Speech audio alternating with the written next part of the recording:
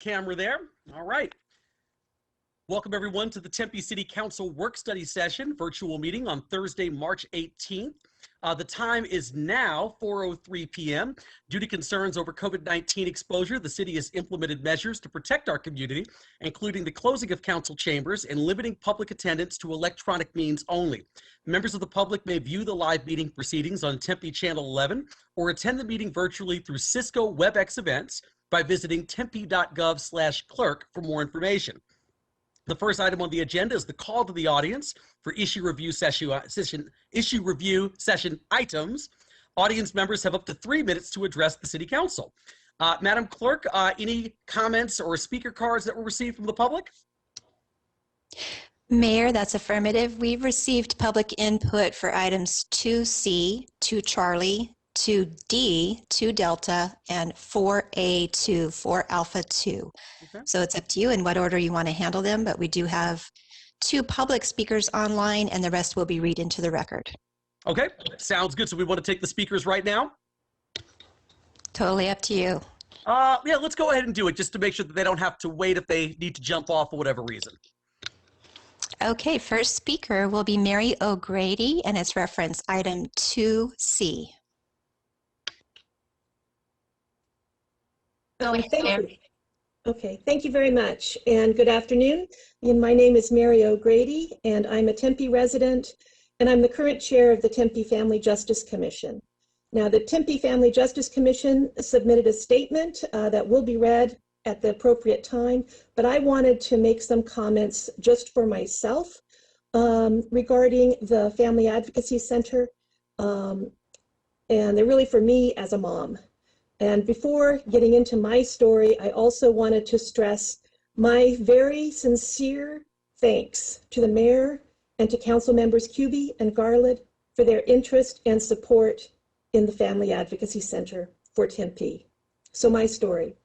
When my 3 kids were in high school here in Tempe, my 15-year-old daughter reported that she was sexually assaulted on the ASU campus by a high school acquaintance. After a week of suffering silently, she ran to a fire station near our home and reported it. I wish my daughter had felt comfortable telling me what had happened, but she wasn't. And I wish we had a family advocacy center at that time for my daughter and for my family. She was in crisis and needed help, and my family was in crisis and needed help. We have good health insurance, we have a good support network of extended family and friends and our active members in a church community, but that was not enough to help my daughter in this situation. Counseling and support really needed to start from the moment my daughter was brave enough to run to that fire station.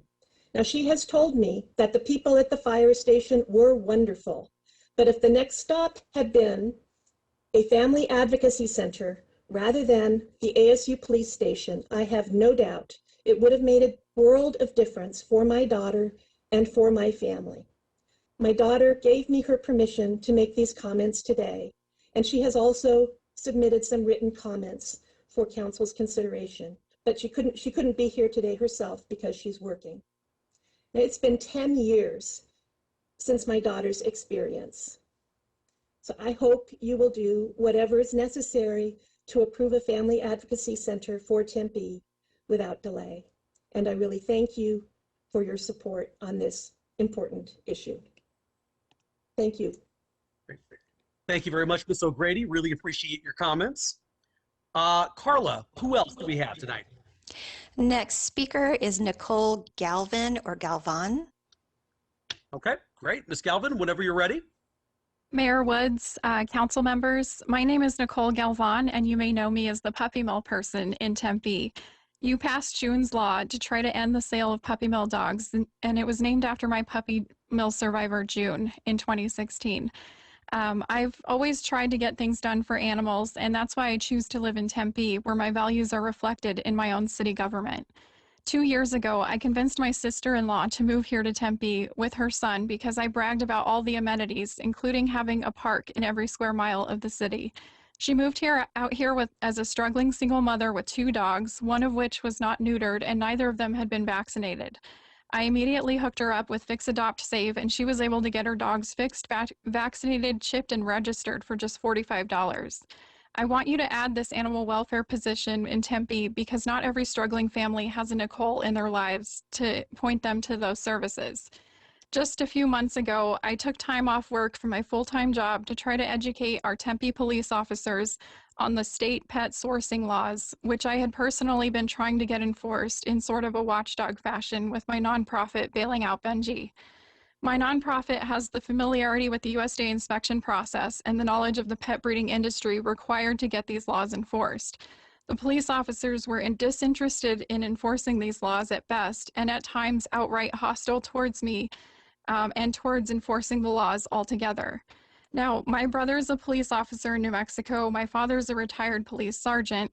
I understand that pet sourcing laws are not what they typically deal with in their line of work, but there's no other established office to do this type of enforcement.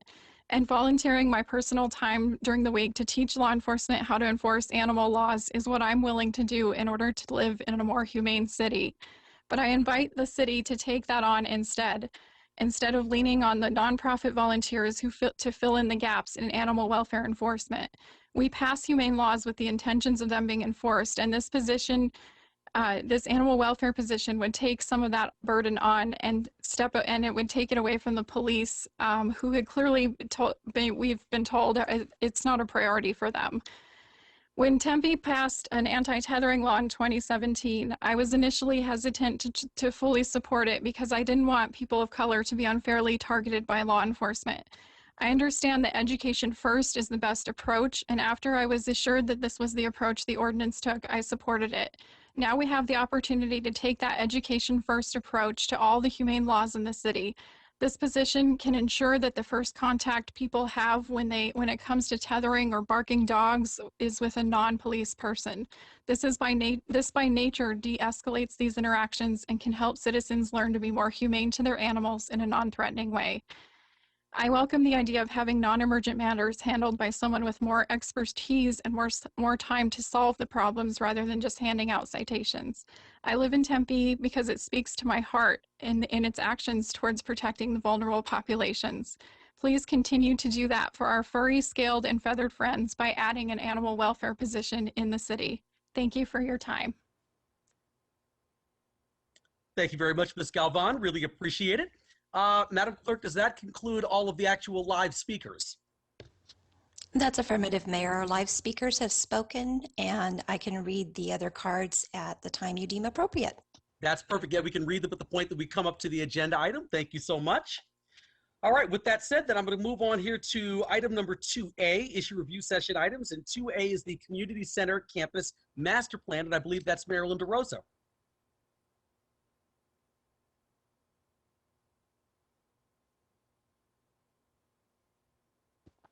Hello, Mayor. Hello, Marilyn. How are you? I'm good. How are you? I'm good. I'll turn it over to you. All right. Good afternoon, Mayor and members of Council. I'm Marilyn DeRosa, your Engineering and Transportation Director.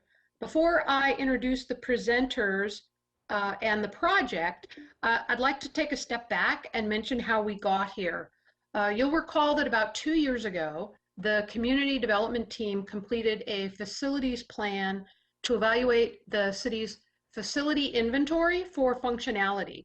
One of their primary recommendations was to consider co-locating the various human services functions that are currently housed in several locations throughout the community, to co-locate them. As you know, several of their functions are housed at the library and the community center campus. And given its central location and the availability of space, the study recommended we start our analysis with an evaluation of that campus. At the end of this presentation, you'll have 2 important pieces of information. Should the city decide to move forward with a dedicated human services building on the community center campus, we'll have a recommendation of its size, its location, and some estimated costs. You'll also have a longer term recommendation of the overall operational, functional, and aesthetic improvements, including estimated costs for the entire campus, including the museum, library, Edna Arts, Kyle Center, parking transit, and the various courtyards. I'll pop back in at the end of the presentation, but with that, I'll introduce our presenter, Kiyomi Kuroka. She's with DWL Architects. We also have available to answer questions Greg Kent, who is our CIP design manager, and Juan Liu is a member of the consultant team with Dig Studios. All four of us will be available should you have questions. So with that, Kiyomi. Thank you, Marilyn. I will share my screen now. Let's see. Oops. Where did it share? Can you see my screen? Yes, it's Yes. There you go. Yes. Okay, so I start. Yes, go ahead, Kiyomi. Okay. Good afternoon. My name is Kiyomi Kuroka. I'm the project manager with DWL Architects. We are here to present our findings, improvement approaches, site plan options, and seek your feedback on Community Center Campus Master Plan. The agenda is overview of the project process we took, master plan options, phasing and cost summary per option, and recommendation. Project goal is to develop a master plan, a roadmap for the future.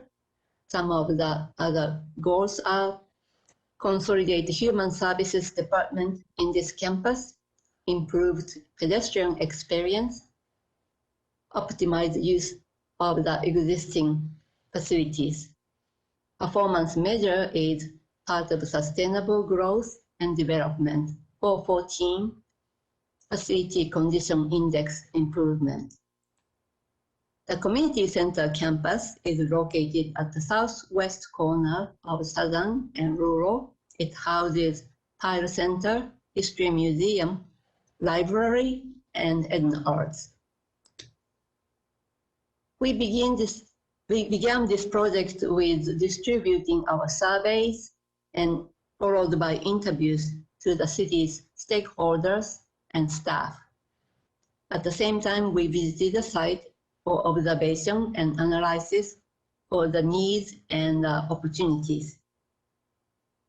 We went to the boards and commission to find their goals and aspirations, ideas on improvement of this campus. We did the same for the community through the Tempe Forum and focus groups. Based on our findings, we created 3 site options.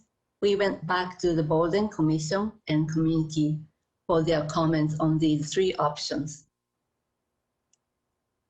Then with the stakeholders and staff, we selected 2 options to move forward for the phasing and cost estimate.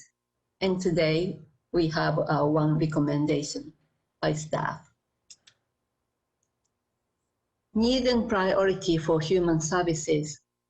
Currently, the human services has a 4 satellite location outside of this campus, and it is the goal to consolidate all the human services group in this campus.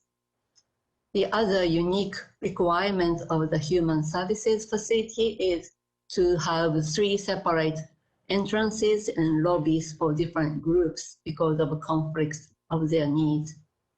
Also, security is critical in this facility because of the sensitive nature of the services they provide. At the same time, the facility should be welcoming rather than institutional.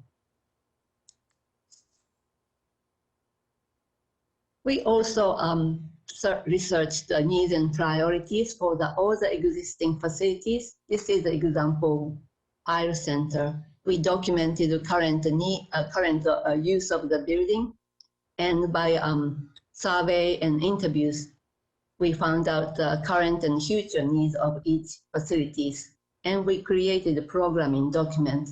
That programming document is the basis of our cost estimates.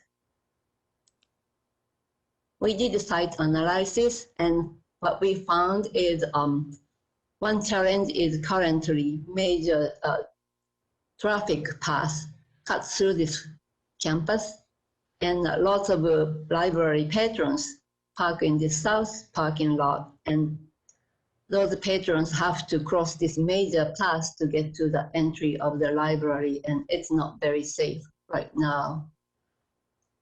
Also, there are not much shade in this campus. In addition, there are lots of areas underutilized in this campus. For instance, this orange circle shows 300 feet from library entrance, and like this south parking lot is quite far from the entry area. This campus was planned in 1970 when this campus was in the suburb of Tempe. Right now, it's in the middle. So initial design having these large space between building and street were appropriate, but right now there's a lot more happening at the street, more pedestrians, and transit use just not appropriate anymore. For instance, there are these yellow lines, those are elevated planters surrounding these buildings, and they're just like separating from this campus to the community and street. So there's opportunities to open up these planters and just open this facility, and so activities on the campus can be spilled out visually to the street and communities. Some of the comments by the board and commission, by Tempe Arts and Culture Commission, they would like expanding this central courtyard surrounded by library, museum, and Edna Arts to be expanded. Veterans Commission would like resource center in the new Human Services building, and Family Justice Commission would like Family Advocacy Center. Library Advisory Board would like to make sure there's some kind of traffic calming measure being taken for the cutting through traffic. And Tempe Community Council Board would like another like a meeting room, just like a community room at the museum.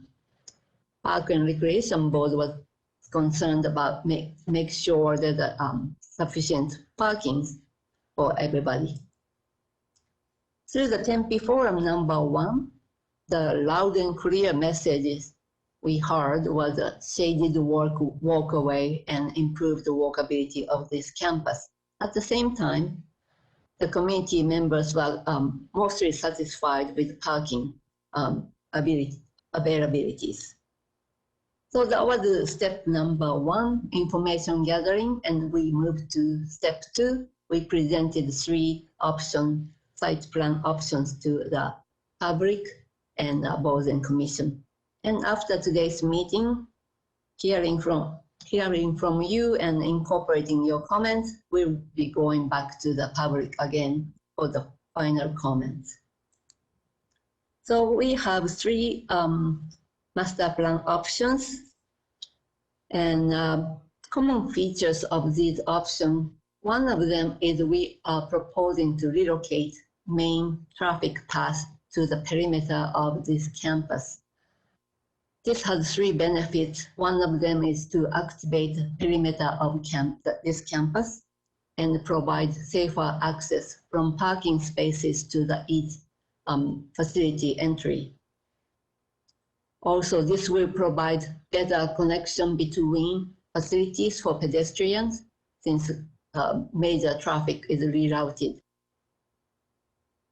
So this is master plan option 1. It is a Human Services new building, 2-story, will be located at the south parking lot. This option provides plenty of parking spaces near each facility, and these parking spaces are evenly distributed.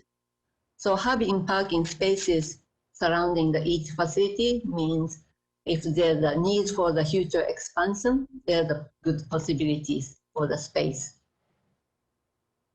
Some of committee members were concerned the visual impact of two-story building along rural, as well as removing some of available parking spaces for the public library patrons. We believe there are strategies we can take to address those issues. Master Plan Option 2, the new Human Services building is located between Fire Center and History Museum. This will create really nice connection between all the facilities. However, when the facilities are close by, means the adjacent parking spaces will be limited. In addition, through the focus group, one of the human services users expressed her concern. She would like a little more privacy rather than this human services building being in the middle of activities. Also, this requirement of having separate entrances might be a little bit more challenging in this option. Currently, there's a tall solar canopy in this plaza parking space as well, and that we found will be quite a bit expensive to relocate. Master Plan Option 3 is to locate Fire Center to the south of Eden Earth with a new building, and human services move to the current Fire Center with major addition. The art and culture buildings will surround this central courtyard, and it will be really they're going to have nice connection, and they can share the activities very well, nicely.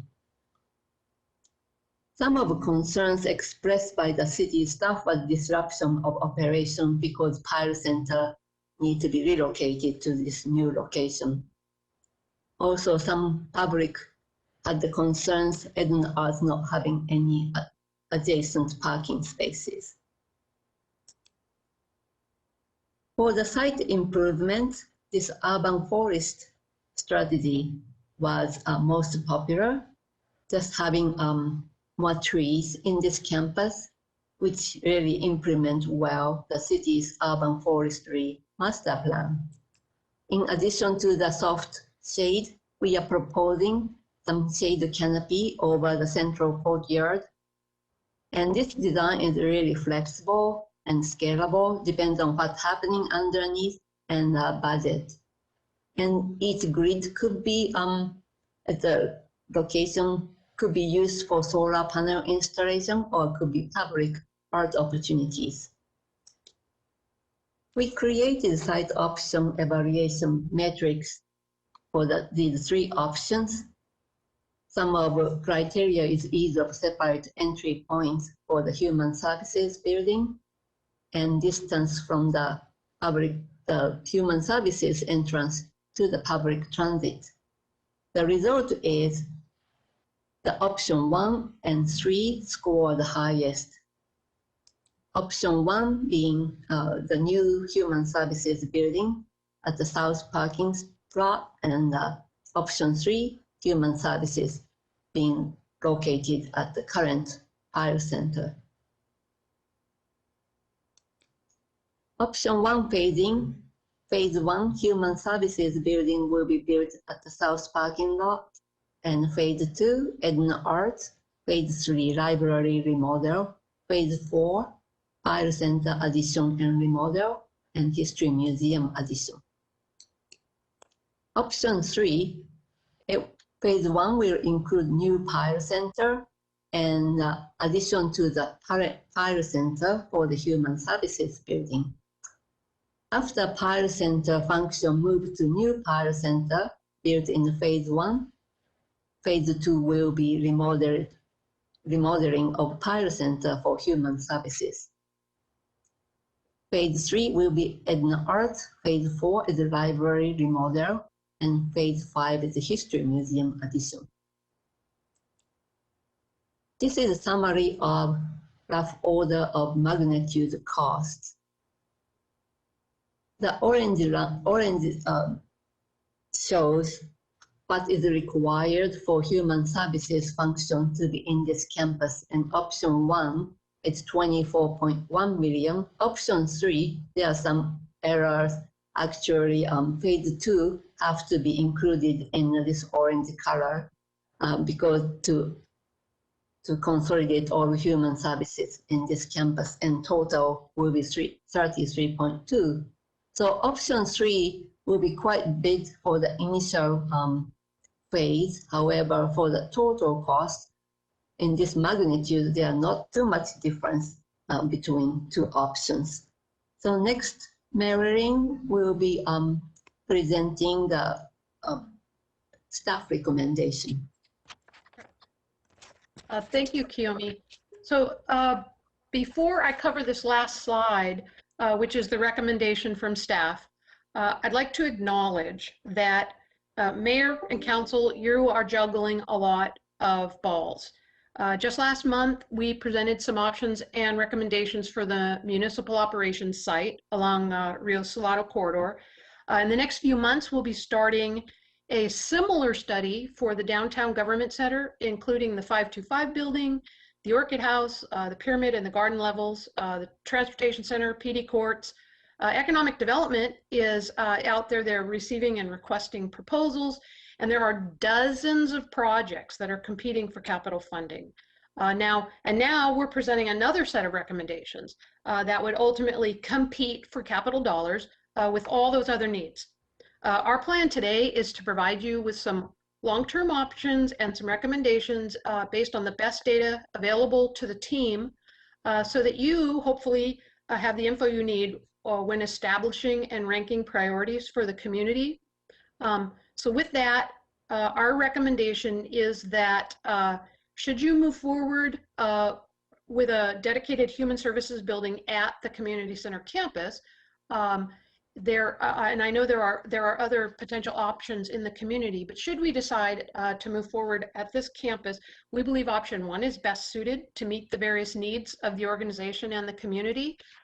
Shown on this slide, you'll see that their space needs for co-location of all their functions is at approximately 50,000 square feet. We would recommend a 2-story building. And for a number of reasons, the location depicted in this map would be the best location. It's less disruptive to the campus facility operations. It's our lowest cost option. It's a better distribution of the buildings on the campus. I particularly like that the primary access drive would enhance. We would move the drive. It would enhance safety and walkability. And then parking, of course, would be available near all of the facility entrances. So in closing, what we're asking today is for council support in moving forward with refining the plans for this option, the phasing recommendations, and refining the cost estimates. So with that, I think the actual last slide says questions on it. Yes, it says questions. So at this point, we're available. The team is available to answer any questions. As a reminder, we're asking for support to move forward with refining the cost estimates and phasing plans for option 1. Great, thank you so much. Really appreciate the presentation. Any members of council? Let me go here to the participants. I see Councilmember Navarro.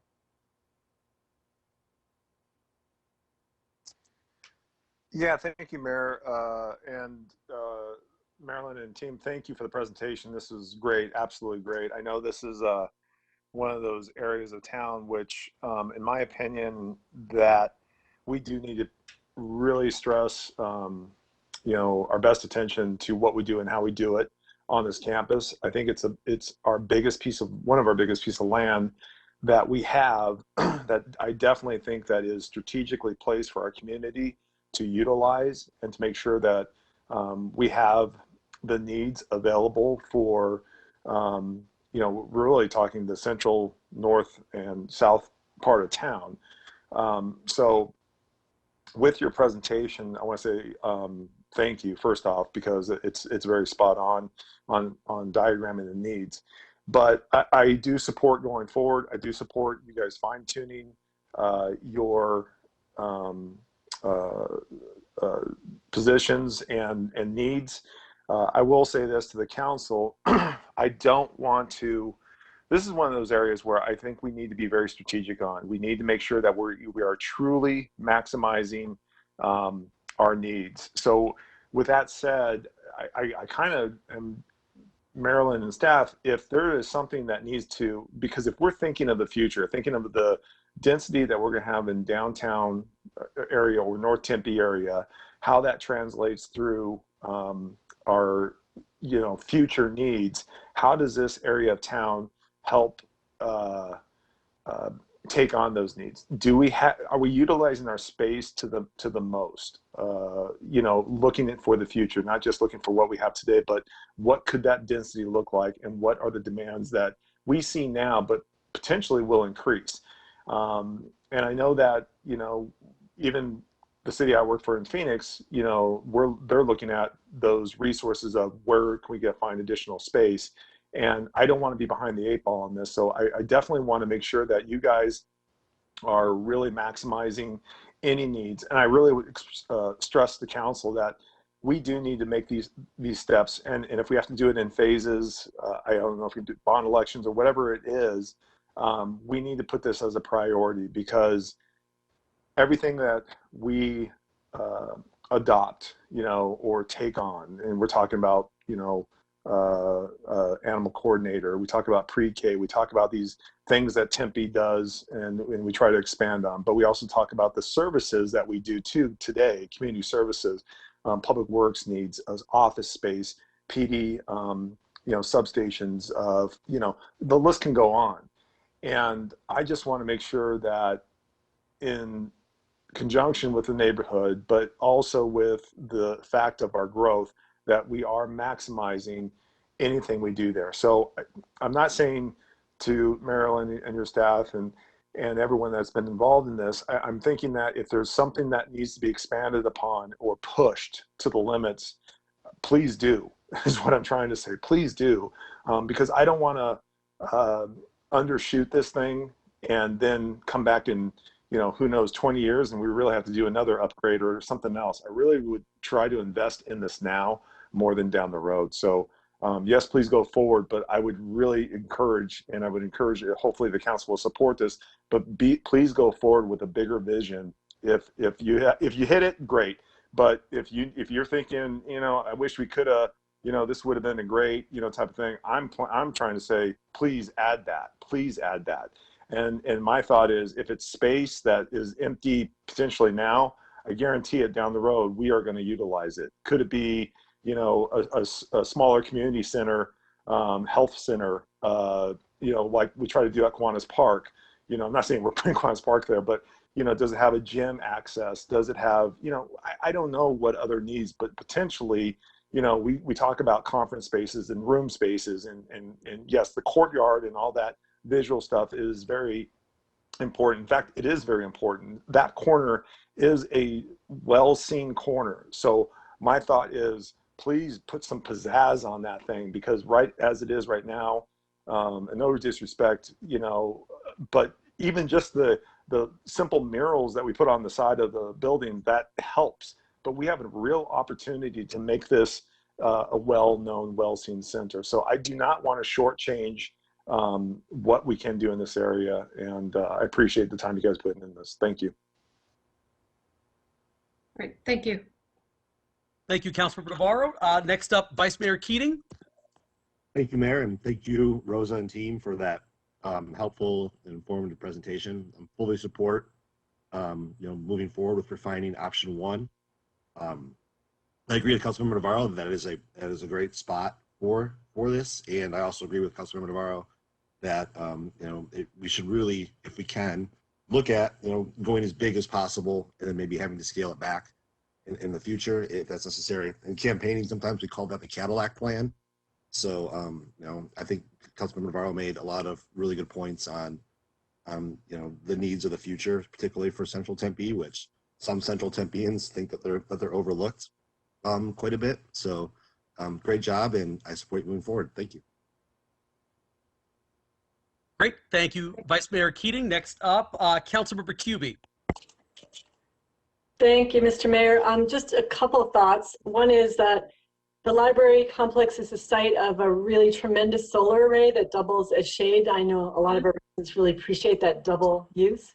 And so I'm hoping that as we build out, we increase the solar capacity. I'm sure, knowing Marilyn, you're already thinking about that, but just wanted to put that in everyone's mind, that there's an opportunity to power a lot of the building and the increased infrastructure with solar power. And the other thing is, and this is a discussion you and I have had, Mr. Mayor, is about co-location, the idea of possibly building some, if not, office space, even building some units, affordable housing units or transitional units, something on top of the existing buildings that would not, be minimal impact because we can double up on the land. And there are more and more technologies available that allow containers and different kinds of modular construction to go on top of buildings. I know there's engineering challenges, but I was just hoping, Marilyn, could we look at co-location in this plan?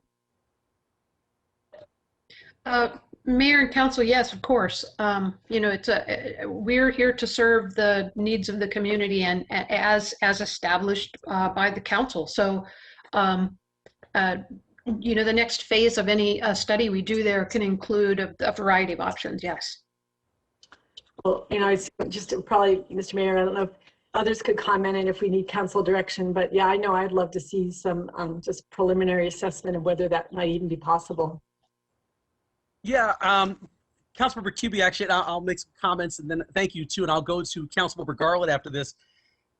My basic thought was too, I'm very supportive of the concept of talking about maybe adding a wing to like the Edna Vial Center, because I do believe that that's sort of an underutilized space that a lot of our residents and staff don't really use to its full potential. So I could see doing something like that.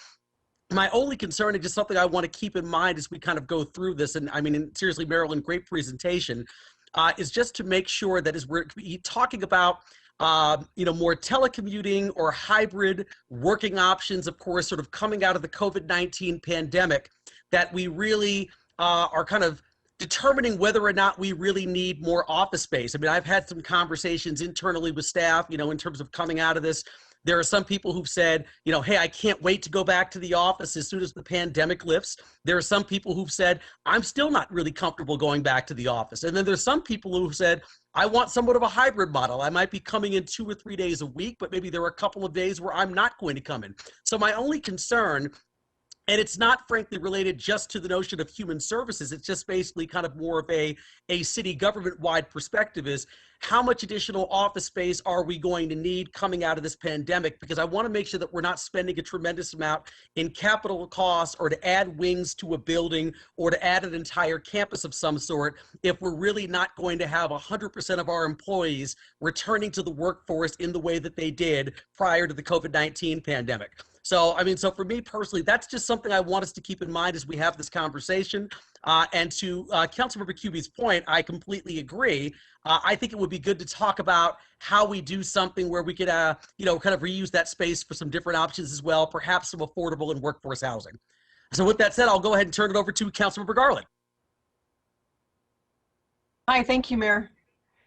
I just wanted to say first, thank you to Kiyomi and to Marilyn for the presentation.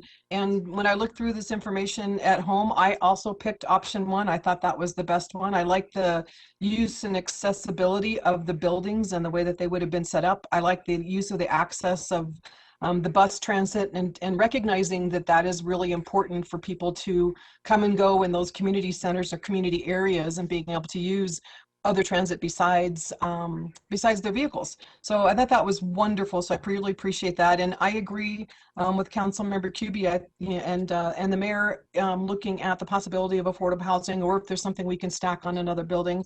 I think that's a great option to be able to look at. So I am in support of moving forward, and thank you so much. Thank you, Councilmember Garland.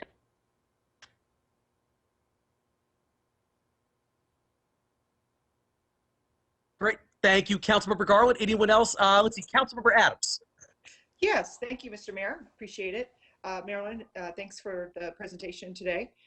Just I mean, I know those buildings are old and things, but I do think that I agree with the mayor about really looking at how much office space we need, and maybe taking a pause and kind of doing some research about, as we return, who is going to return to work and who is going to return to or maintain working from home.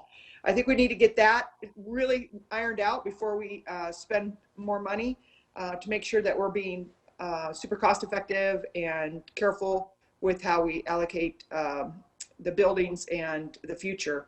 But I am supportive of moving things forward, but just I think we need to find out more information first, perhaps talk to the directors and survey them about the number of staff that are actually going to be coming back to the office and the ones that are not, and just get that really dialed in before we go forward. So thank you.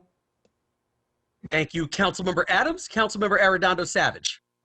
Yeah, thank you, Mayor. I certainly do appreciate it, and I apologize. I had some technical difficulties, so I missed part of the presentation, but had a chance to review it. But Kiyomi, I think you guys did a really great job, just really identifying, I think, what our residents want and are looking for, what's important to them, what's not important to them. To me, that's always really valuable information. So I certainly do appreciate that. Thank you for sharing that. I too, like Jennifer Adams, think that we certainly need to move forward. I don't know if I have any specifics in regards to what option I like, but I certainly understand why you've narrowed down the way that you did and what's more cost effective and what's not. I think obviously office space is one of those things that we always struggle with, and we are bursting at the seams there, and certainly appreciate the idea of a human services area that they can call their own. I think that's going to be really important. And I think, I'm not sure who said it, talking about, long-term, making sure that we're incorporating all the things that we would like to. And some of the things that, we talked about were, I think somebody mentioned housing, and then we talking about the Family Advocacy Center. And those things to me kind of go a little bit around human services, though I really don't see this center as a place for housing. That's not really, where I would go with that. I think that this is a great community center, a place to get resources and things to that extent. So that would be, my thought process along there, because I think we'd have to have a completely different conversation if we started to incorporate housing, and then almost kind of go back to the drawing board to ensure that our residents and our neighbors, we're also on board with that too. So I just want to say, thank you for the work. I look forward to getting some more information back, and making sure that we do have the appropriate office space. And if there's a hybrid, I mean, that's totally fine. I miss being with people.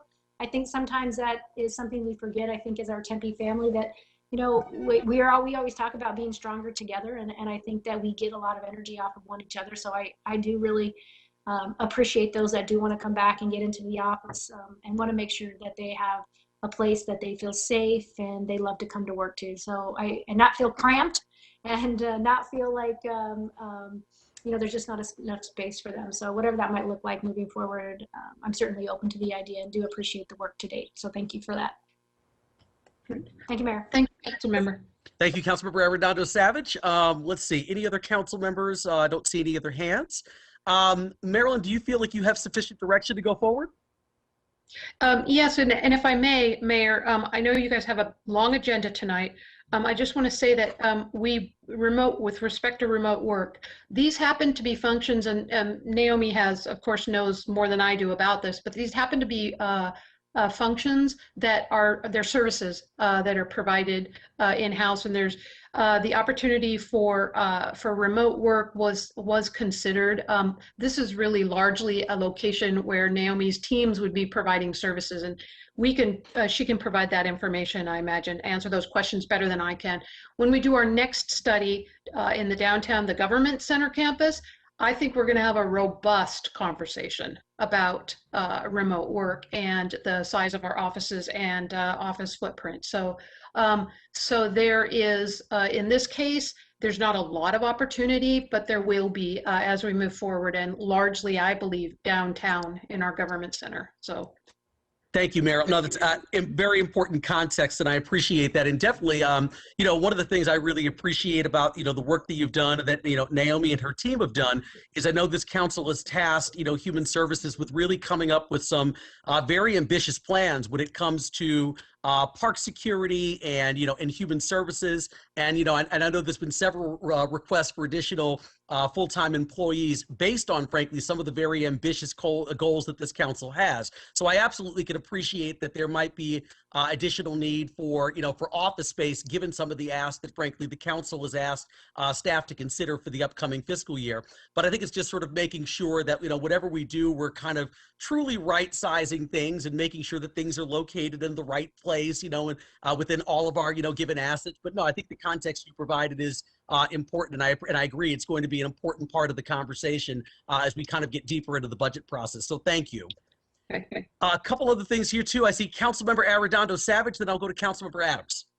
Awesome. Thank you, Mayor. One thing I had in my notes and I forgot to bring up, Marilyn, and one thing, this was something that we actually talked about when we had working groups, and Councilmember QB may remember when we talked about adaptive recreation, we really talked about the lack of facilities for adaptive recreation and being able to have some dedicated facilities to be able to host some of our own programs, as I've seen that we are always using either a school facility or a church facility, like for the after school program, for the adaptive rec things. So I don't know if that's something that we've talked about or considered or we're looking at, because I think that's obviously something we've learned and identified as being a really big need within our community. Yeah, Mayor and council members, Ken Jones won't let us forget about adaptive adaptive recreation. Ken, when we have conversations about facilities and facility needs, he almost always brings it up. So yes, it's something that we're considering. And I just want to say I appreciate that you guys you're trying to fit 10 pounds of sand into a 5-pound sack. I get it. And I just appreciate that you give us the support to complete the plan and then allow you guys to give you information to set the priorities. So. Hey, well, thank you, Marilyn. I appreciate that. And I guess I'll just give a shout out to Ken Jones. I guess I won't TP his house tonight or anything like that. I mean, it's just been one of those things that it's just been, really important. And sometimes it's a community that's just a little underserved. And I really appreciate our staff members that continue to work so hard and really have to foster those relationships because we don't have the facilities of our own. So thank you for continuing to keep that on the radar and the front burner. I appreciate that. Yeah. Okay. Thank you. Great. Thank you, Councilmember Arredondo Savage. Councilmember Adams. Yes, I was just wondering, Mr. Manager, if we could get a count as far as how many people are telecommuting right now out of these areas, and how many are anticipated to come back to work, so we can have a better sense of what's happening. So that's my first point. My second is I completely agree with Councilmember Arredondo Savage about that we have amazing staff out there working with our facilities in many different locations. So I just want to give a shout out to that staff. Thank you.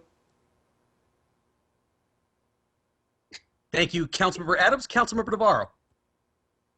Yeah, just real quick, and I appreciate all the additional comments that have been made.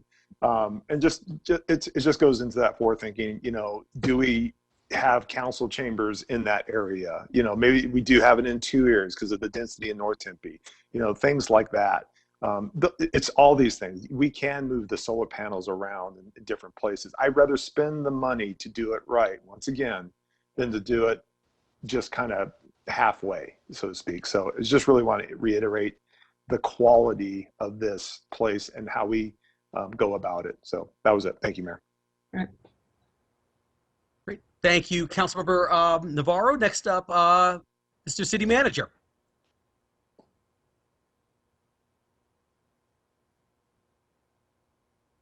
Andrew, your mic is muted. I'm unmuted now. Thank you, Alex, for keeping me on the straight path there. Just to answer to what Councilmember Adams has said, I'm happy to get those numbers for you. And also this is perhaps important for the public as well. We have a task force that we put together last year that we have brought back to look at the idea of reopening and coming back into the workplace. And this conversation, I think, is very appropriate. We'd like to, learn the positive lessons from the pandemic and think about, as we bring people back, how does that look? What are the successes potentially of the last year plus of a lot of people in our organization teleworking, and what does that mean for our future? So I think that's a really good conversation, and some of that information, like I said, is something that we're working on right now. I don't have it quite yet because the group is beginning that process again. But when I do, I'll certainly share it. And in the meantime, happy to provide numbers in terms of number of employees in not just human services, but we can also give numbers for other departments as well in terms of telework. So thank you for that. Thank you, Mr. City Manager. I really appreciate it. Excellent. Thank you so much. All right. Any other council members, comments, or questions? All right, Marilyn, what do you think? You got enough information to go forward, or Yes, are we sir. just giving you too much? No, yes, sir. Thank you, Mayor, and thank you, Council. Sounds good. Thank you so much. Appreciate it. All right, next up here, we have item 2B, which is the Human Services Impact Report, fiscal year 2019-2020. And I'm going to go ahead and call upon Naomi Farrell.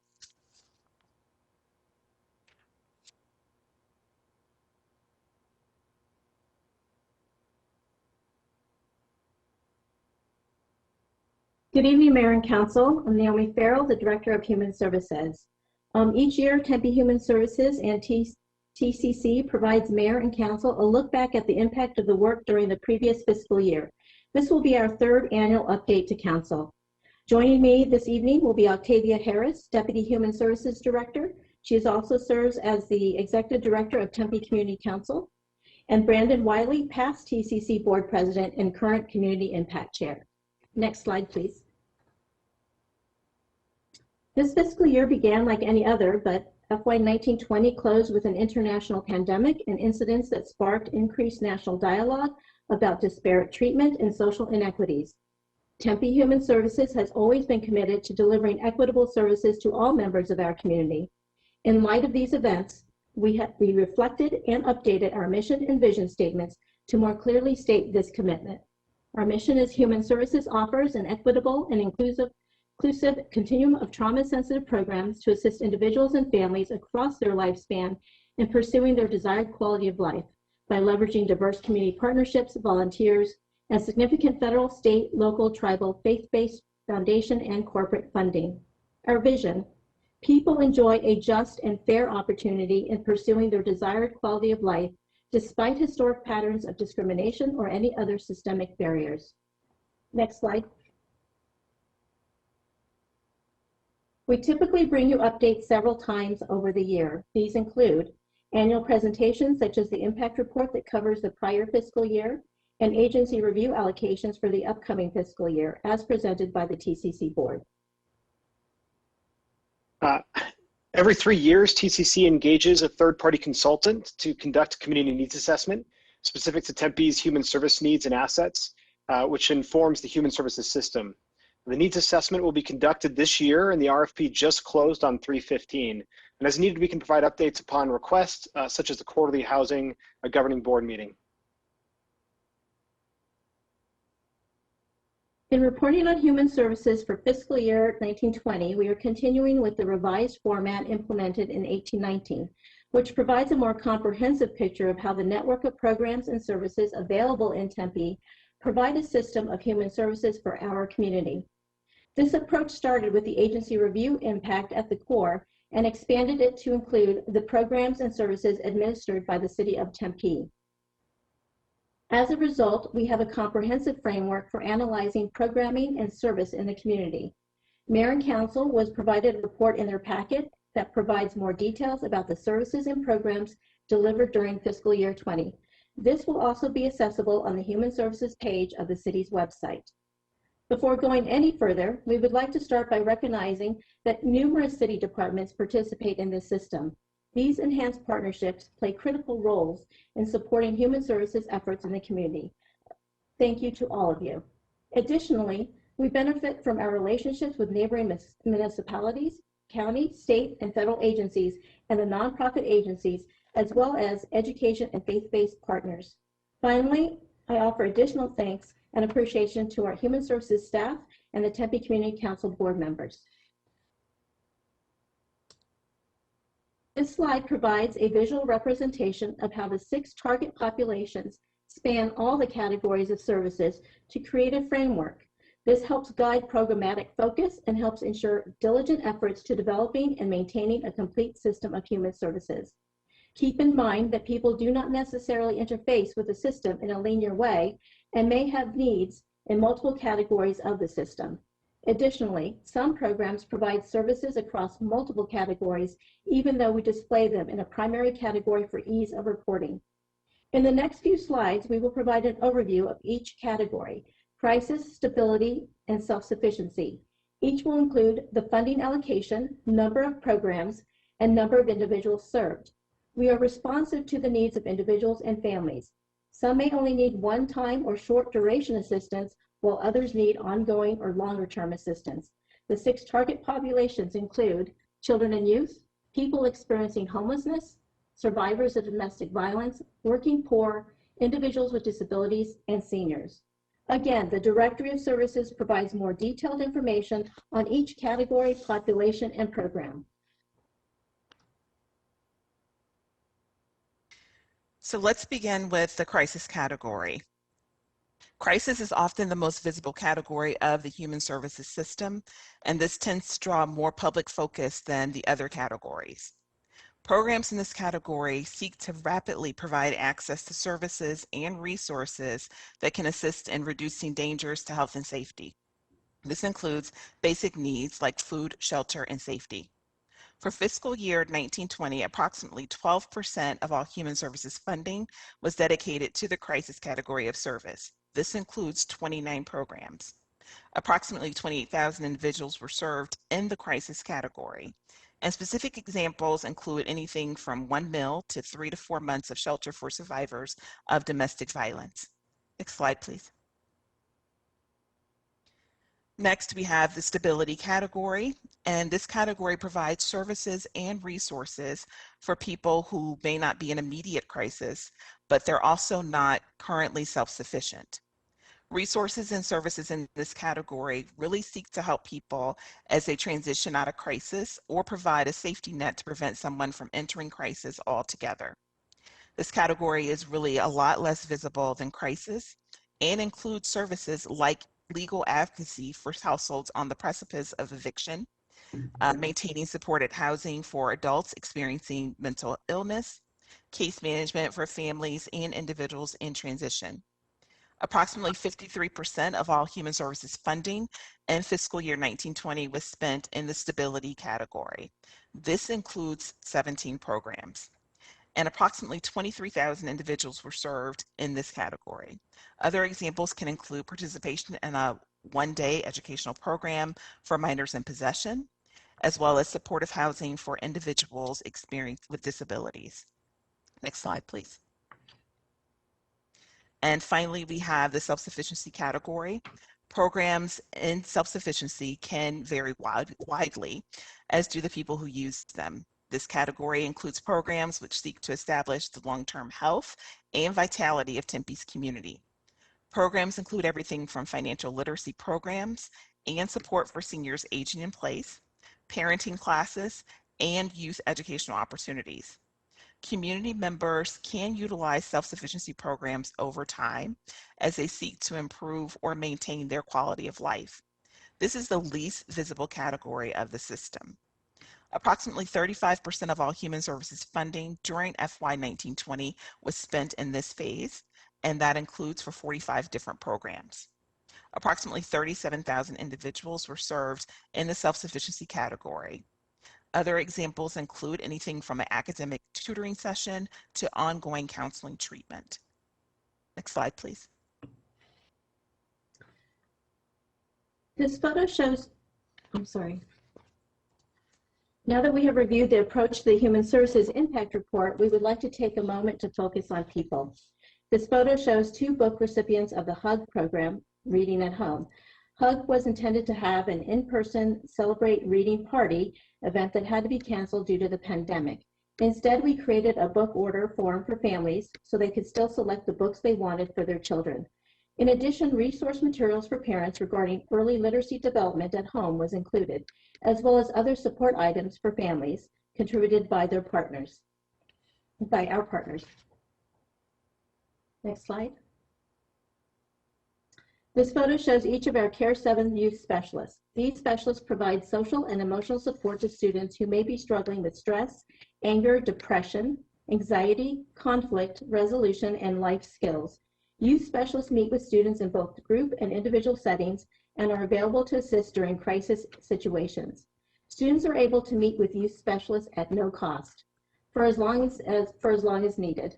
By increasing students' social emotional well-being, they become far more effective in the classroom. Because the youth specialists are connected to Care 7, they have direct access to resource coordination and support, long-term follow-up, basic needs items, and outpatient counseling at our licensed counseling facility. The youth specialists work to improve lives and meet the needs of not only the student, but also the family. These specialists can have a powerful impact in students' lives, like the story shared in the impact report.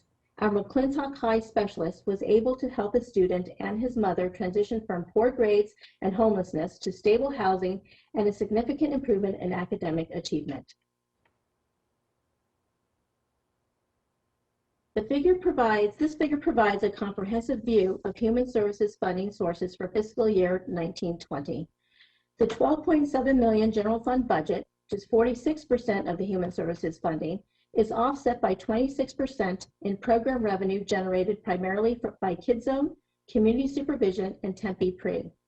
A majority of the $14.5 million in external funding comes from the federal government to support the Housing Choice Voucher Program. Other sources of funding include grants and donations. Tempe Human Services continues to dramatically leverage the city's investment by securing additional external funding. For every dollar invested by the city, Human Services secures $1.55 of external funding. General fund dollars invested in human services per capita is $65. Total funding for human services, which includes grants and federal funding, is $139 per capita. This figure provides an overview of human services funding sources for fiscal year 1920. Additionally, we show general fund budget of $12.7 million, which is inclusive of the newly added KidZone, agency review, and Tempe pre-funding, and remaining department operations, which includes administrative costs.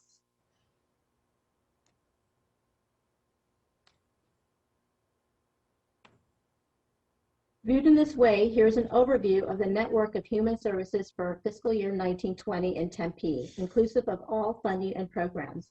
A total of 91 programs, 36 operated by the city. FY 1920 agency review funded 55 programs. You will notice the last row that says all populations. This represents programs operating in a certain category but serve any member of the population.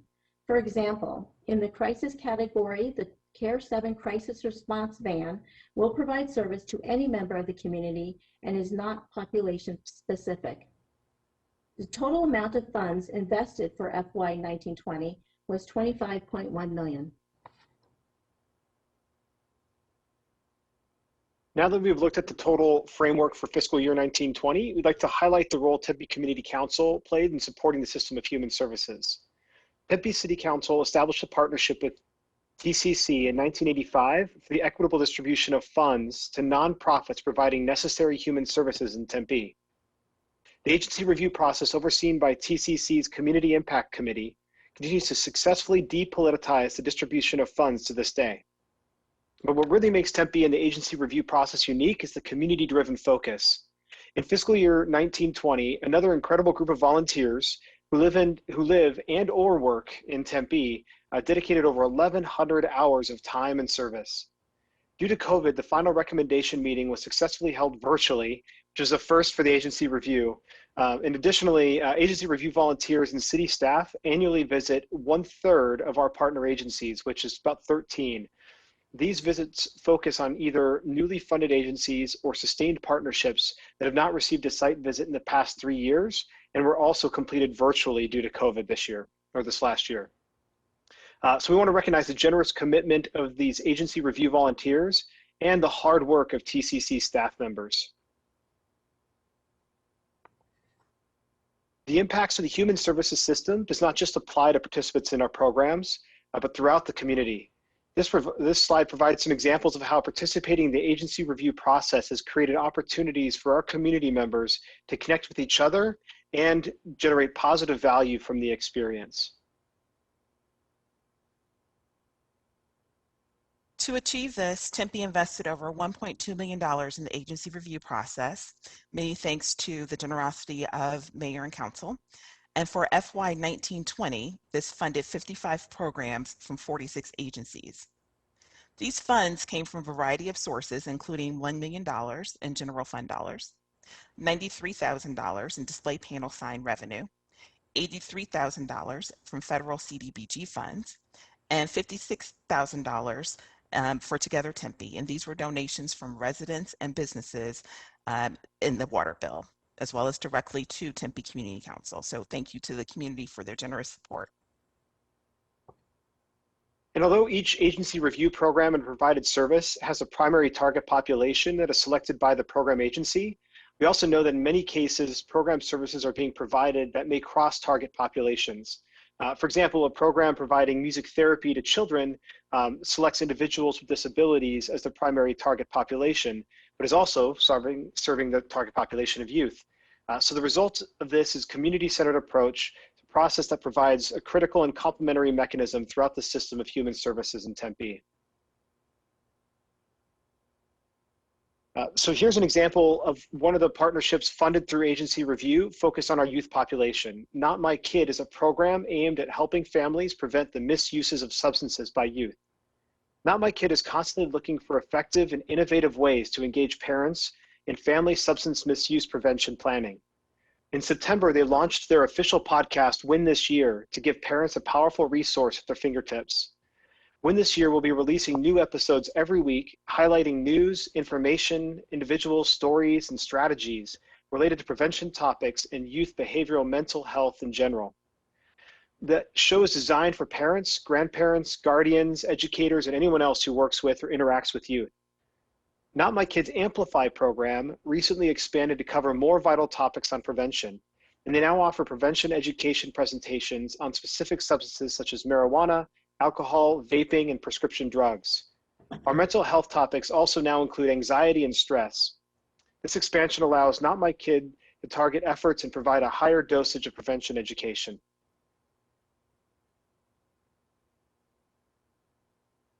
This slide illustrates how human services and the agency review process supports the 5 council priorities.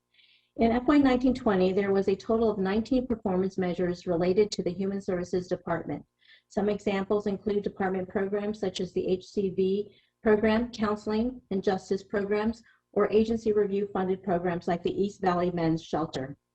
Additionally, human service efforts support additional performance measures noted in the gray on the slide. For example, 1.23, feelings of safety in city parks. The Hope and Care 7 teams engage and provide assistance to people experiencing homelessness in the parks. 3.13, disability social inclusion. The Tempe BEST program, which is designed to increase inclusion through the facilitation of employment, training, and ongoing support for applicants with developmental disabilities.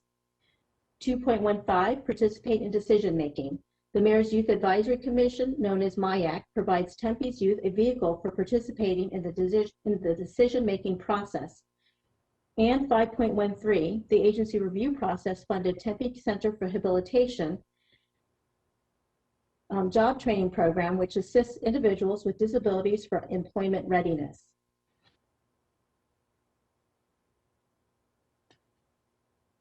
This slide represents just a sampling of the 36 programs delivered by Tempe Human Services.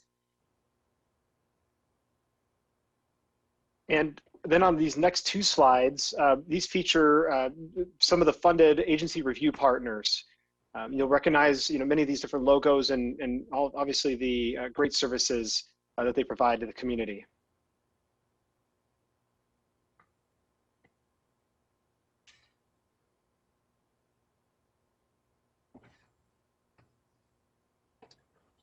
Here's a selection of our grantors and donors. We appreciate the support and that they give to the Human Services Department and system. Thank you. In closing, we would like to share with you another example of the human impact of the system of human services in Tempe. Chuck is in the middle stage of dementia. His wife drives them to the Tempe Memory Cafe every Monday from a great distance. She feels she benefits from the support she receives from the other caregivers. They have attended the Memory Cafe for several years. Over the years, Chuck has declined in his cognitive and physical health. He uses a walker and rarely has anything to say, oftentimes looking very bored. Recently, a new man began attending the Memory Cafe and sat next to Chuck. The program that day was Tales and Travels, focusing on a specific country and its culture. The two men started making conversation, looking at books and pictures about the country, and began talking and laughing. Chuck had a twinkle in his eye that his wife and a staff at the Memory Cafe hadn't seen in a very long time. He looked like he was enjoying himself and was happy to be there. The new friends continued to sit together each week and truly seemed to enjoy each other's company. Making new friends at any age can be challenging, and the Memory Cafe is there to help reduce isolation and the stigma, as well as create opportunities for social interaction with no judgment. This would conclude our presentation this evening. I want to thank you, and we'd be happy to answer any questions you may have at this time.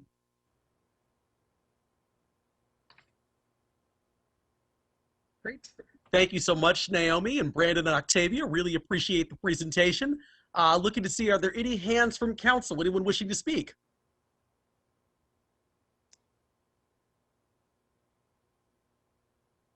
Honestly, hearing none, I mean, I'm just very happy to hear all this information. It's obviously great work that's being done all around, and just, you know, I mean, fantastic, very comprehensive presentation of a lot of the work that we're doing, frankly, in the human services area. So just, you know, just appreciate everything that obviously the city of Tempe is doing, and obviously Tempe Community Council, Brandon, you and so many volunteers throughout our community that deeply care about human services, and many times people who don't always have the ability to advocate for themselves. And so honestly, this is really, really critical to a lot of what we're attempting to do moving forward. So just wanted to thank all of you for the presentation and all of the work that you continuously do. I'm going to go to Councilmember Garland since I see her hand. I thank you, Mayor. I just wanted to say thank you also to everyone who participates and works on this with the Community Council, and all this funding review, all the things that you guys do to make our community better and to serve the people in our community who are really vulnerable, who need the help. And I love that story that you just shared about the Memory Cafe. I have been down to the Memory Cafe. I have taken my father down there. I have sat in the support groups and learned a lot and made some really good friends, and it was a wonderful place to be. I just want to tell you guys thank you so much for what you've done, and I don't know if you could hear that enough to really be able to, for me to really be able to express what my heart is saying for what you guys have done for our community. So thank you so very much. Thank you, Councilmember Garland. Any of the council members, any comments or feedback?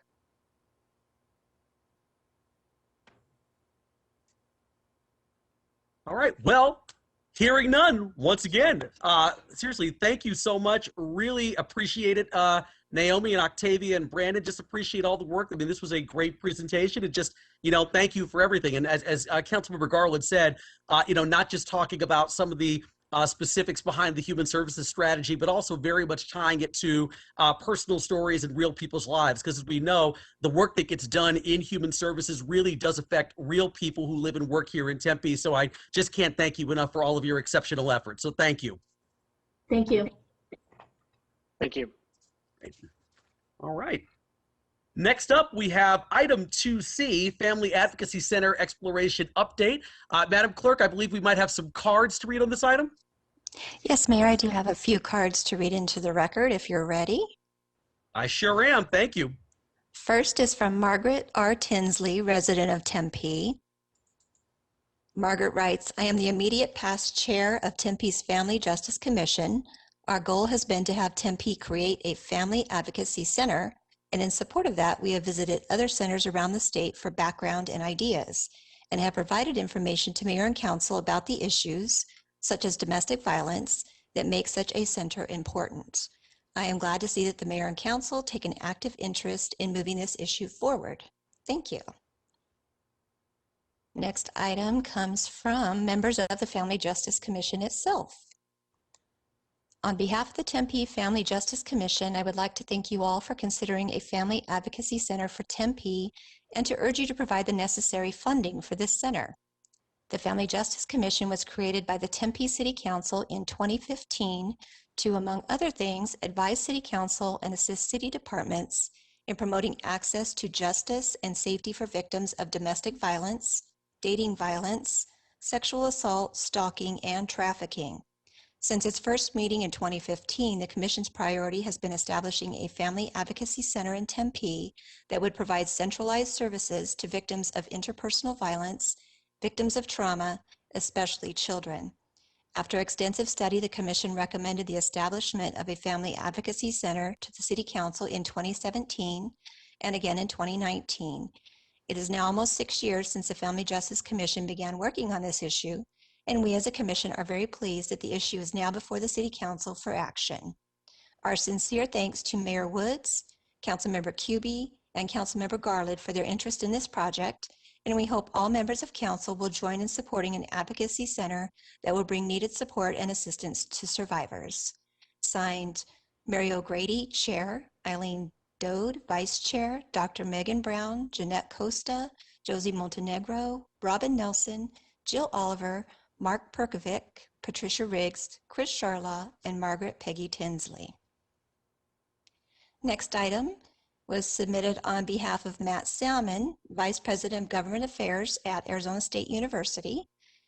Matt writes, Dear Honorable Mayor Woods and council members, ASU has been in communication with the City of Tempe at a conceptual level about a family advocacy center in Tempe, similar to the presence of family advocacy centers in other areas across the valley where the ASU community lives and learns. Examples, Glendale, Mesa, Phoenix, and Scottsdale.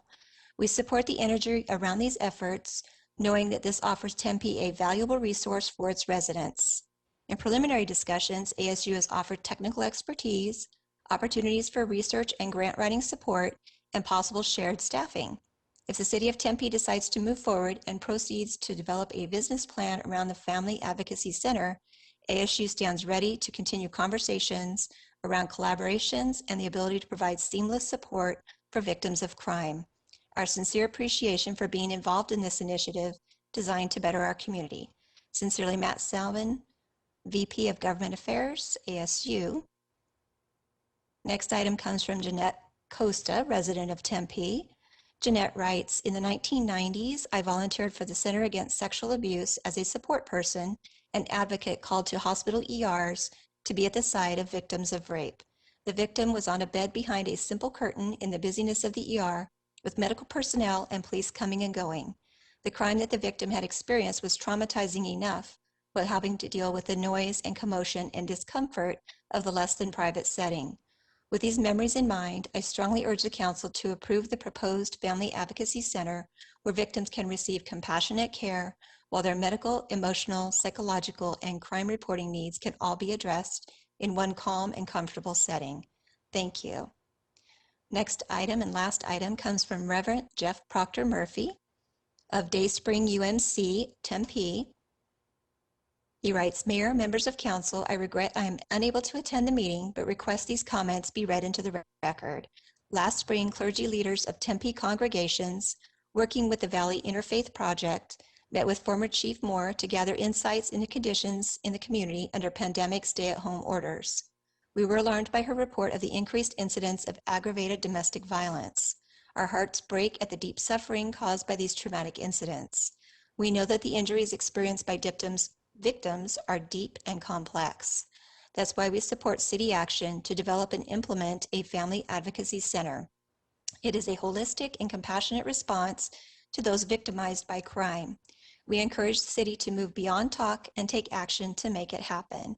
Signed, Reverend Jeff Proctor Murphy, Senior Pastor at Dayspring United Methodist Church. Mayor, that completes the public input for this item. Great. Thank you very much, Madam Clerk. All right. So the next item here, obviously, we've talked about 2C, Family Advocacy Center Exploration Update, and I'm going to go ahead and call upon Naomi Farrell again. Good evening, Mayor and Council. Naomi Farrell, Director of Human Services. In a few minutes, you will hear members of the Family Advocacy Task Force present an update on the task force's exploration toward the implementation of a Family Advocacy Center in the city of Tempe. You will hear how this initiative originated from a recommendation from the Family Justice Commission in 2017 and has progressed to today's discussion, and topics will include the purposes and function of a Family Advocacy Center, the alignment of this initiative with established council priorities and performance measures, current identified partners, data used to ascertain the size, scope, and scale for these services, the key components of a Family Advocacy Center, and budget estimates. This update will be presented to you by Paul Bentley, Deputy Human Services Director, Assistant Chief Sherry Burlingame, and Chris Charlo, our Human Services Manager over Tier 7. We look forward to your questions and comments following the presentation. I'll now turn it over to Paul.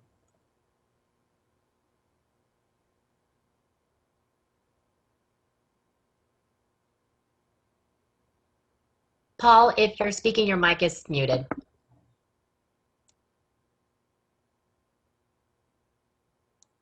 I'm going to mute you now. Stand by 1 moment. Paul, go right ahead. Thank you. Just 1 moment.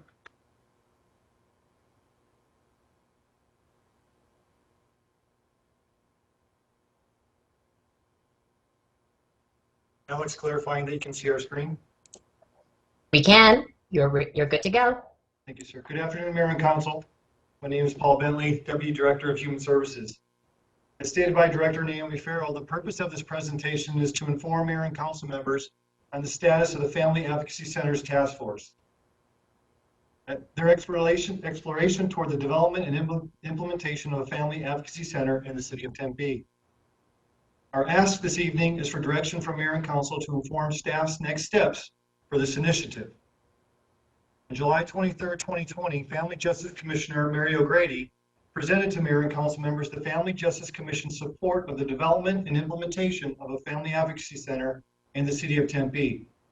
During this meeting, Chairperson O'Grady reiterated the Family Justice Commission's commitment to supporting this initiative as presented to Mayor and Council by the Family Justice Commission on August 10, 2017, and again in April of 2019.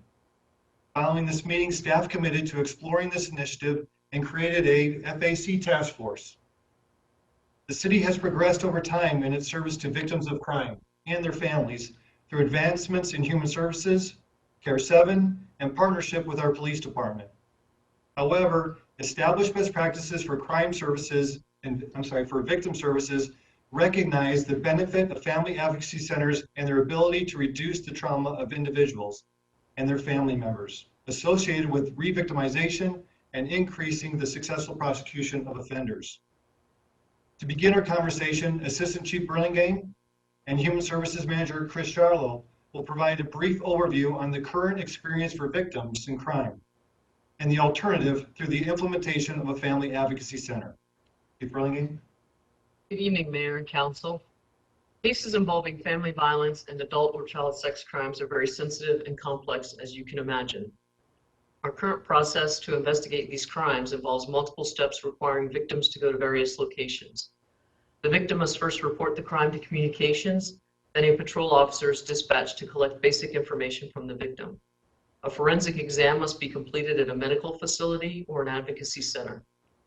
The victim is then transported for an interview with a detective. During this process, a victim advocate will start working with the victim. However, the victim will likely require follow-up care and additional resources and services. As you can imagine, this process can be time-consuming and stressful for victims and their families. An FAC enhances our ability to immediately begin restoring quality of life for victims and their families and reducing trauma. The center is a one-stop shop for the victim to participate in the investigation and receive services. The FAC has been considered a best practice throughout the country for many years because it strengthens our holistic, trauma-informed approach during both the investigation and in providing victim services. Simply put, a family advocacy center is victim-centric. Chris Charlo will now expand on how Advocacy Center aids victims of violent crime. Thank you, and good evening, Mayor and Council. From a human services perspective, family advocacy centers are a national best practice for serving victims of crime. FACs provide trauma-informed services by centralizing all victim assistance, forensics examinations, investigative processes to limit the re-victimization of individuals and families by removing barriers to accessing those services. Supportive services such as crisis stabilization, counseling, temporary emergency housing, connection to school supports, and provision of resources to meet a victim's immediate needs result in an increased engagement and the eventual healing for the victim and her family. Ensuring that the process is easy to access and navigate will reduce the likelihood of future incidents and can mitigate the long-term effects of the trauma experienced by the victim. Currently, the services in Tempe are not easily available to those traumatized by crime, as community resources exist in various locations. These services include, for example, coordination with law enforcement and the Department of Child Services, medical services, counseling for the victim and family members, appropriate interviewing space, especially for children, access to immediate supplies such as food and clothing, and appropriate administrative and training facilities. Many cities in Arizona, including the city of Maricopa, have holistic advocacy centers where all of these services are centralized. As such, members of the Human Services Department, Tempe Police Department, and Arizona State University concur with the Family Justice Commission's position that having the ability to treat victims in one location where they can meet with investigating law enforcement officers, healthcare providers, crisis counselors, and victim advocates results in a collaborative response that helps minimize the trauma that the victim may experience and promotes engagement within the criminal justice system. To bolster the subject matter expertise of Human Services, Police Department, and Family Justice Commission personnel, staff and the Family Justice Commission members reviewed the literature, participated in the Arizona Child and Family Advocacy Network, and conducted multiple site visits to include visiting the the City of Phoenix Family Advocacy Center, the City of Mesa Family Advocacy Center, Amberlease Place Family Advocacy Center in Yuma, Arizona, the City of Maricopa Family Advocacy Center, the Verde Valley Sanctuary, and the Northland Family Help Center in Flagstaff, Arizona. Family Advocacy Center directly supports two of our council priorities. Those are 1.29, having a better understanding of trauma associated with violence and its impact on the well-being and safety of family, and 1.05, when it comes to the threat of crime, how safe do people feel in their neighborhood? As you heard me mention earlier, we believe in a holistic trauma-informed approach to crime involving sexual offenses, domestic violence, and children. An FAC would strengthen this approach in partnerships and better serving our community and reducing the fear of crime. Specific areas impacting this priority through an FAC are increasing victim reporting and cooperation, reducing victimization, restoration of victim and family quality of life, the ability to provide more focused education and increased awareness to prevent crimes, and working hand in hand with our partners to solve cases in a timely manner and increase clearance rates. We have included several key partners in the exploratory phase of the FAC. Our current partners are the City of Tempe Human Services, the Tempe Police Department, Arizona State University, and Honor Health. The FAC Task Force has reviewed victimization rates in the City of Tempe to inform the need, size, scope, and scale for the FAC in the City of Tempe. This slide reports three distinct data elements for consideration. The first is the number of victims per year associated with the Family Justice Commission's crime of interest. This information was incorporated in your packet. These crimes are typically most harmful to victims and associated with family units. They include assault domestic violence, child crime information, aggravated assault domestic violence, sexual assault, sexual abuse, child abuse, sexual conduct with minor, child neglect, and molestation of a child. While a Tempe-based FAC would not be limited to victims of only these crime types, a historical review of these crimes of interest shows approximately 1,800 victims per year could have benefited from a Tempe-based FAC. The second is the number of victims referred to CARE 7 for services on an annual basis. CARE 7 receives referrals from multiple sources, including the police department, the CARE 7 Crisis Response Unit, the CARE 7 Victim Advocacy Response Unit, the courts, community agencies, and walk-ins. Since 2018, when CARE 7 began embedding victim advocates in the Tempe Police Department's Special Victims Unit and Domestic Violence Unit, CARE 7 has received an average of 5,125 referrals per year. While not all these individuals may take advantage of the FAC, they are all potential clients. The third is the number of sexual assault and fondling cases reported to ASU agencies. Specifically, ASU reports an average of 31 sexual assault and fondling cases reported to either the ASU Police Department, the Office of Student Rights and Responsibilities, or its 2 health services on an annual basis. The FAC is an ideal resource to provide a trauma-informed response and service to victims of these crimes. To advance our goal of providing holistic and trauma-informed care for victims of violent crime, we incorporated several key components into our plan. Although the FAC can serve many different victims, the main focus is on victims of family violence, child crimes, and sex crimes. The Advocacy Center is uniquely tailored to serve the specific needs of a variety of victims. It is not a one-size-fits-all concept. Specifically, this is a single facility for all services, including a secure area for victim, advocate, and law enforcement interaction. Administrative offices for all work groups, as well as training and meeting areas. Comfortable rooms designed specifically for children, teen, and adult victims to receive services. Separate examination rooms appropriate for children and adults. Special room with equipment to be used for recording interviews. 2 dedicated interview rooms for detectives. Separate area for counseling services, kitchen and dining area for staff and victim utilization, storage for victim supplies, a quiet room for staff wellness, and the location should be centrally located and conveniently accessible for all of our victims. Additionally, the location and facility must be a safe and secure place for victims to go and feel comfortable. Staff is viewing this endeavor in 2 phases. For the long term, staff is researching options toward a sustainable and permanent location to house the FAC. In the short term, we are researching the availability and costs associated with renting a facility until the identification and construction of a permanent FAC.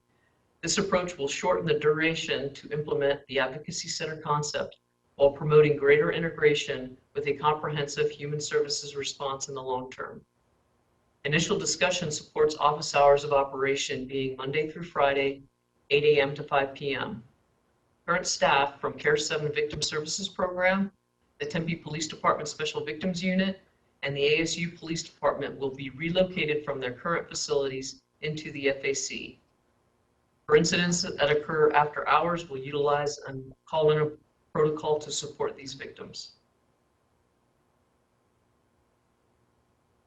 Sustainable funding is the greatest contributor to defining the size, scope, and scale for this endeavor. The Tempe Family Justice Commission's prior research and site visits have identified FACs with minimal startup costs and annual budgets, such as the City of Maricopa's Maricopa Family Advocacy Center, as compared to more robust FACs in which startup costs and annual budgets reach the millions of dollars, such as the City of Yuma's Amberley's Place. Based on the key components of a FAC, and additional research incorporating subject matter experts from community development, IT, facilities, honor health, housing services, and other family advocacy center managers, a 10,000 square foot facility is needed for the short term. The initial one-time cost for this facility is estimated at approximately $487,000. The annual cost estimate is approximately $277,000. The overall budget estimate over 5 years is approximately $1.9 million. This slide shows a greater detail of those estimates. Honor Health is assisted with cost estimates associated with the dedicated sexual assault nurse examiner available on standby and exam room technology. This data is included in the estimated budget. Honor Health is also open to discussing alternate service models to promote greater cost efficiencies. These conversations will continue. Finally, a supplemental for this initiative has been included in the fiscal year 2022 budget process for your consideration. The Human Services Department, Tempe Police Department, and Arizona State University currently have staff to support the FAC. This includes crisis responders, victim advocates, detectives, counselors, and a comfort canine named Sully. While preliminarily, this chart shows positions by department that would be assigned to the FAC. In addition, ASU has offered additional support and resources. This includes connection to researchers for program evaluation, outcome analysis, and enhanced subject matter knowledge. Further, as funding is necessary for this initiative, ASU has offered to provide grant writing assistance and support. Additional opportunities for collaboration include the Arizona Department of Child Safety and our nonprofit partners. We appreciate your support and interest of staff exploring the feasibility of implementing a City of Tempe Family Advocacy Center, and we are available to respond to any questions or receive any input this evening. Thank you, Mayor and Council. Thank you so much. And obviously, as you can see here, for some reason, all of a sudden, the light has really started coming in towards the window, which is very interesting over here. Great presentation. I'm going to go ahead and look for any hands from council. I'll just say while I'm looking for hands, I think this is a critically important piece. And oh, see, there they are. Look, hey, everyone.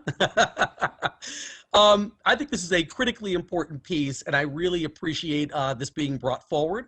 You know, when we talk about people who are survivors of domestic violence, you know, people who are survivors of child abuse, and all of the things that, you know, kind of go into a family advocacy center, I really do think this is a critical feature that a city of our size should absolutely have. And so I'm just really appreciative of the proposal.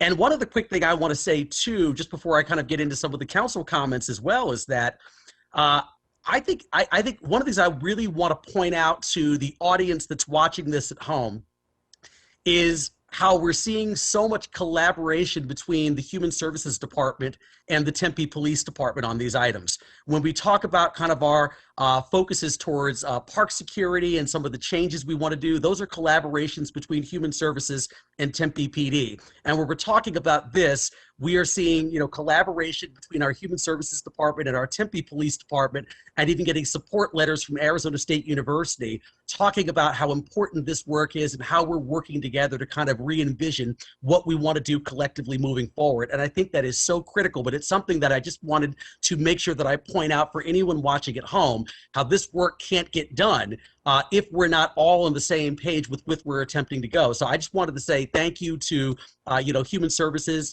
Tempe PD, as well as Arizona State University, Matt Salmon, for lending your support. I think this is a critical need, whatever, and it's something that I am definitely in complete support of. Next up, I'm going to go to Councilmember Arredondo Savage. Great. Thank you, Mayor. I mean, I'm pretty sure you stole a lot of thunder from many of us. I just want to say thank you all so very much, those that are in the room, to the commission and everybody that's, you know, really vetted this out, thought it through, and I think brought the data forward that really shows, you know, what a benefit something like this could be. So I certainly do appreciate it. I think this is really great. I wonder though too, I have a question, because I know this is from the Family Justice Commission, and we're talking about crimes. Have there been any discussion or thought about families in crisis? Because you can be in a family in crisis and not necessarily have a crime committed quite yet, though want to prevent a crime. And I think when I think of crises is, you know, what we do when we have a family that maybe be dealing with, you know, mental health or addiction or suicide concerns. Is that something that possibly could be addressed within this same venue? I don't know who I'm asking, so Paul, maybe to you. Thank you, Councilmember Arredondo Savage and Mayor and Council. And in response to that question is we have current systems in place through CARE 7 with our crisis response. But in addition to that, I think that more pointedly for this conversation this evening is that for the Family Advocacy Center that we have envisioned is that a crime does not have to be reported to receive services in the center. And so families or individuals that are seeking support, again, from advocacy or for counseling services as well, this would be a place for that to occur, as well as within other practices we have with CARE 7 and counseling services. So to a point, yes, those who are seeking this form of assistance, but are not in a place where going through a law enforcement process is what makes sense to them at that time, they would absolutely receive services in the center. Okay, great. And I certainly do appreciate that. And I got to give a lot of kudos to Care 7 and everything that they do. We've asked them to do so many different things, and they've actually been able to do that. And the cooperation with PD Human Services, I think, has really been one of those that is outstanding. And I think every other city is very jealous of the great things that we are able to do within this city. And then I guess I want to get a visual of what this would look like. And from your information, I don't get the impression that there's somebody there 24/7, correct? I mean, we talked about having a nurse. I think that would be on call. Is that correct? So this would be something that would have to be pre-programmed for people to be able to come and utilize the services. Based on the data that we have, it doesn't support a 24/7 operation right now. So any calls that come in after hours, detectives, victim advocates, and the nurse would be called out to the Family Advocacy Center, and we would still bring the victim there to receive all the services that they need. Can I add additionally, Care 7 will always be 24 hours a day, 7 days a week. So just because there's not staff at the Advocacy Center doesn't mean that we can't still respond and call in what we need. So Care 7 is always going to provide services to people in this community 24 hours a day, 7 days a week. And if we need to stand up the Advocacy Center, we will. Yeah, no, good point, Christy. You're absolutely right. And I should have thought about that. So I love this idea. I think it could be just something that we could definitely use. I think it would be a great asset to our community and to our families, and being able to make sure people feel safe and have a place to go where they're comfortable, which I think this could certainly do. And I know we've talked about a little bit about the short-term budget. Has there been any, or is this maybe the next step, just to kind of see where that could possibly fit in regards to our own facilities, or has that not been vetted out yet? We are looking at we're looking at everything that may be available, Councilmember Arredondo Savage and Mayor and Council. And in that, what Assistant Chief Burlingame has stated earlier for us is kind of our guide, is that there are specific points that we want to make sure that we have in place for any facility that we do choose. And so we have looked at potential of city facilities that may be available or could be available.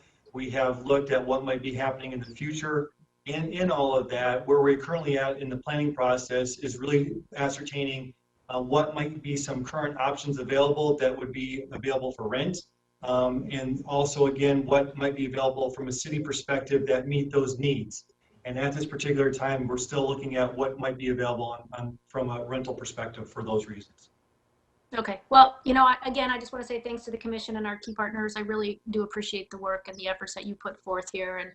And I'd love to see this, move forward. I think this is something that, could really be an asset, like I said, to the community. And I'd much rather not have to rent a facility. I'd love to see it be incorporated with something that we have or going to have or renovate in the very near future. That's my 2 cents. So thank you. Thanks, Mayor. Thank you, Councilmember Arredondo Savage. Next up, Councilmember Cubie. Thank you, Mr. Mayor. First of all, this was a dream from the time that we established the Family Justice Commission back in August of 2015. And there was a time where council was not adding commissions, but actually reducing the number of commissions. And there was a woman, Manalu Kaliri, many of you know. She had Cup of Karma, a human services oriented cafe in Mesa, and the wonderful Karen Lathan, who is now our constable.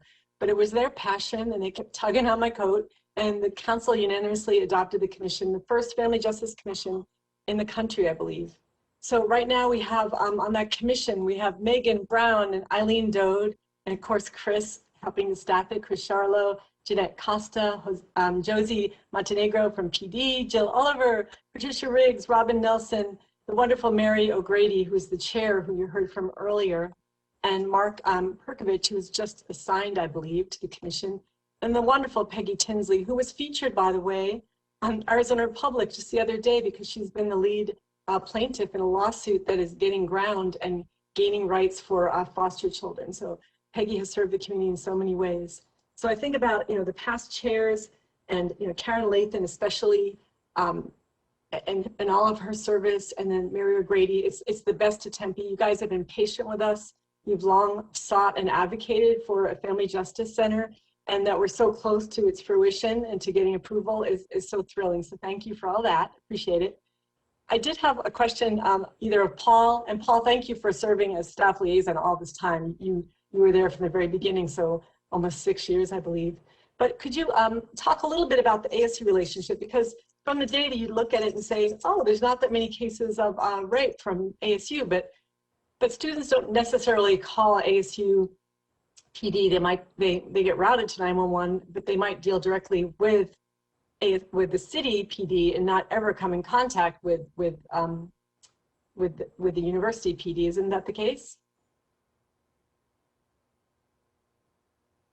Councilmember Kubiak, can you ask that last question one more time, please? I want to make sure I grab it. Yeah, when I was looking at the data that you put, I was a little surprised to see how few cases come from ASU, but that isn't really the case, right? There are many more cases, but students may not live on campus. They're going to call 911. They're going to go directly to Tempe PD. If they live on campus, they still get routed directly to the city PD. So that's not a true number when you see that number, right? It's actually much more. Thank you, Councilmember Kuby. That is reported crime. And so, yes, there are other activities that may be happening on campus that aren't reported. And this is where an opportunity for this Family Advocacy Center can actually help assist that, in which those who are not comfortable reporting crime have a place to go to still receive services. And so I think that's where you're walking with. Right. And there could be many students. I think additionally, a lot of ASU students don't stay on campus. So that's right. That's the point. They wander about the city, and that things can happen to them sometimes. And so oftentimes those are reported to Tempe PD, and they are assigned a Care 7 advocate. We're there from the very beginning.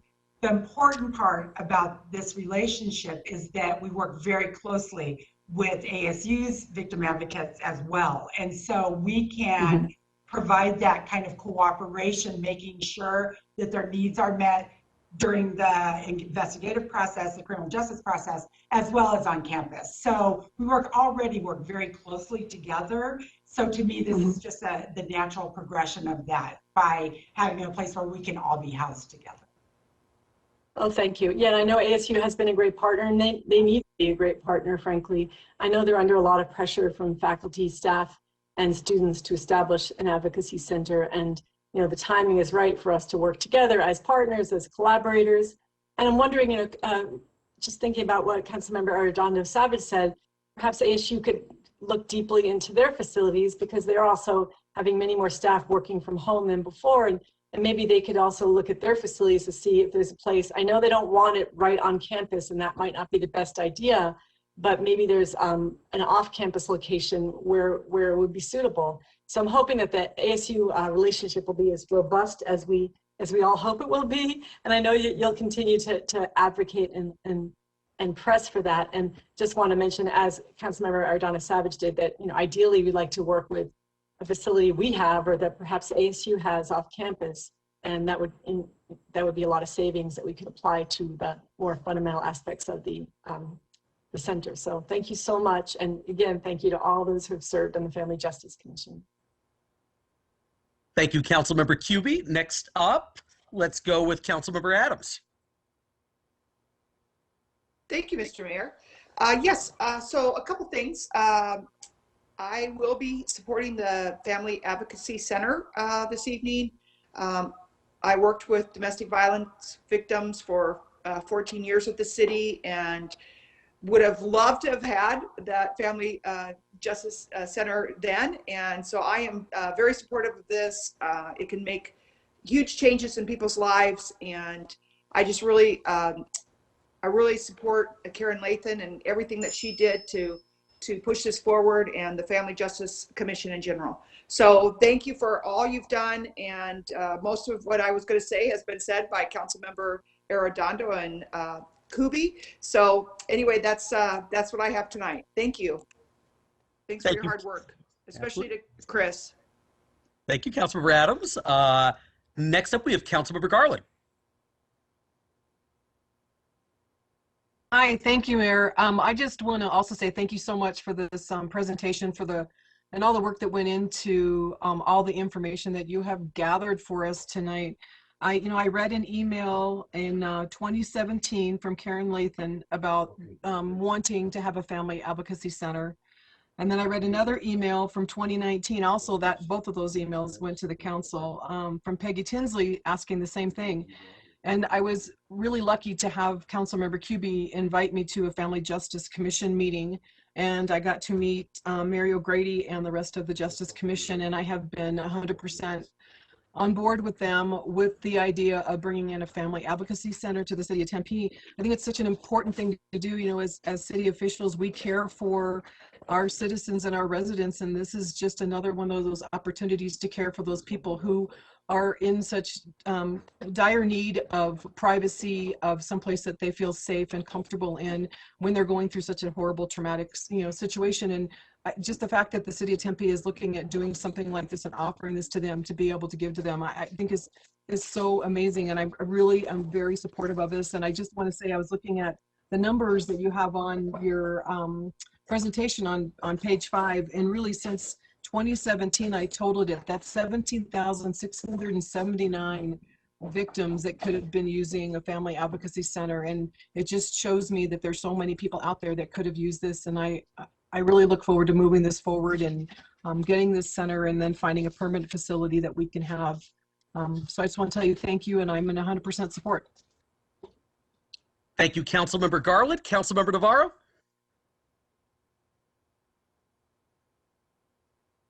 Thank you, Mayor. Yeah, I think well said. A great presentation. Absolutely support this. I know as a firefighter myself, just being in situations like this, dealing with patients that have gone through these types of things, rape and whatnot, it is a hard thing to have the resources there. And that's why I want to say that how so important this is such a great step in the right direction, but how so important it is for our public safety people to, and along with our family advocacy services and our community services, to be coordinating together so that those resources are readily available any time of the day, 24/7. It just makes a true difference when we have those resources available. So absolutely do I support this. And I know this is an idea that started in 2017 and it made some legs and was well thought of as we go forward. So this city has really, and just so that everyone knows, has really been in the forefront of trying to get things going in the right direction. We talk about reinventing policing and how we go about handling certain calls and certain things. This is a step in that direction. This is a step in utilizing our resources wisely. This is a step in using public safety in key positions. Like the story with the lady that spoke earlier this evening, the daughter using the fire station, to make that first step.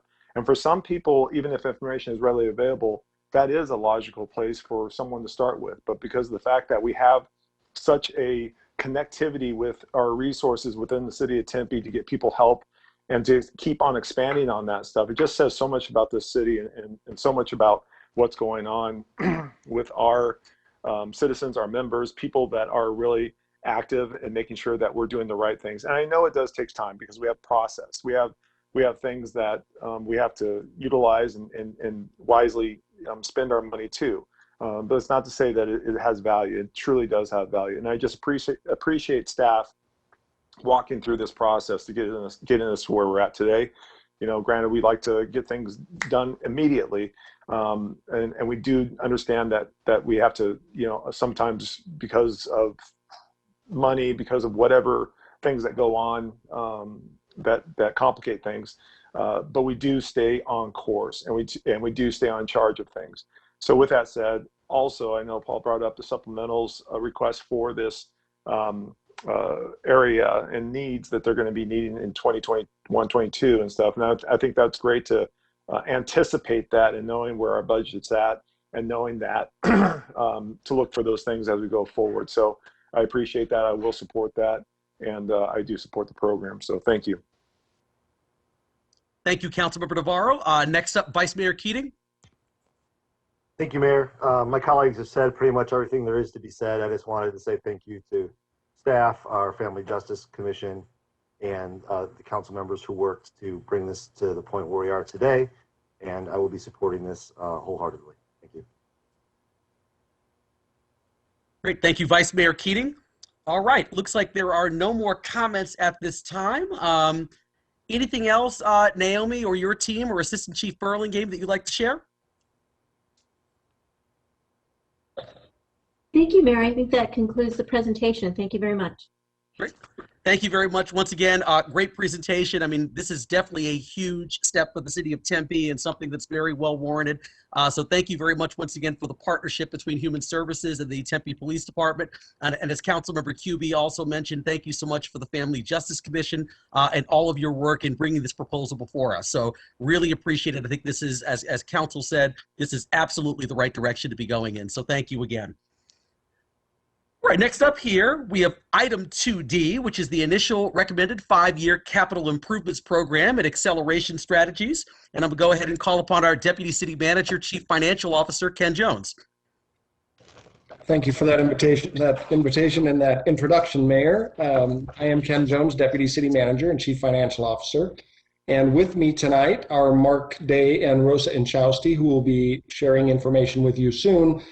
And I'll just start off, Mayor, by saying this is probably the hardest thing council members have to do every year, and also one of the most important things, which is to prioritize how the money that we receive from taxpayers gets spent in the community for the greatest benefit. So it's a very difficult subject, and we try to make it as simple as we can. We'll see how we do tonight. As usual, there are a lot of documents in your packet related to the CIP, and that is actually a requirement of our charter, that we provide you with all of that information and an initial recommendation 90 days prior to the beginning of the next fiscal year, so that you have plenty of time to study the options and weigh in before we actually get to the formal budget approval process. We're going to focus tonight on, when we get to the nuts and bolts of this presentation, we're going to focus on some of the general obligation bond funded projects, because that's where we have the most competition for funding and the most difficult decisions that have to be made. So in your budget packet, that's listed as item, I believe it's titled Fiscal Year 2021-22 CIP General Obligation Bond Funded Projects. So that's what you're used to seeing every year. We put it in a green, yellow, red format. So we will focus on that document quite a bit tonight. And then we'll also summarize for you what the process is for prioritizing these projects. And we'll draw your attention, Rosa will draw your attention to those projects that relate most closely to the acceleration models that you requested of staff. So we'll do that as well. I will add one caveat to the introduction here, and that is this was put together when we had a relatively small amount of information about what the federal stimulus funding might look like coming from the federal government. Now that we have a better idea of that, it frees us to not require that you make really hard decisions to target a certain dollar amount, but rather tonight, just give us your feedback on what you feel is important, what you think we may have cut too deeply, what you think is unfunded that should be funded, and give us that feedback tonight. Next slide, please, Mark. So in the presentation, you'll notice that what we relate most closely to here is that financial reporting, the transparency with which we deal with the public, and the disclosure of the information to the public. This is what this presentation is focused on. Mark will take you through now some of the budget process and give you some of the general information about the budget details in the capital program. So Mark, take it away.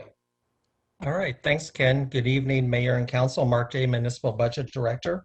So as we move through the budget development process for both the capital and operating budgets, listed are the upcoming public meeting dates. So tonight, as Ken mentioned, we are presenting the initial recommended projects for inclusion in the 5-year CIP. We'll be back on April 22nd at a budget review session where the city manager's recommended operating and capital budgets will be presented. And this will provide you with another opportunity to follow up on any CIP issues that may be raised tonight. And then we kind of go into the more formal process of the budget adoption with tentative adoption on May 27th, then final adoption on June 10th, and then the last action would be adoption of the property tax levy on June 24th. In coordination with communications and media relations and neighborhood services, a public outreach plan was established to provide information about the city's budget and allow residents to provide us input and feedback during the budget development process. We utilized the Tempe, or the online Tempe forum. So this is where residents were provided a theoretical $100 to spend among various programs and services aligned to the 5 council priorities. So this was similar to the START tool that you participated in. This forum was open from February 1st to March 5th. We had 248 community members provide input and comments. We also held a virtual public forum on February 24th, and feedback from both the online and public forums are included in your packet of materials. So in addition to the 2 forums, we established a public website that contains resources and information for our residents on all aspects of the city's operating and capital budgets. And that website is listed there. This slide summarizes the steps taken over the last 5 months in developing the initial recommended 5-year CIP being presented tonight. So first, departments have adopted comprehensive asset management programs that enable them to project the ongoing capital needs in order to maintain the city's existing infrastructure, maintain service levels, or accelerate performance measures prioritized by council. Department proposed projects were provided in your February 18th packet, and those totaled $1.2 billion over 5 years. At the same time, the budget staff was determining funding capacities from all available sources, including both pay-as-you-go or cash funding and bond funding. And these funding capacities I'm going to go over in a few minutes here. City Council approved scoring criteria was applied in order to prioritize the project requests. And then the budget office met with each of the departments for feedbacks on the prioritization. So tonight we're here to review and receive your input on the initial recommended projects for inclusion in the 5-year CIP.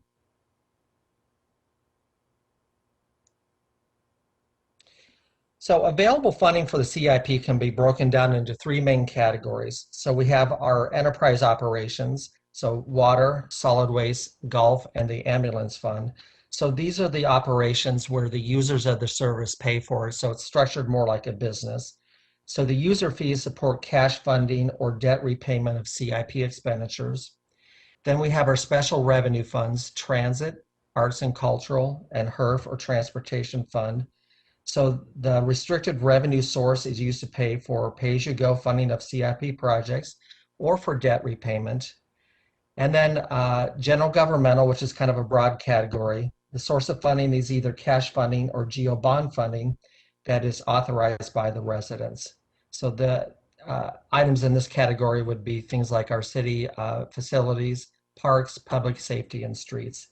So in all these categories, we try to leverage grants, development impact fees, and other outside revenue sources. Within these 3 categories, there are 2 main funding alternatives that we consider. The first would be cash. So cash to fund CIP projects competes with cash that would also fund operating costs. And cash funding is subject to the expenditure limitation imposed by the state. But on the plus side, utilization of cash would avoid interest expense. So the next main funding alternative is bonds. So statutory debt limits are in place to protect taxpayers and ensure responsible issuance of debt. Debt limits are established based on property values for those GO bonds and pledge revenues for excise tax revenue bonds, for example, in the water and wastewater fund. Second, voters have authorized the issuance of GO bonds that are repaid by property taxes. If you'll remember, the city's last bond election was in November of 2020, where the voters authorized $349 million in bonds. The city has a predictable revenue stream to pay the voter-approved bonds from the secondary property tax levy, and revenue to repay the excise tax revenue bonds are derived from user fees that are factored into the rate studies. So this is a graph that shows the proposed CIP for the 5 years covering fiscal year 21-22 as compared to the current adopted 5-year CIP. So the next year's 5-year CIP is $1 billion, which is a $224 million increase from our current adopted CIP. This increased amount is within our statutory debt limits and within our ability to repay the debt. The proposed funding will enable the city to catch up on deferred maintenance, maintain responsible asset management programs, and invest in city facilities. So this is a chart provides an overview of the funding sources that I kind of went over at a high level. As you can see, the majority of the funding is bond funding, so either GO bond funding or our enterprise excise bonds. And then you can see the other funding sources there. So all of these funding sources total the $1 billion that's being proposed.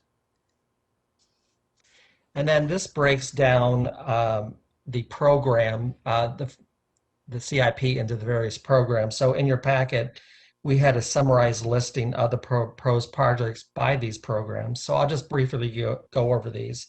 So for the enterprise, which is the largest here, this is primarily the water wastewater projects, including water and sewer line replacements and water treatment plant maintenance and upgrades. In park improvements, we have continued investment in neighborhood parks revitalization and maintenance. General governmental includes investing in existing buildings, design for replacement facilities, and investing in our IT infrastructure. Storm drain projects recommended for funding are based on the Storm Drainage Master Study. Transportation or streets has continued investment to improve the quality of streets and transportation infrastructure. Transit, this program is primarily focused on investment in maintaining the existing assets, such as our buildings, bus stops, multi-use paths, with limited program expansion. Arts and cultural is investment in the Tempe Center for the Arts and the Municipal Arts Program. And then lastly here we have the police and fire with significant investment in the regional radio program, communication equipment, rebuild of fire station number 2, and fire apparatus replacement.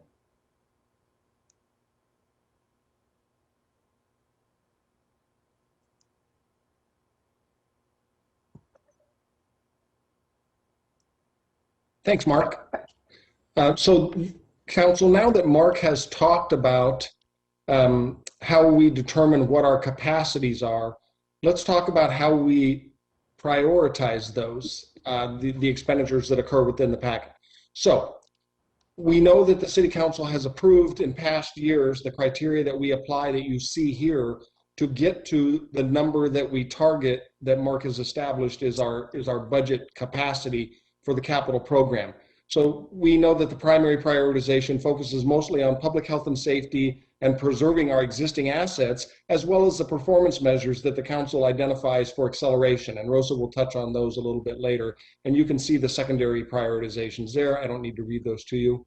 And then I wanted to touch on, this is just a quick screenshot. We're not going to use this to discuss, but I wanted to bring this to your attention. This is the green, yellow, red. This is the GO bond, the general obligation bond funded projects that we're going to talk about in a bit here for quite a while. So I wanted to focus your attention on that. That is in your packet under that title of 2021-22 CIP general obligation bonds.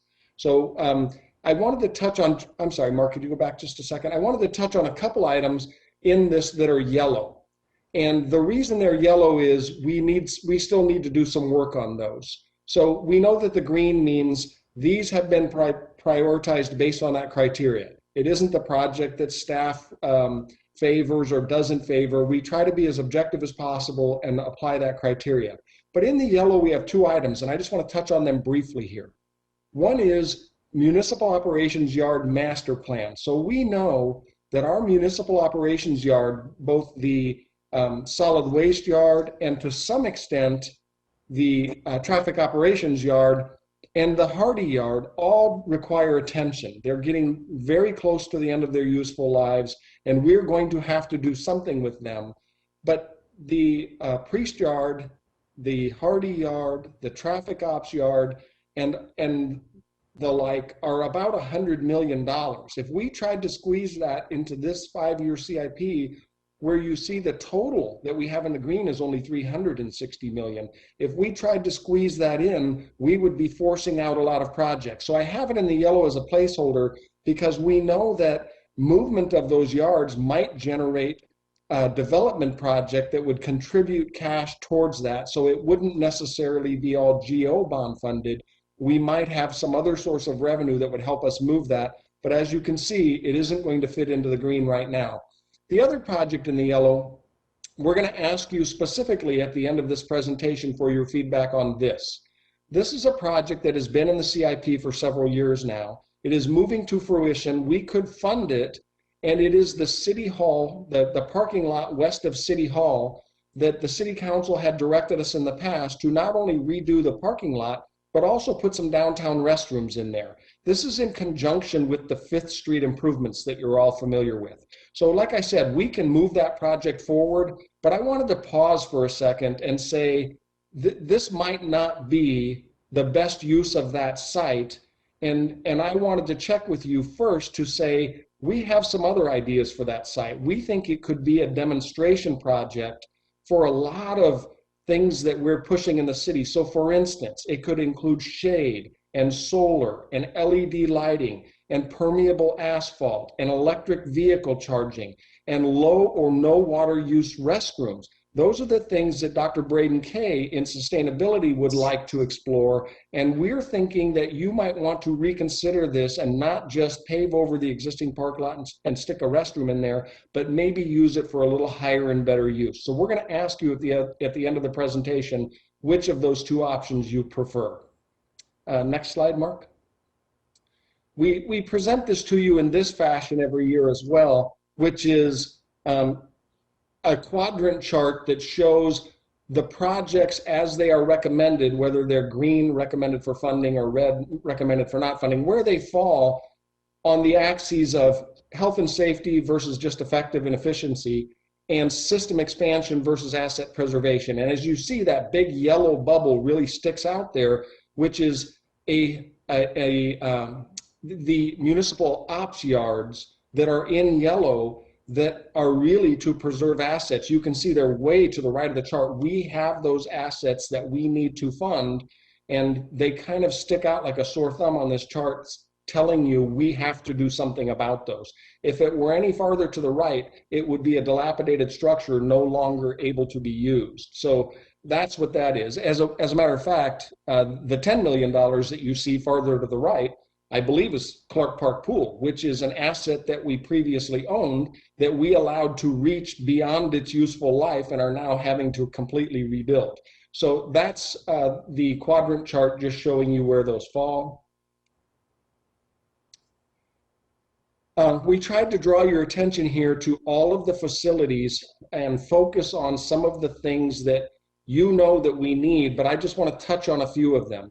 And some of what you're seeing in this chart. Mark's team put together this chart, which is very easy to understand. When you look at the blue arrows, which say planning and design, and you look at what is way out to the right, so the last year in the CIP, we're planning and designing a North Tempe substation for police, a fire station number 8, redo of fire station number 3, which no longer is even able to hold the apparatus that it should house, and the municipal complex improvements that were shown to you earlier this evening.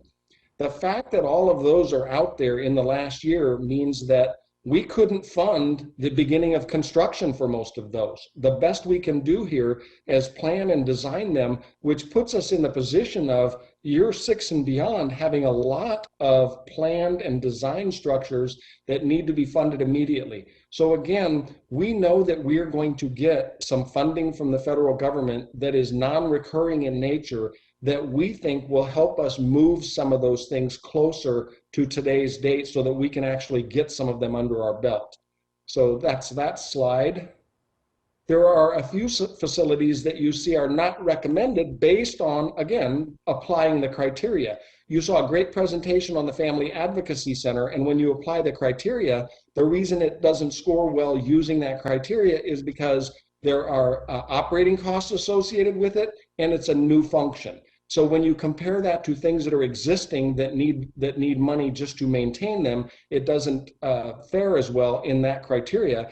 And then when you add into that it will also have a relatively significant operating cost in that criteria, it doesn't score well for that. So these are the kinds of things that we will get your input on tonight to say, regardless of the criteria, what is important to you and what do you want to see funded? So we just wanted to make sure we pointed out all of those facilities that really need attention. Next slide. Rosa will now touch on those capital projects that you see tonight that relate directly to the acceleration models that you requested. Thanks, Ken. Good evening, Mayor, members of the City Council. Rosa Chowsty, Director of Strategic Management and Diversity. And as Ken opened up this evening, the presentation and saying that you have a daunting job of trying to allocate resources with so many competing interests and needs in our community. So our job is really to partner with the budget team and Ken and provide performance-led budgeting, which is really looking at outcomes and data. And we know that data to you helps you make decisions. So for the audience's sake, acceleration models will be discussed, but just so the audience knows, this process really starts with the end in mind. We start with the community survey. We start with a survey of our business community. We gather that data and we provide it to the mayor and council. And then you come back and you say, these are perhaps the priorities we would like more information or data on. That occurred on December 3rd. And what you see before you are the 10 items or performance measures that you ask for more acceleration or information, or how do we can accelerate these needs or these performance measures in our community. As we know, the budget presentations are bifurcated in a CIP and operating. The operating budget will be presented in April. So for tonight, we will only be highlighting 7 of the 10 acceleration models since they are allocating or they're requesting CIPs. Next slide. So as part of the equity work, as we know, City of Tempe is very committed to equity and inclusion. And the intersectionality of that with strategic planning is imperative, looking at our growth in Tempe and the operations, and making sure that as we grow, as we deliver services, that we're not taking care of one group over the other. So this past year, we have, with the partnership of Dr. Stephanie Dietrich from IT in our office, have developed an equity map. And the equity map helps us understand poverty levels, demographics of our community, those living with disabilities, and then assets in our community. And then we overlay that with every performance measures to help us make decisions as far as how we're deploying those services. So what you see before you is just an example of the pavement quality index. So we know that the pavement quality, we're changing the language to include across all demographic categories to make sure that it's a language reminder to us in our community, that commitment to equity. So what you see before you, it's really 2 equity maps. 2 maps that are overlaid, the pavement quality index of road segments and the equity map as far as income below poverty level. So we can see the segments in red and green, and obviously the red are the areas, the arterials or collector streets or neighborhood streets that still need repaving. And then the shaded areas are the darker, are the poverty levels. So then we know that how we're doing regarding deploying those things equitably in our city. Next slide. So ending homelessness is one of the first performance measures or acceleration models I'd like to talk about. Achieving end to homelessness in Tempe is measured by our Tempe's annual count. We know that we have our HMIS system that we do counts as far as people experiencing homelessness. And for the audience, HMIS is Homeless Management Information System, and it's basically countywide and how we count those experiencing homelessness in our city. So we know it's a huge undertaking. So while the performance measure says achieve an end to homelessness in Tempe as measured in this annual count or the HMIS, and we want to get to a functional zero, the baseline was initially 1,117 people experiencing homelessness in 2018. We are currently at 1,286, and then we want to get to zero. So understanding that that's a huge number, we work with human services in identifying strategies that are measurable so we understand if we're reaching that goal in segments, because it is a very huge undertaking. So we've identified rare, brief, and one time. And real quickly, rare, brief, and one time is exactly what it sounds like. Is if you are experiencing homelessness, we hope that it's very rare, that if you are, that it's brief, and if it is, that it never happens again. So some of the strategies for acceleration, and Human Services have many strategies, but we wanted to focus on those that you requested, which is how do we accelerate this? Rare, brief, and one time, increasing HOPE staff for dedicated services in parks, as we heard earlier, creating a mental health response team, enhancing communication with the community through additional information through a PIO, and then looking specifically increase unarmed G4S security, enhanced park and preserving maintenance as cleanup, and then growing permanent supported housing and expanding access to shelter options also. Next slide. So I'm working with budget. What you see before you are those specific strategies I just read to you, the permanent supportive housing and the creation of non-congregate shelters. And what you see here is the proposed CIP of $39 million. And then the recommended CIP after it's been sized is $34 million. One of the other things I want to call attention for the council is CIP sometimes is bundled, or at least we want to alert you that CIP also has an operating budget supplemental, and this is one of those that you'll know more about the operating side in April, but I wanted to bring it to your attention that this also, and when we think about our own homes, if we buy a new air conditioning, we probably need someone to install a new air conditioner. So it's the operating, it's the people that would be able to do the work. So we call that now basically the bundling, and those two would probably need to go together. Next slide. Tree coverage, achieving a citywide city and private property 25% tree and shade canopy across all demographic categories by 2040. Baseline 13.4, we're currently at 13.6, and target is 25% by 2040. We know our arborist, Richard Atkin, has been working so hard on this, and while the baseline and the current seems like it hasn't grown much, we need to know that he is working on measuring our current canopy, and we will have that information and that data in June. But we have what we have, we need to share with you. So acceleration strategies for moving this forward is increasing maintenance through staff and equipment. And Richard really wanted to emphasize this for the mayor and council, is focus on maintenance, not acceleration. And he explains it much more eloquently than I do, but it's regarding how much trees need to mature and taking care of the trees that we do have in order for that canopy to grow. So the park urban forest CIP recommendation is $2,031,754, as you can see there, and it's recommended to give that request in full. There's also an operating budget that is bundled, urban forestry team of full-time positions reoccurring, and the accelerated target date, while it's not accelerated, we know that we will reach there by 2040. And the next slide gives us a better illustration of that. As we can see, it just shows a tree canopy on top of 25%, and we arrive there at 2040. Carbon neutrality, 418 and 419, carbon neutrality within our municipal city. So we decided to show these concurrently because one of the things that we know is the strategies help one another, whether we're looking at our municipal operations or our community. So we'll take the first one, community carbon neutrality, reducing community greenhouse gas emissions by 80% of 2015 levels of 2050, and then achieve a community carbon neutrality by 2060 with equitable outcomes. So as you can see, the metric tons has not changed from the baseline to the current. And then we will be looking at acceleration strategies of solar and battery investments in EV charging stations. For the municipal side, achieve a city council goal of carbon neutrality in municipal operations by 2050 with the strategy of 100% renewable energy by 2035 with equitable outcomes. Obviously, this is much more tangible in us.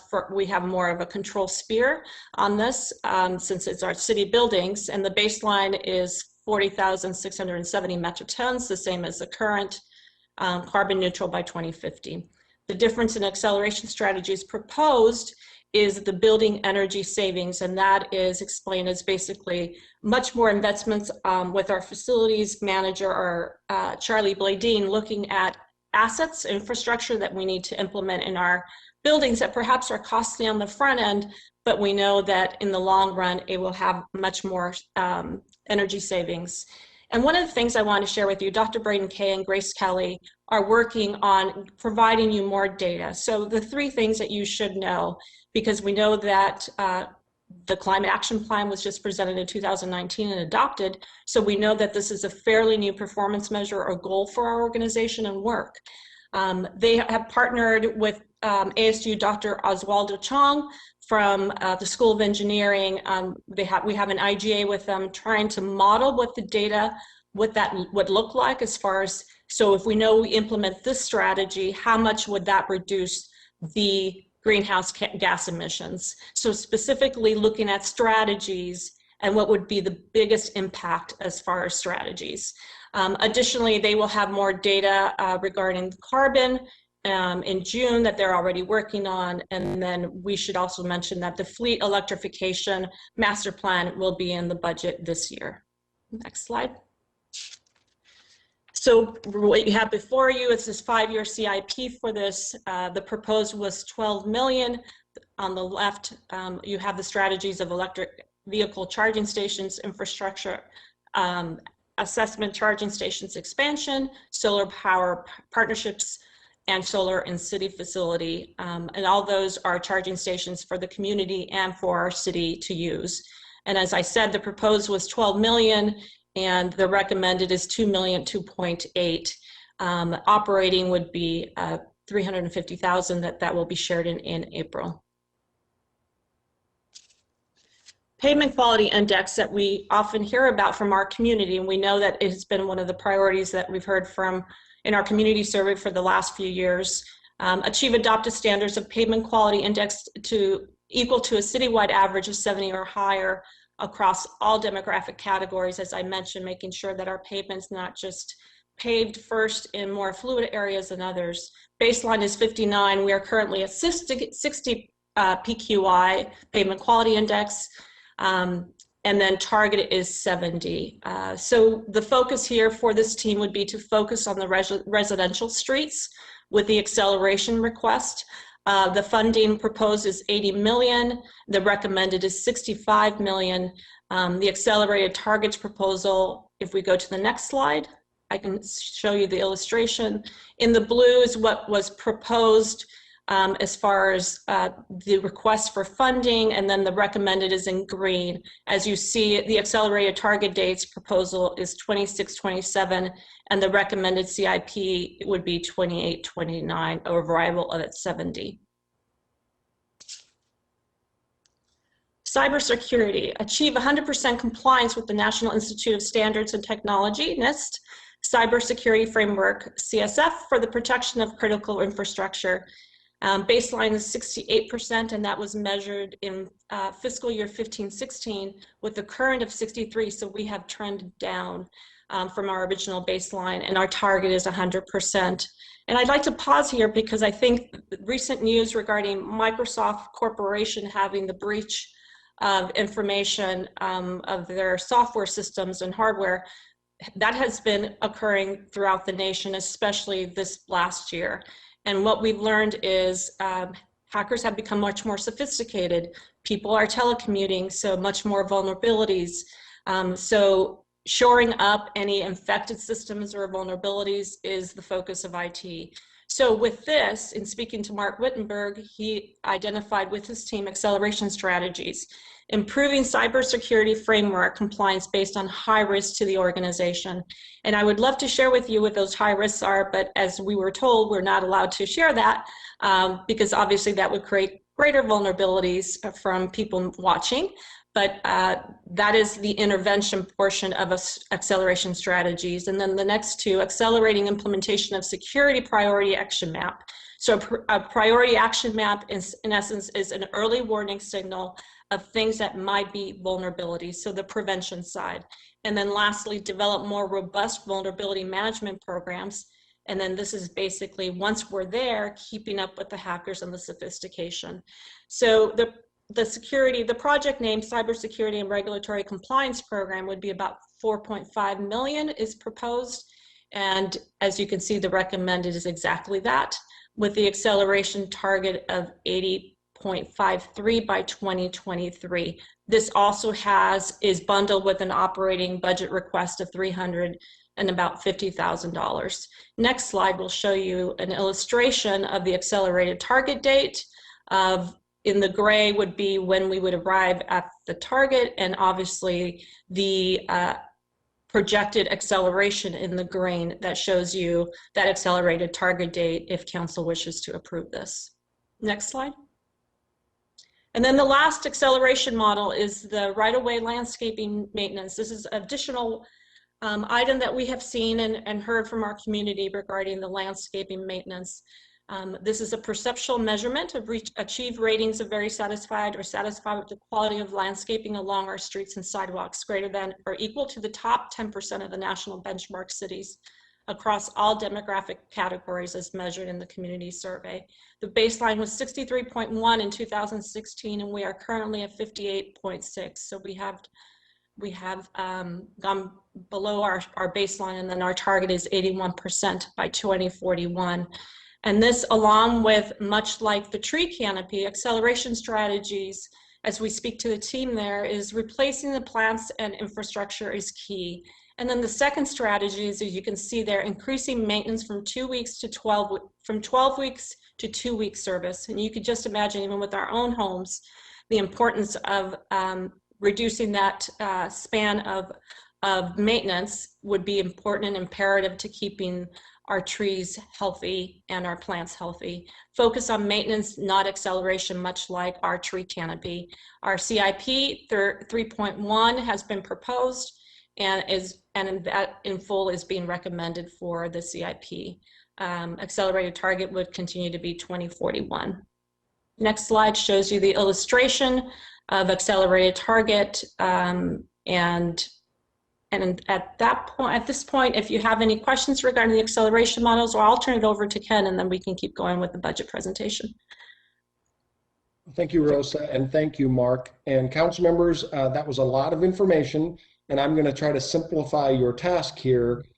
And I'm going to give you a hint. If you look at your green, yellow, red list, you can see the things in the red that aren't proposed for funding. We definitely want your input about that. Is there something in the red that you're concerned about?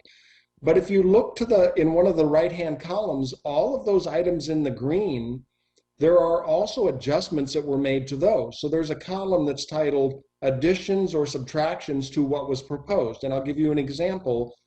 Fire Medical Rescue Station number 3 was proposed by the department. In an ideal situation, they would like to see construction of that during the 5-year period. We pushed that back, reduced it by $10 million so that all that's in the green is the planning and design of that facility. There are multiple facilities like that. I mentioned them earlier. I'm going to mention them one more time.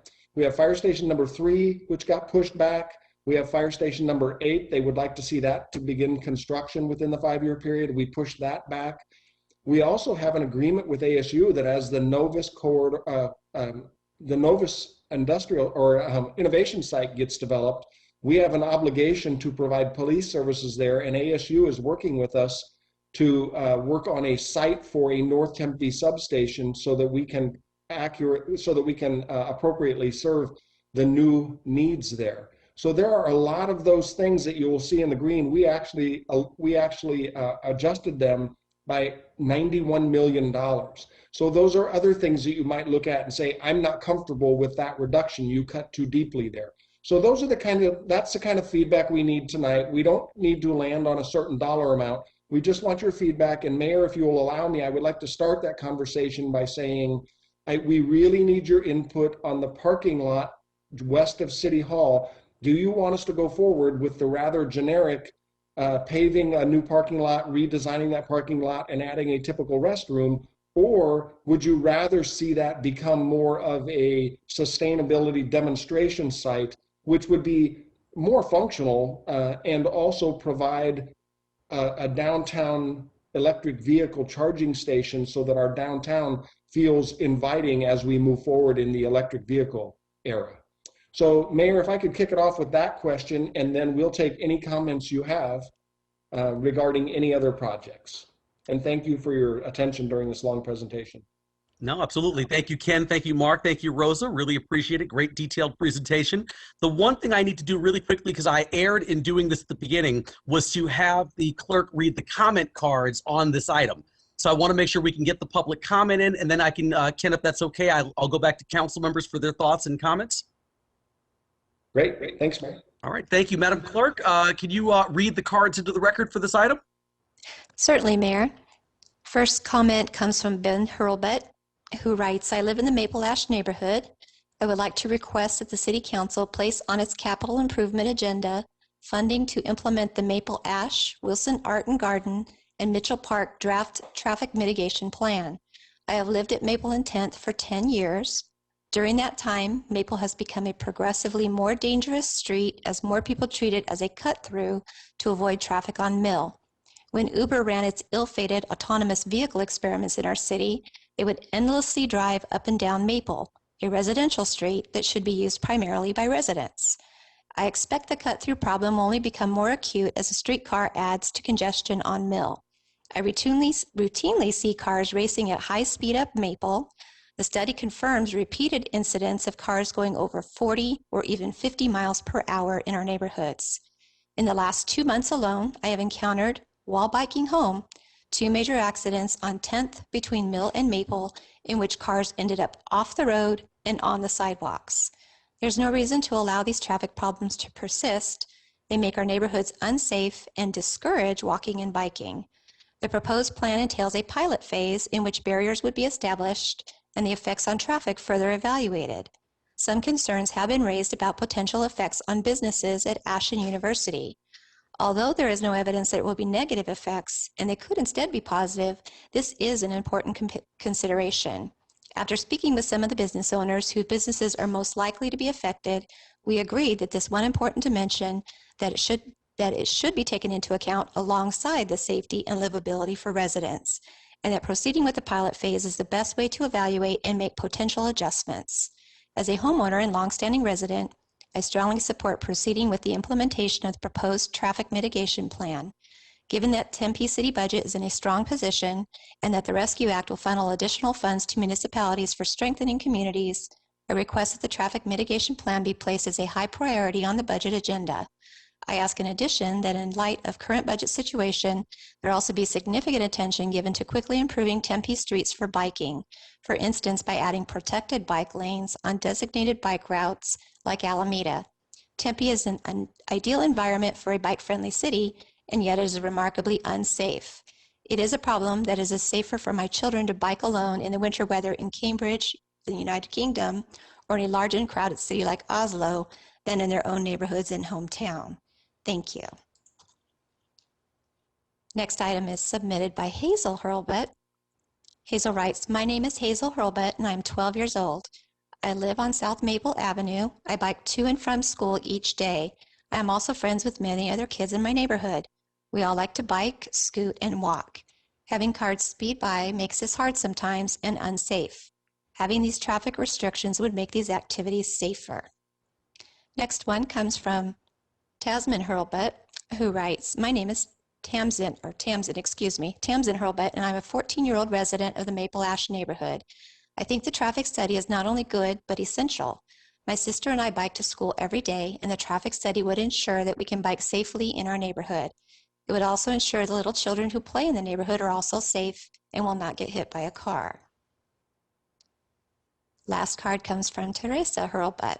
Teresa writes, "My name is Tess, for short. I am in 3rd grade and live in Maple Ash. I think we should adopt the traffic calming measures in Maple Ash. I partly think this because there are many kids in the neighborhood, including me, and due to coronavirus, some of us are stuck at home. Many times I have kicked the ball into the street and had to go get it, or my puppy has run into the front yard and could get hit by a car. Therefore, I think it would help a lot if the cars went slower or only bikers could go through this neighborhood street." Mayor, that ends the input for this item. Thank you, Madam Clerk. And I wanted to say I especially appreciate the cards from our young people. There's nothing that makes me happier than young people getting involved in civic engagement at a very young age. So I loved hearing those. I'm going to go right to Councilmember Cubie. Thank you, Mr. Mayor. Ken and Rosa, thank you for the fine presentation. Could we go to slide 27 about carbon neutrality? And I know I'll just preface while you're getting that up, but community carbon neutrality and carbon neutrality for our operations was very highly ranked, and 2 of the 10 top items that need to be accelerated. And all combined, there's a $12.8 million ask with $2.8 million recommended. So that's kind of a, it was very striking to me. But I'm wondering, if you notice on the slide, for the energy conservation program, carbon neutrality related, it's the ask was 3.1, the recommendations 1.1. So I think we need to get like a deeper analysis of the potential savings before we make a decision and get that in the next time we talk about the CIP, because if we accelerate, for example, to 3 million, we would lower our energy bills, right? So what kind of savings will be gained from that, and might that help pay for some of the cost? So we know that they talk generally that when you're doing energy conservation, up to 25% of energy reduction can be made just by conserving energy. So I'm really interested in that.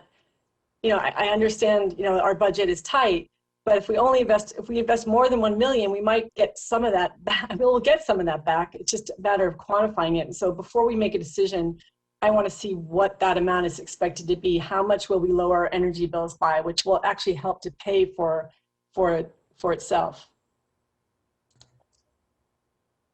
Mayor, if I may, I'll address that. Yes, please, Ken, go ahead. So Councilmember Cubie, thank you for those comments.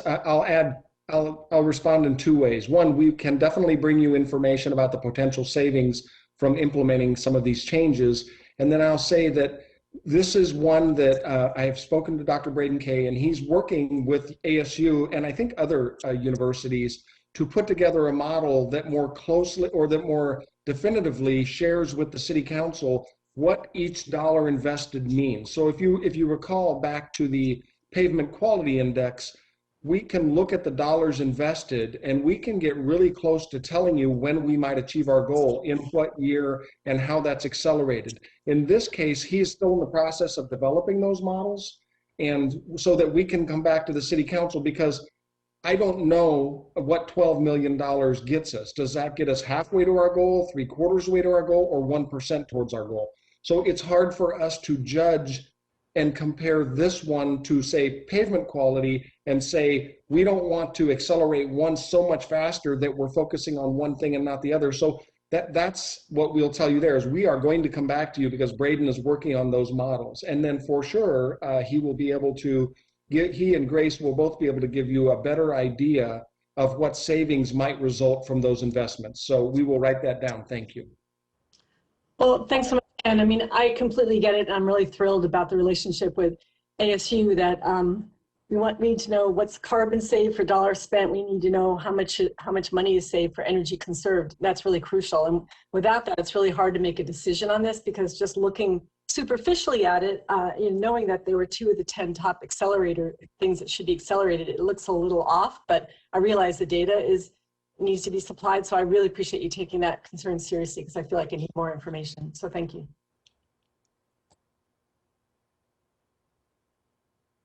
Great. Thank you, Councilmember Cubie.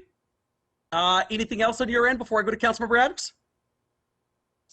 Oh, are we also talking about suggestions, like larger suggestions, or just about questions about the presentation? Ken, what would you like? How would you like to kind of structure the conversation? We would like any input you can give us on how you would like to see the CIP reprioritized, including specific suggestions for the parking lot west of City Hall. Well, Councilmember Cubey, I would love to hear your suggestions about item 145.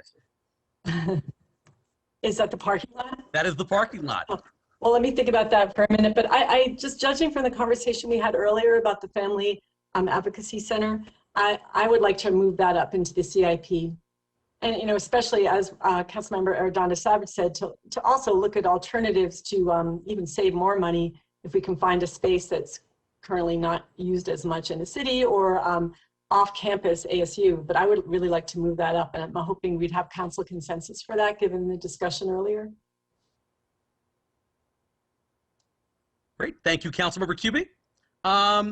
Let's see, let's maybe then, since that's the way we're kind of setting this up, let's see if we can kind of go around on that item. I think that might be easier, Ken, for you and I to just start on the Family Advocacy Center and go around. I think everyone on council did say that they were in support of the item during the previous section here, but if I don't hear anything, I should say, from council, are we okay with the concept of moving that up in this year's CIP?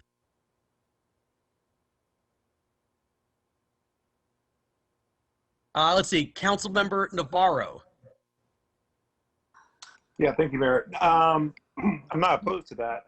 I'm just trying to take in all the other things when we talk about fire stations, when we talk about these things, because, you know, I personally see this stuff and I'm like, these other things are in critical need and they're so vital with our community also. It's just hard for me to pit one against the other, especially a new idea. And I'm not saying I totally support the idea. I just think that, you know, I think we have time to probably at least, and if we have to wait a year, at least try to figure out temporary solutions and then bring back something that is more permanent for a better outcome. Because I think that just these other priorities that could go up a little bit more, like Station 3 remodel, Station 8, the potential on that area, there's a significant impact, and especially as we come back from COVID, on call volume and the need for those stations. We need to increase the size of those facilities and of the equipment there. So it's really hard for me right now to kind of support that when there's some other things on the list that I would like to see. I will say that trying to do something different on the west parking lot, more of the sustainability realm, and trying to feature that I would support. Okay, thank you, Councilmember Navarro. And quick thing, Ken, before I go to Councilmember Arredondo Savage, in this situation right now where we're talking, you're not asking us specifically to talk about taking any items out of the green zone currently. Are you just sort of looking for direction about whether or not there is interest from the council in moving specific items up into the green? And then you would come back later on with Mark Day and with Rosa and talk about whether or not we can actually make those things work. But what I understand this evening is you're not asking us, if we say we want something, to remove anything that's currently in the green, correct? That's correct, Mayor. We will try to be as innovative as possible so that if you mention a lot of things that you think we need to focus our attention on, we'll do the best we can to do that, knowing that we anticipate getting $46 million from the federal government over the next 2 years in assistance there. So we might have some extra capacity. So I took from Councilmember Navarro's comments that he is station number 8 and station number 3 are concerns of his that those got pushed back. I'm writing these down, Mayor, and then I'll just ask you for consensus at the end for whatever anybody mentioned. Councilmember Cubey said she would like the FAC to be implemented, and I'll ask you at the end, if somebody mentions something, I'll ask you at the end whether or not we have consensus on that to try to move that forward. So you don't need to necessarily identify a project to defund in order to fund. Sounds good. And Ken, too, I think, so Councilmember Navarro also said he's in favor of the parking lot reconfiguration that Councilmember Cubey talked about as well. So I guess we can mark him down in that category as well. And next thing, I will go to Councilmember Arredondo Savage. Right on. Thank you, Mayor. I appreciate that. I gotta tell you, I'm really super struggling through this presentation, not the presentation, but all the background material, trying to toggle back and forth through all the different inputs of information that we've received, because there's so much of it. I don't want to just base it on on one typical one thing, whether it's the forum of the budget of everybody spending their $100, it's the community citizen satisfaction survey, our feedback, the employee feedback. I mean, there's so many things. So I would ask, as we continue to talk about that, if there is a way that we could get all the summaries together on a couple of pages, would be really helpful and a good reminder for us that we have had input from a lot of varieties of different sources, and that we need to continue to put those in our forethoughts. But I guess my thought is, I kind of agree with, Councilmember Navarro in concerns of, I love the FAC idea. I think that's really great. However, at the same time, my biggest thought is I want to continue to make sure that we are maintaining the facilities that we currently have now. And the fact that we've put off station number 3 another 3 or 4 years, to me, it doesn't seem like a smart move at all. And if there's an opportunity to really look at a North Police substation, I would certainly move that up sooner, because maybe that's a place that we can incorporate some other things that we want like an FAC, whatever that may be, to be able to build them in there together. So when I went through the notes, I tried to go back and look at the community survey points of emphasis, and I went and looked back at the employee survey, the business survey, and try to remind ourselves, myself, that pavement quality index is a big thing. And so that's something that continues to stay on people's radars, whether they're businesses, whether they're our residents. So really want to make sure that we stay focused on that. And then somebody, and I think a young person brought this up too with their comments, is I was a little concerned about the park recreational value enhancements actually being pushed back as much as it was, for as many dollars as it was, considering now I think people are out really utilizing their neighborhood parks in a completely different way than we ever would have expected. And I think one of the biggest things that people continue to talk about is feeling safe within their neighborhood parks, or in the parks in general. And I think when we have an opportunity to activate the parks, I think we've learned, and it's actually a true fact, that there is less crime there when there's activation and there's events happening within the park. So that would be one of the things for sure that I would really want to see us, keep our eyes on that and not push that out. I think that creating value in our neighborhood parks and continuing to invest in them is a really good thing too. So let me see what else I got in my notes here. And I said the North Police substation, the fire station number 3, I think super important too. And then also, I would like to know more about the ASU innovation opportunity that you mentioned, so we can maybe talk about that a little bit later down the road. So just a couple of the things that were on my mind, just based on the conversation. So hopefully that helps a little bit, Mayor. Great. Thank you, Councilmember Arredondo Savage. Next up, we have Councilmember Adams.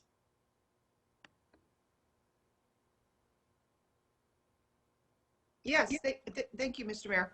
I just wanted a couple things I have questions on. I guess I thought that we were doing the traffic mitigation plan in Maple Ash. Ken, can you speak to that? That is in, Mark, help me out. I believe at this point that project is in the red.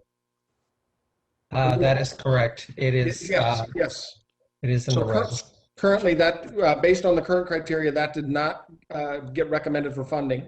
Is that something you're interested in adding to the list?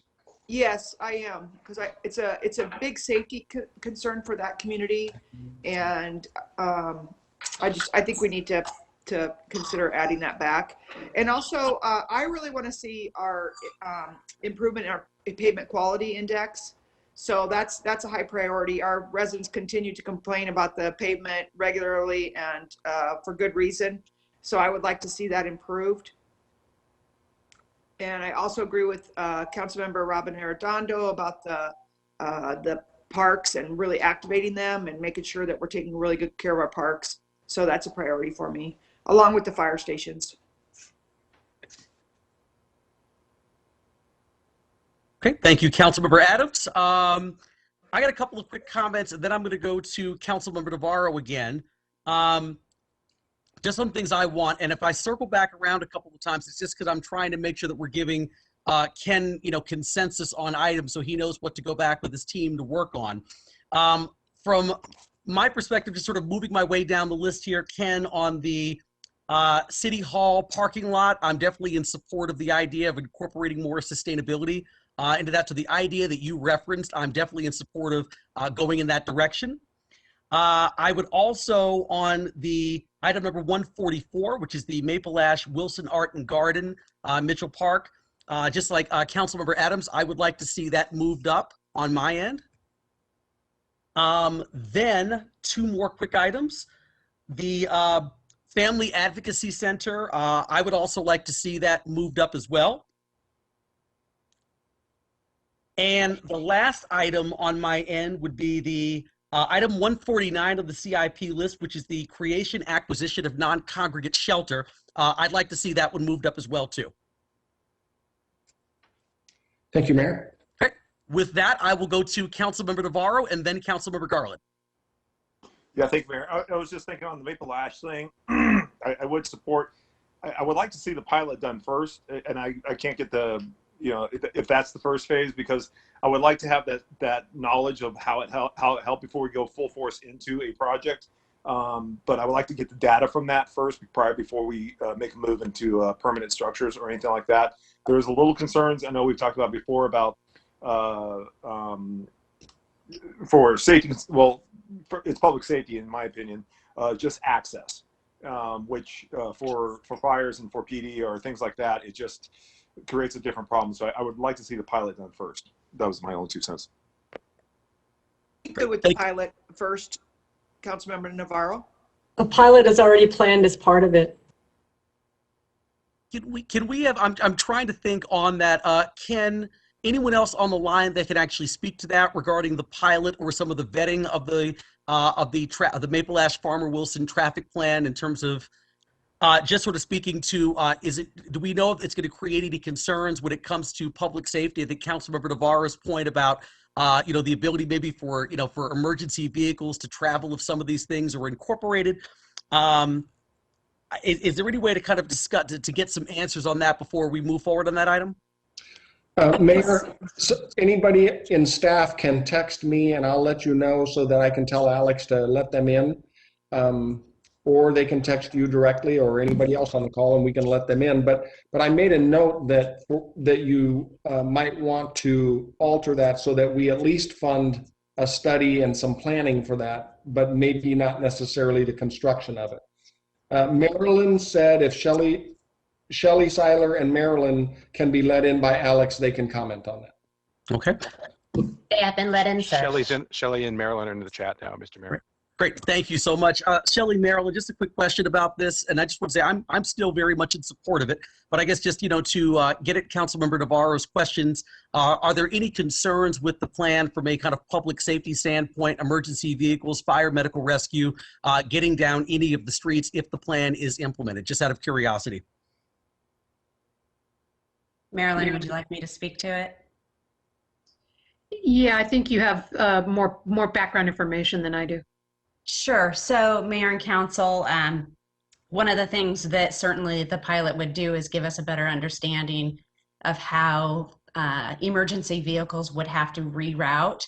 Some of the elements can probably be designed so that they still allow emergency vehicles to travel through them while restricting other vehicle access. Obviously, there always is the possibility that people will use the same route as the fire vehicles, but the width of the trucks is usually wider than a typical vehicle.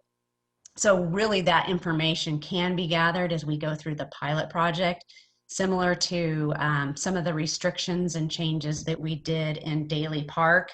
It gave us a lot of information about those response times, as well as just getting community feedback on whether or not they see a difference in volumes and speeds. So that is a great step.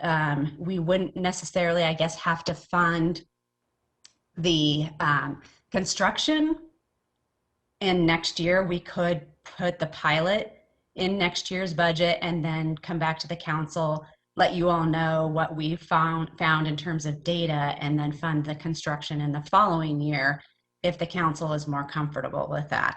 Or the option is to leave both of them in next year.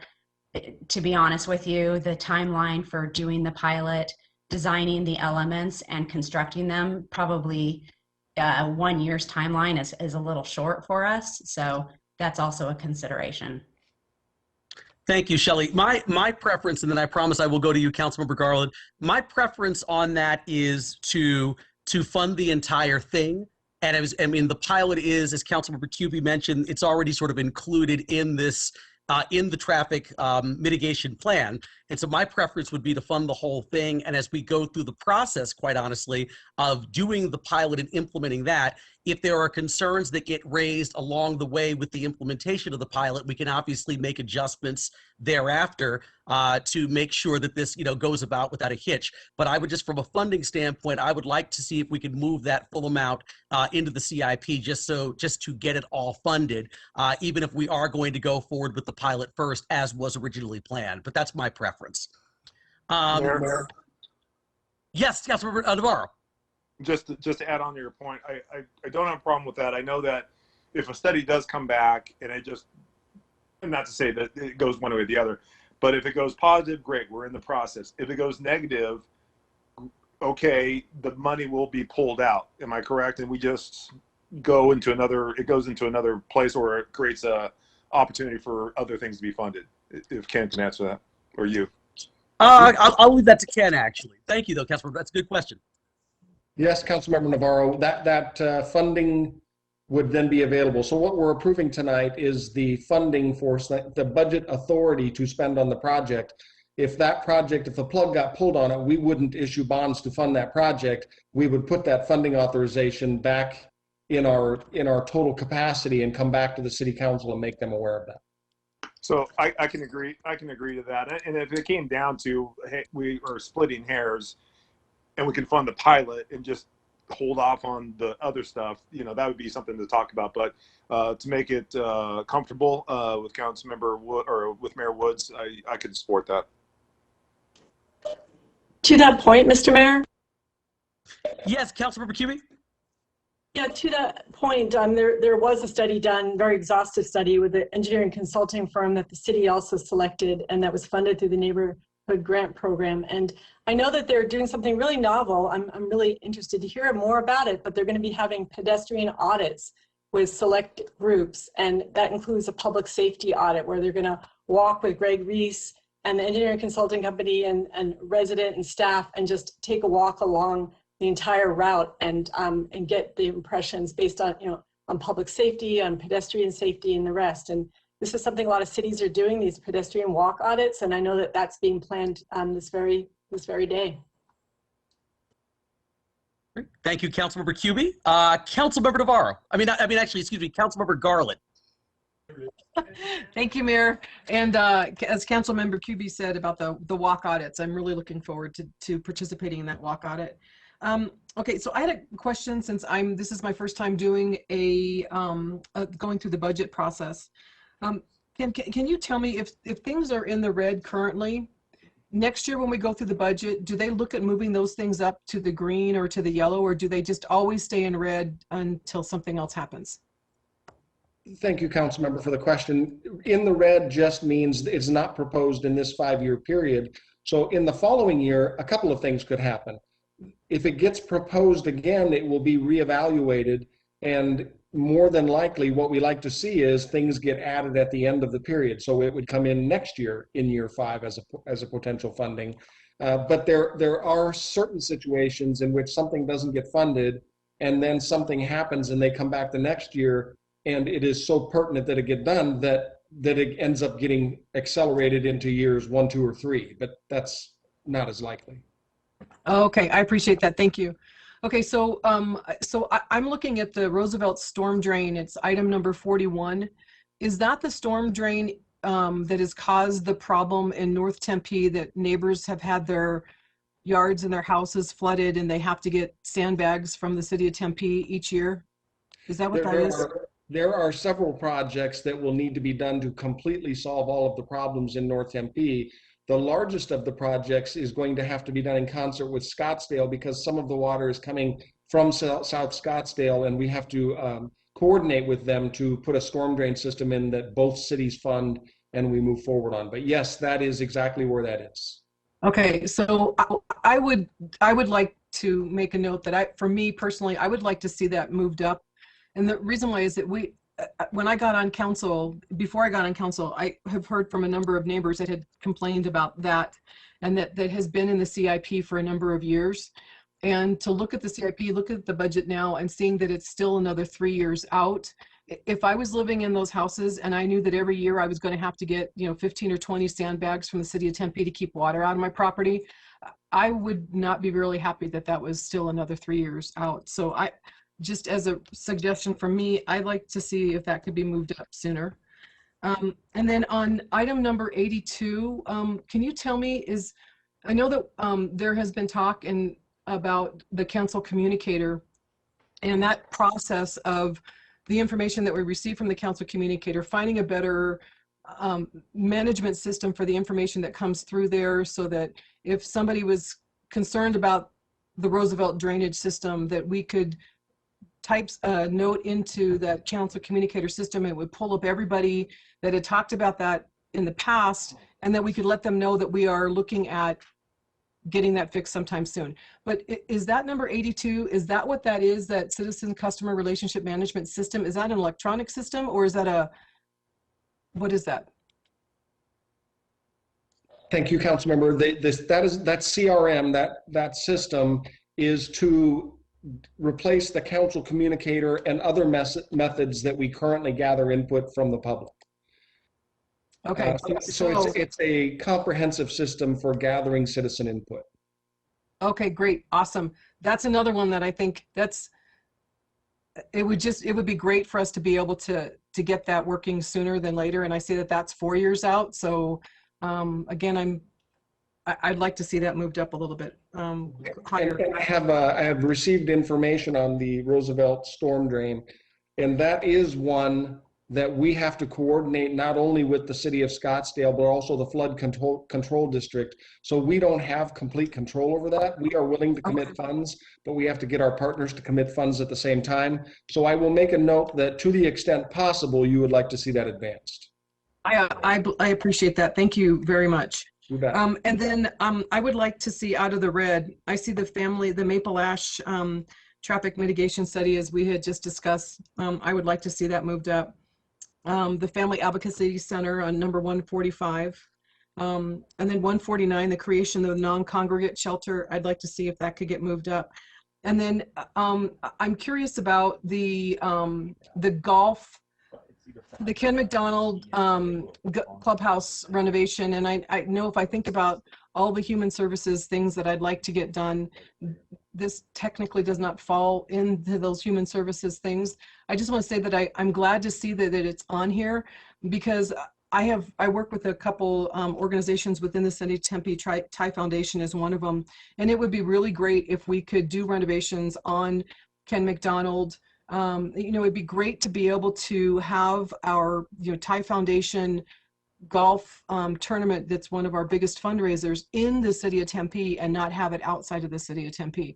So I would love to be able to see, I'm not saying that one has to be moved up out of the red right now, but I would love to see renovations on that property and for the city of Tempe. And then I'm not sure if I said this already, but I am in support of the parking lot, the west parking lot, and the additional renovations and ideas that you had presented. I really like those ideas about the electronic plugins, different kind of pavement, solar covers, all that. I'm on board with that. And that's all the notes I had. Thank you, Councilmember Garland. Councilmember Cubie?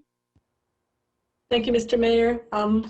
Just to make sure, you should probably realize I'm in favor of the west parking lot additions. Thank you very much. And definitely the Maple Ash Farmer Wilson traffic mitigation. And to me, this was a model of how citizen engagement combined with consulting, combined with our staff, has come up with like an exceptional product. The amount of engagement they've done just amazed me. And I've seen multiple presentations by the group, and I'm just really proud. And I think that making decisions like this and moving this up will go a lot to advance trust in the community, because we invested with them on this project, and then we're going to fulfill this project. So I'm really happy about that. Thank you. So I agree with Councilmember Garland and Councilmember Woods, and I'm not sure if there are others, I think there are, about proceeding with Maple Ash Farmer Wilson. Yes, Councilmember Adams as well. So it seems like we have consensus for that. I also agree with the, if possible, for the Roosevelt flooding issue. I know it's complicated, but like to see more about that. Thank you, Councilmember Garland. And the non-congregate shelter, which we talked about a number of weeks ago, that is very important. And finally, I just want to say that we need to see true acceleration of climate action in our city, and we've seen that there's a need for that. And in order to do that, we need to have a budget analysis that comes with that. Like, as we talked about before, we need to get the data and see what the savings will be if we do invest. And also, we need to have analysis of what are our comparable cities doing? What are they spending on climate action? I think that would be helpful and instructive as we go forward and make further CIP decisions. And so I really want to see a true acceleration of climate action, and I'm hoping we can have consensus for that. Starting with getting that budget analysis done and the comparable city information. And by comparable city, I mean, Flagstaff, Tucson, Phoenix, and maybe look at another town and gown kind of a city like Austin or whatever Grace thinks in energy, our energy manager. Thank you. Thank you, Councilmember Cubie. Councilmember Arredondo Savage. Hey, thanks, Mayor. I just want to circle back really quick and appreciate the time. But, my colleague, Councilmember Garland, brought up a couple ideas that I just wanted to make sure I expressed my thoughts to. I do agree with Councilmember Cubie in the sense of what's been happening in regarding the traffic mitigation in Maple Ash, and certainly do appreciate their efforts and really want to stay true to I think the work that they've done and being able to partner together. So I'm in support of trying to move that up and see if we can get that addressed in the best, most successful way possible moving forward. And I thought, Doreen, you brought up a really good point in regards to our golfing facilities. I think our enterprise fund is going to be very healthy. We've probably had some of the highest number of rounds happening within our golf courses, which has been great. And I think that they've been able to manage the courses and the facilities with very little that they've had and continue to give people a great experience. But you're right, we are not able to really maximize, I think, what our golf facilities can be doing, and to be able to host not necessarily just golf tournaments, but special events along the way, and maybe really could, contribute to funds within the city to be able to, host more things and special events there. So I agree with you, and I would certainly support that being moved up somehow, whatever that may look like. And also the Roosevelt flooding, I think if there's a way we can address it or try to get our partners to work together for that, I think that would be great. I know we can't move everything up, Ken, so good luck with this. I know we've talked about so many different things. And I know you're going to come back and see what's reasonable and what's not. But, maybe with the ARP money, the American Rescue Plan, we'll be able to implement some of these things that, are really important to us and make our community safe and vital, and give everybody the best quality of life that we possibly can. So thank you. And I know this is going to be tough stuff, but I do appreciate it. Thank you very much, Councilmember Arredondo Savage. Just a couple of quick things, Ken, just so I think you could probably mark these off your list in terms of, and not mark them off to get rid of them, but I think we have consensus on. One is, it sounds like we are good on looking at moving forward the Maple Ash Farmer Wilson traffic mitigation plan, trying to get that out of the red into the green. We have council consensus. It sounds like we also have consensus regarding the parking lot reconfiguration next to City Hall. And it sounds like we also have consensus, because I'm in support of this as well, with other council members on looking at the Roosevelt storm drain issue. Although we know that's a little bit more complicated and involves some City of Scottsdale help, but it sounds like we are good on that front. There's some other items we'll have to kind of circle back on, and I have more comments, but I'm going to go to Councilmember Garland and then Councilmember Adams.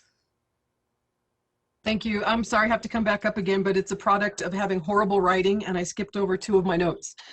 So one of them, I would like to see, again, a wish list of the fire station number 8 moved up sooner.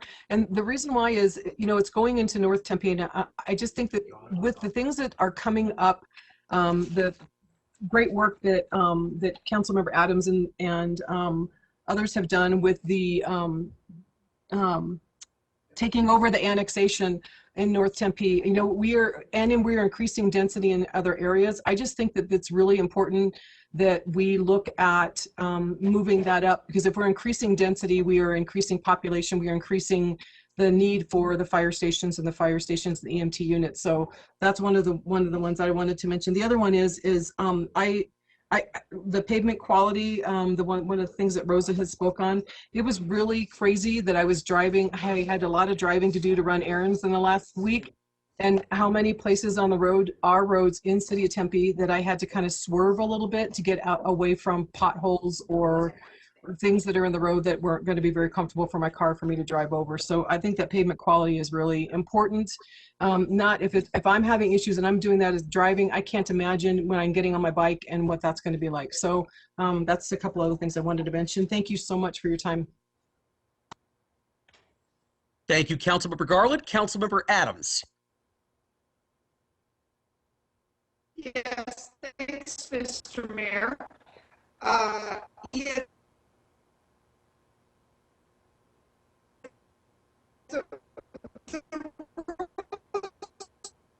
Councilmember Adams, unfortunately, we're losing your connection here.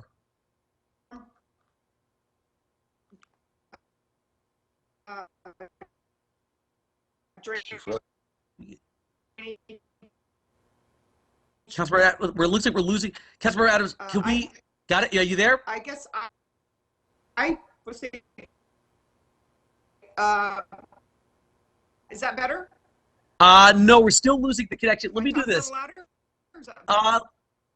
Let me do this for a second, Councilmember Adams. Let me go to Councilmember Navarro, and I will come right back to you. You still can't hear me?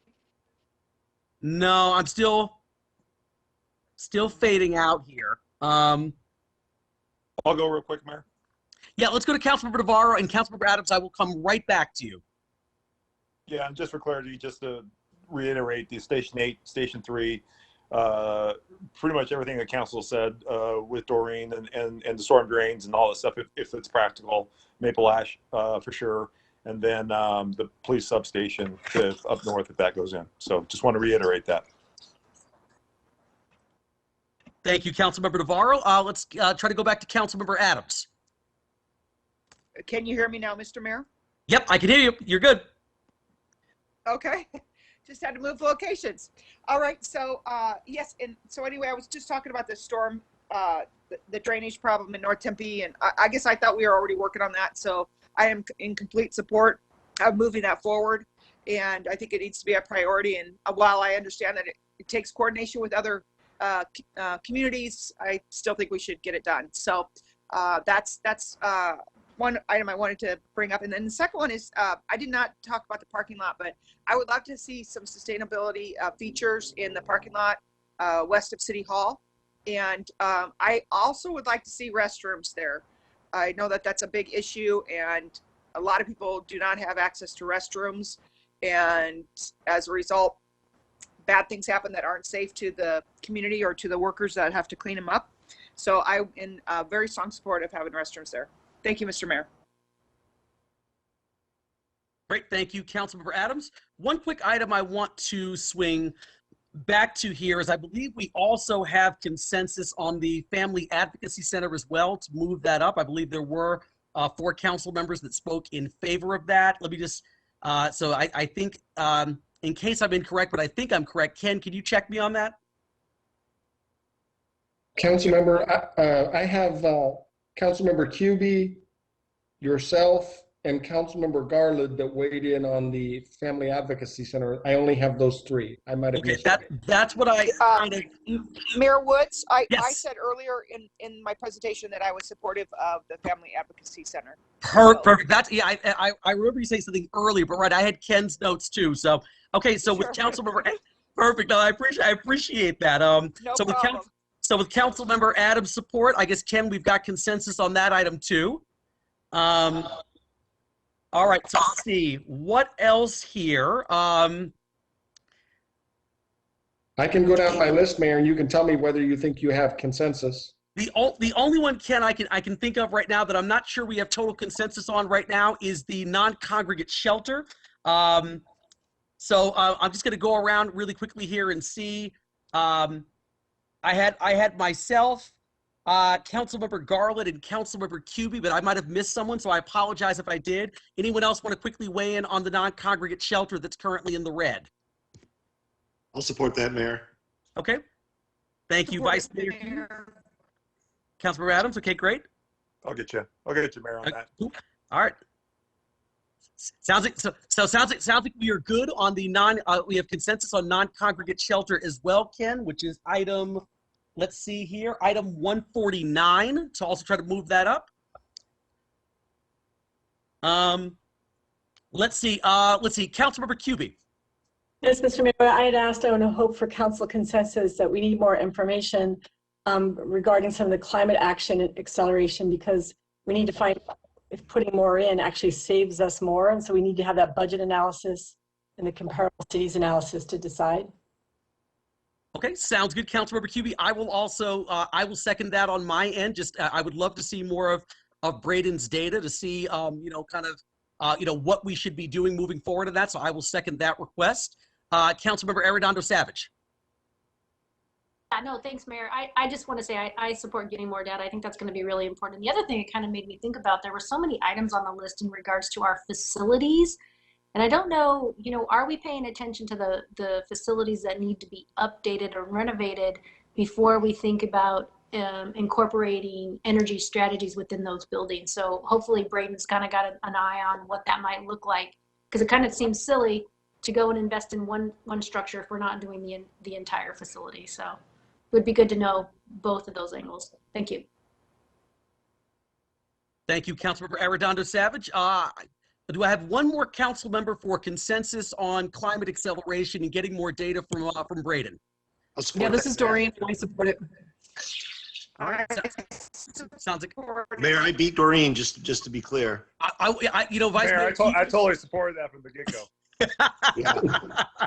I wrote a public comment in support of it a week ago, Mayor. You know, I was gonna say since Vice Mayor Keating is I'm gonna give that one to him. So, but yeah, no, seriously, I appreciate everyone jumping in on that. So we have consensus to get more data from Braden about climate acceleration to see if we can find more ways to potentially get more funding.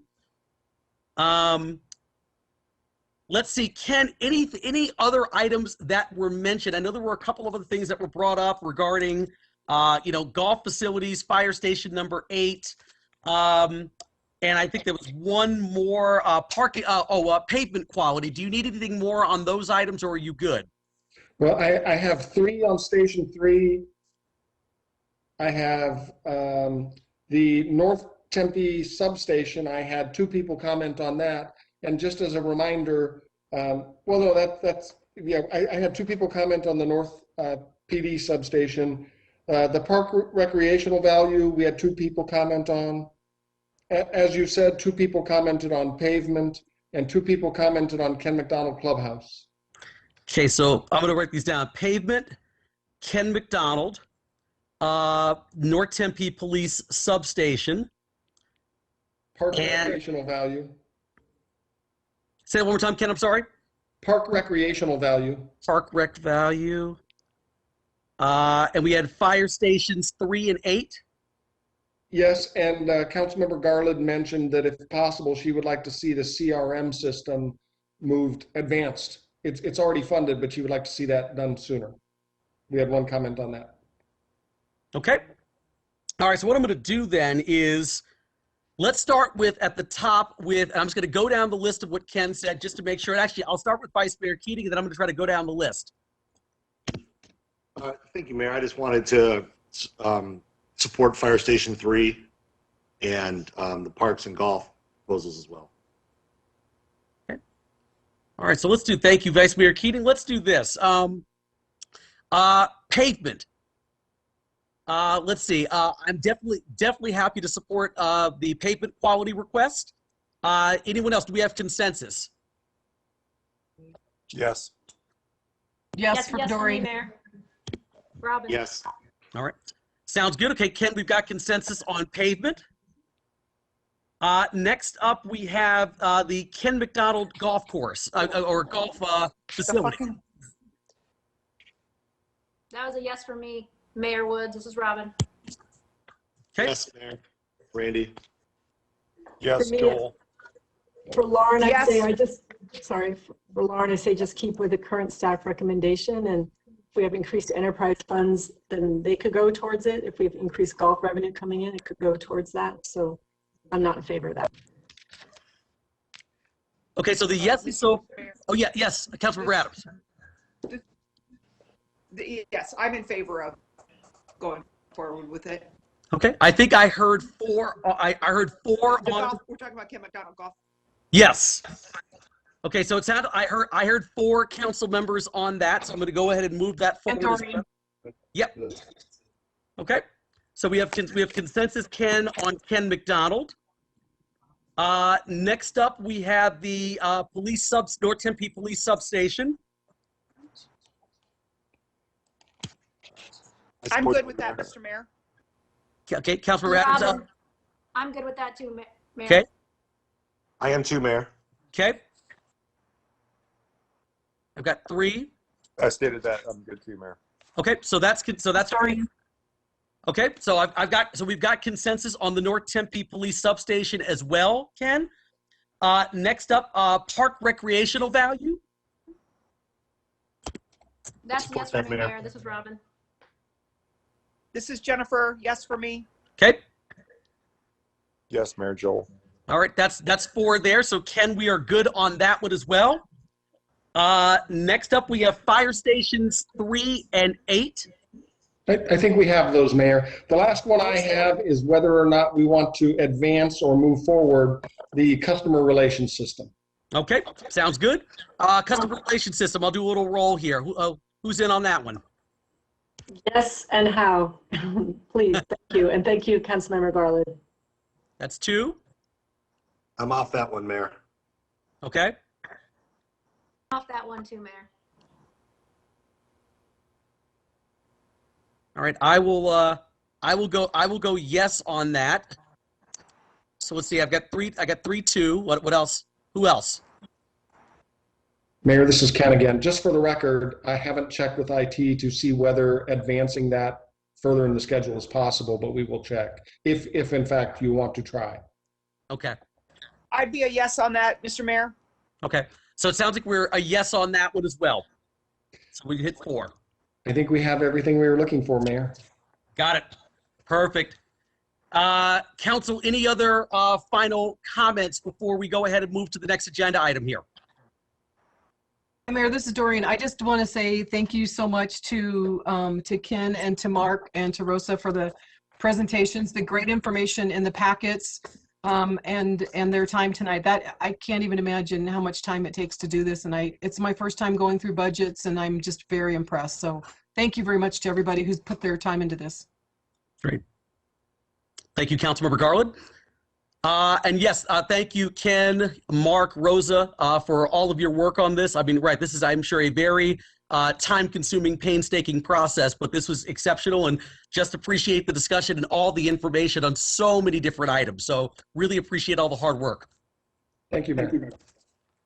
Thanks, Mayor. Thank you. Thank you, All Mayor. right. Thank you. One other quick item I just want to note on that before moving forward on, I realized I forgot to talk about this.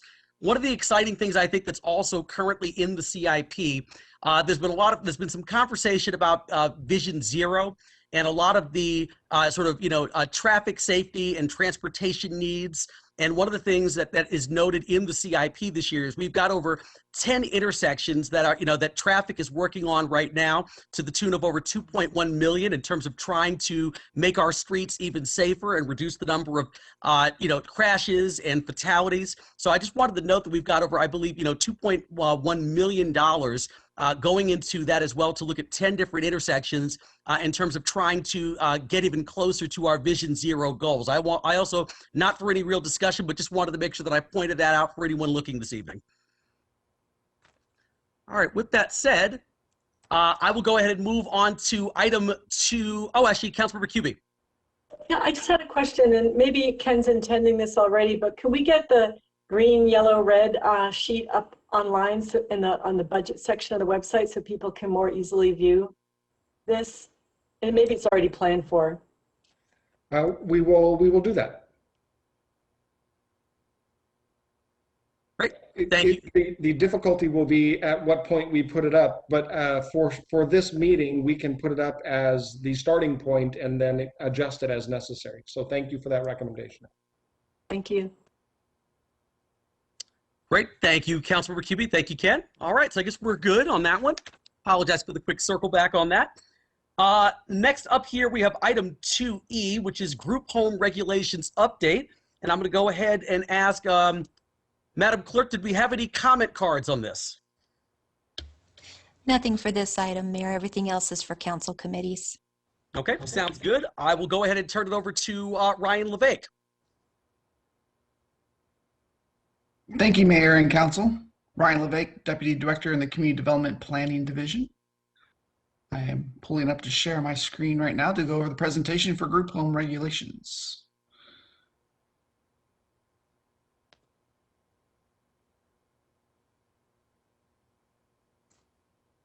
Okay. You see my screen?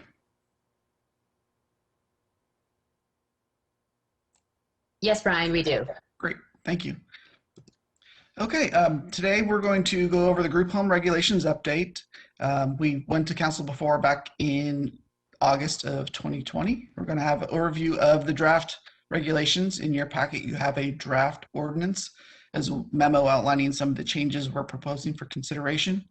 We also have identified changes that we're not considering moving forward at this time, as well as a potential tentative timeline in terms of adopting a draft ordinance process.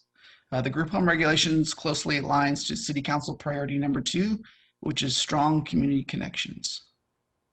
By the end of this presentation, we'll be looking for Mayor and City Council's direction on the proposed draft group home regulations, whether or not to move the ordinance forward through the public hearing process.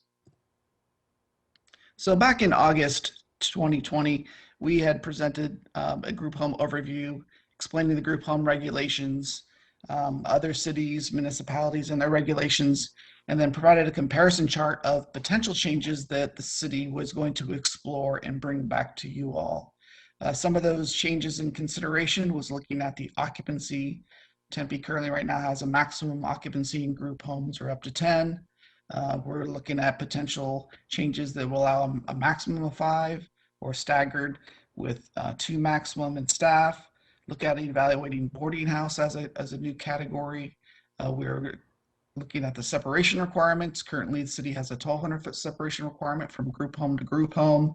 Our initial proposal was not to make that change, but we got feedback from the council to see if we look at the potential of increased separation changes for group homes as well as other boarding houses.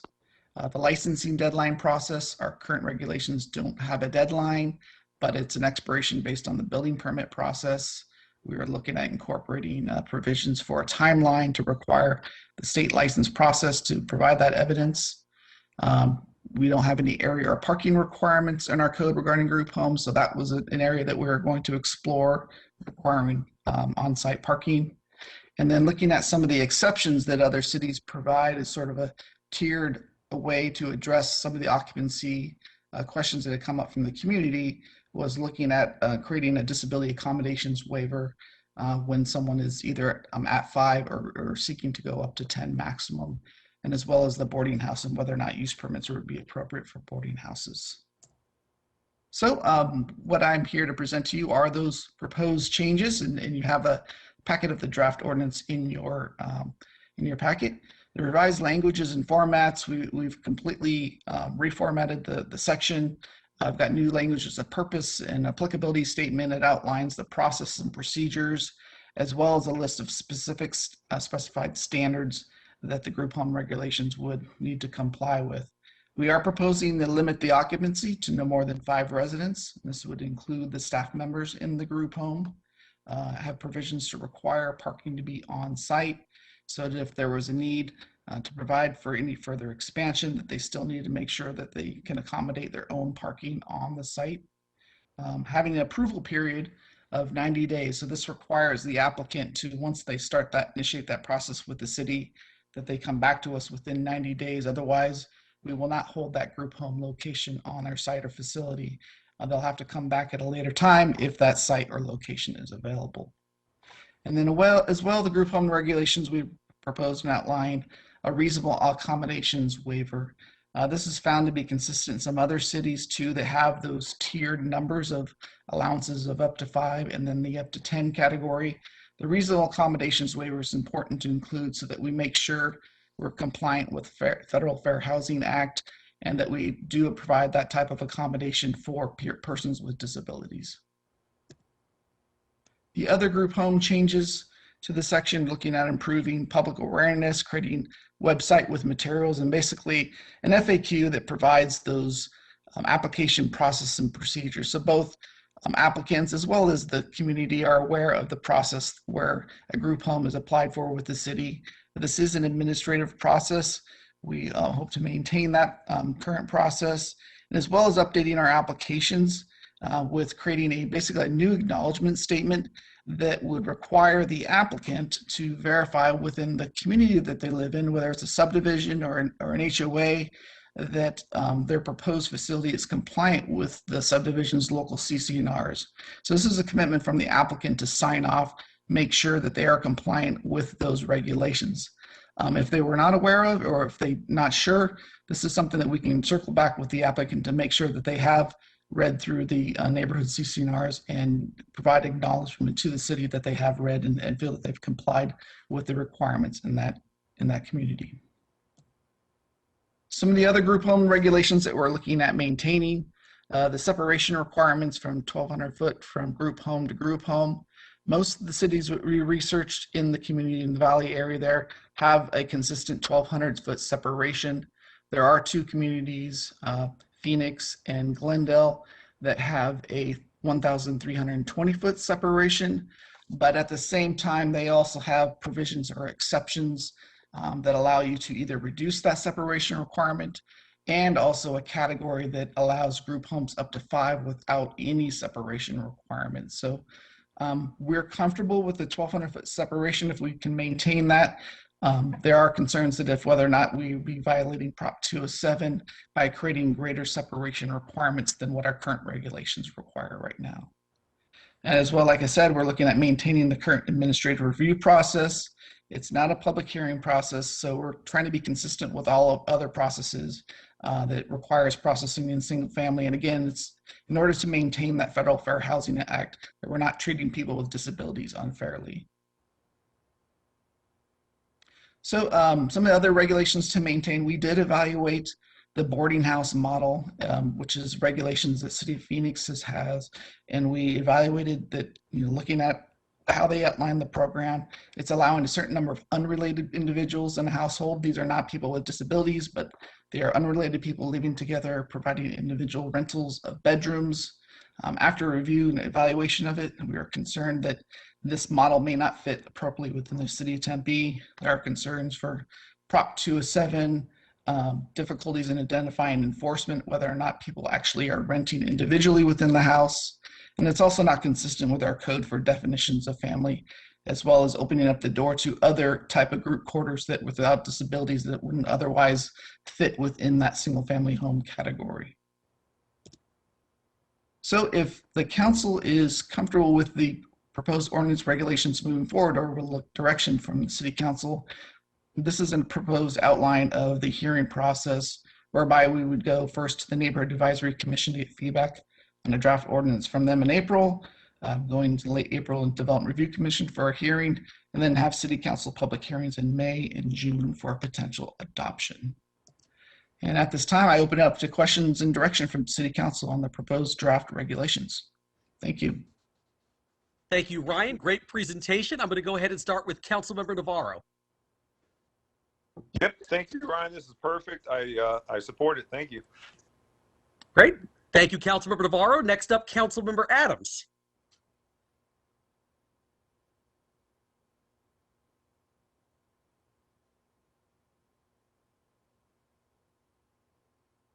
All right.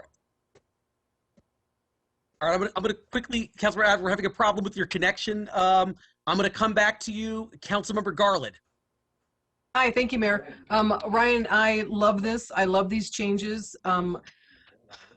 When we were running for office, Corey and I were at a gathering of a large number of South Tempe residents that were concerned about a group home that was going in their community, and they were, it was amazing listening to them and knowing the changes that we're making now right now are really good ones. And I think that one of them is that you look at one of the things that they told us is the reason why that this group home came into the city of Tempe is because Chandler and Gilbert had a max of 5 people outside of staff that could be there, and that Tempe had 10, and so that it was easier for them to be able to put this facility in a Tempe neighborhood. So I really support the changes that we're looking at making for the city of Tempe and for the residents and for our neighbors. And I just want to tell you, thank you so much for doing this. I am in full support. Thank you, Councilmember Garland. Let's go with Councilmember Adams again. Okay, can you hear me, Mr. Mayor? I sure can. Oh, good. I guess I'm just gonna have to sit outside this evening, but it's a nice night. So anyway, I just can't wait till we can get back into council chambers and have our meetings there, so we don't have any of this technical problems anymore. But I just wanted to, this is a perfect example. Ryan, first of all, great job on the presentation, and you really nailed what the concerns of the residents were. We heard for several years now from the residents concerned about the group homes and the number of people living in the homes. And I'm just super happy that we're moving forward with this, and I will be supporting these changes. And it's a great example of our council really getting out into the community and listening to what the residents want. So thank you. Thank you, Mr. Mayor. Great. Thank you, Councilmember Adams. Next up, I'm going to go to Councilmember Arredondo Savage. Yeah, thanks, Mayor. I just agree with just want to agree with my colleagues, and just a shout out to Ryan. Hey, Ryan, we make you do so many different things, and you are always so receptive and open-minded, and just a really critical thinker and so important to our Tempe family. So I just want to say thank you, because you've always been willing to talk to residents, talk to us, go to the meetings, the neighborhood meetings, and really help us find a good resolution moving forward. So thanks to you and your team and everybody that rallied together to bring this before us, and I'm behind it 100%. Thank you. Thank you, Councilmember Arredondo Savage. Vice Mayor Keating.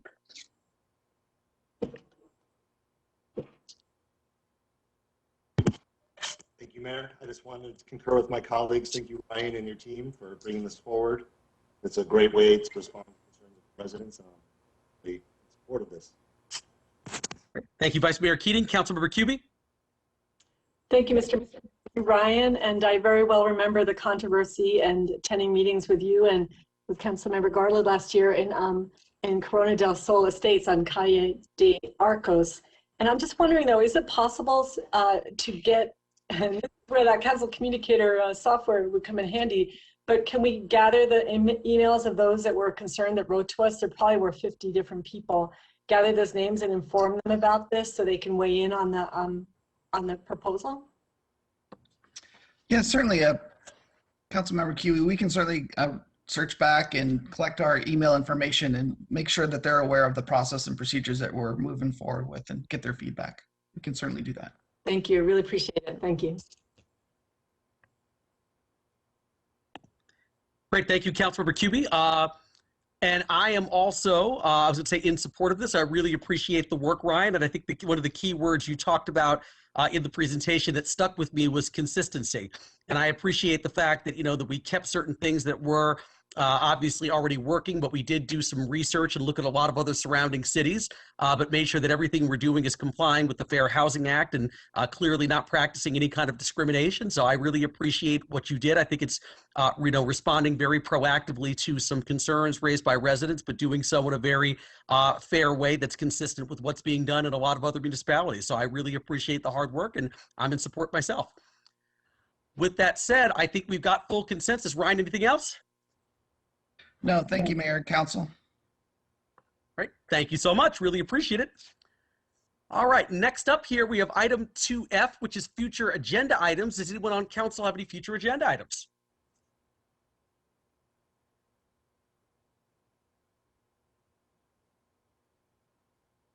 All right. Councilmember Adams? How about moving back into City Hall? Okay. Timely. I was gonna let me see. Let me ask maybe Mr. City Manager, if you can jump on for a second. Is there a possibility we can schedule that discussion about maybe talking about what the timeline might look like for returning to in-person meetings, also perhaps with some of the most current public health data, I think would really help to inform that decision? Yes, thank you, Mr. Mayor, members of council, Councilmember Adams. The task force of employees that we impaneled last year has regrouped, and they're meeting. They're led by our emergency manager, Michelle Seitz, and we are looking at what reopening will look like, and certainly part of that would be the reopening of chambers. I anticipate that in the next couple months we'll have something, if not sooner. And certainly if council's direction is to accelerate and look at specifically at the council chambers, we can certainly do that as well. Thank you, Mr. City Manager. Vice Mayor Keating? Never mind, Mayor. I was just going to request that it's staff-driven and not the decision made by the council itself. And it sounds like that's what the city manager is talking about. Okay. Thank you. Mr. City Manager, you're basically saying you think that, so the task force is working right now, you think that there will be, kind of some of that work might be completed in the next couple of months or so. So when would you think an appropriate time for that kind of presentation might be? Just so we can obviously honor Councilmember Adams' request, but do so in a way that allows the task force to complete the work that they're doing. That's correct. Thank you for that. And I would say we would probably be able to have something back by the first work study session, let's say in May at the latest. And if we can move faster than that, I will certainly let you know, and we will see if we can move that up. Okay, sounds like that's about 5-6 weeks away. Councilmember Adams, is that acceptable to you? Oh, sure. May sounds good to me. Perfect. Very Excellent. Good. Thank you. Thank you so much. Any other future agenda items from council members?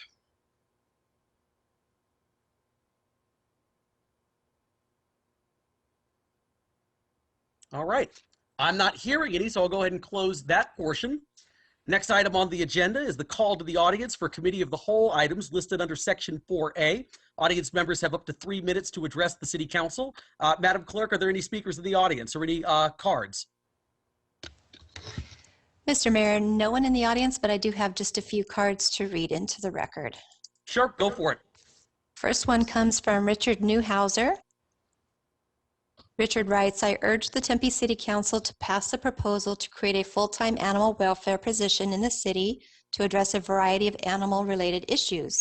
If the proposal passes, it means that, for example, enforcing leash laws could be routed somewhere other than to Tempe PD, who never seem to be able to respond to alerts about dogs running free and menacing other dogs and people in a timely manner. But there are also many other issues of animal welfare that the holder of this position could address.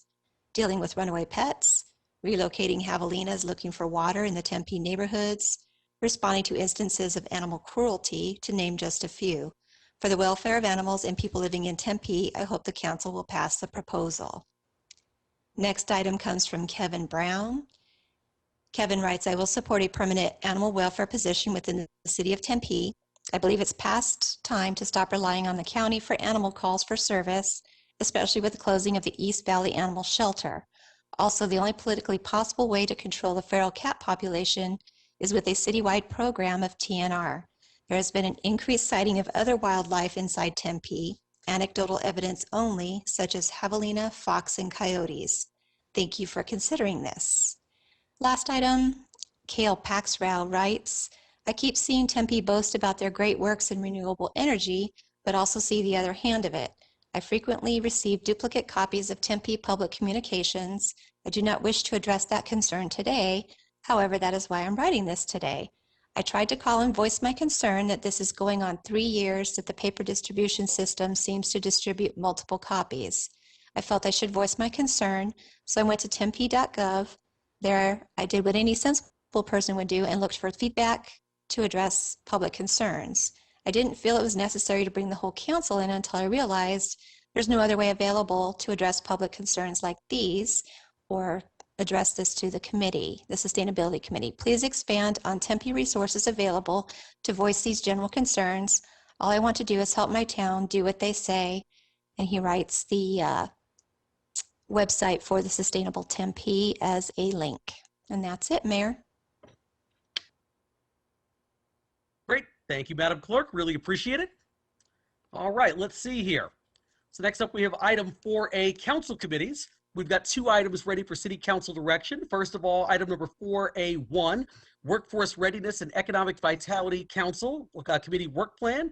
The co-chairs are Vice Mayor Keating and Councilmember Arredondo Savage. Do they want to give a short presentation about some of the scope of work that's being approved? Mayor, in the interest of time, I don't think we need a presentation. What we're presenting is available for our colleagues and the public to read. I think both Councilmember Arredondo Savage and I are pretty proud of what we've come up with and excited to get to work on these very important issues. Sounds good. Thank you, Vice Mayor. All right. With that said, Councilmember Arredondo Savage, you good? I'm totally good. I agree with the Vice Mayor. We're a good team, and we're looking forward to getting our stakeholders together and, taking some action on some of these things. So thank you. Sounds good. Thank you so much. So I know that the work plan is available to the public and for council. Is everyone good with allowing Vice Mayor Keating and Councilmember Arredondo Savage to move forward with their work plan? I love their committee and I'm in 100% support of them. Yes, for sure. Yes. Yep. Perfect. Me too. All right. So we've got consensus on that. Thank you very much, Vice Mayor Keating, Councilmember Arredondo Savage. Looking forward to seeing the work that comes out of your committee. Next up, we have item 4A2, Sustainable and Livable Communities Counseling. That's a lot of C's. Animal welfare update and recommendations, and the co-chairs are Council Members Adams and Cubey.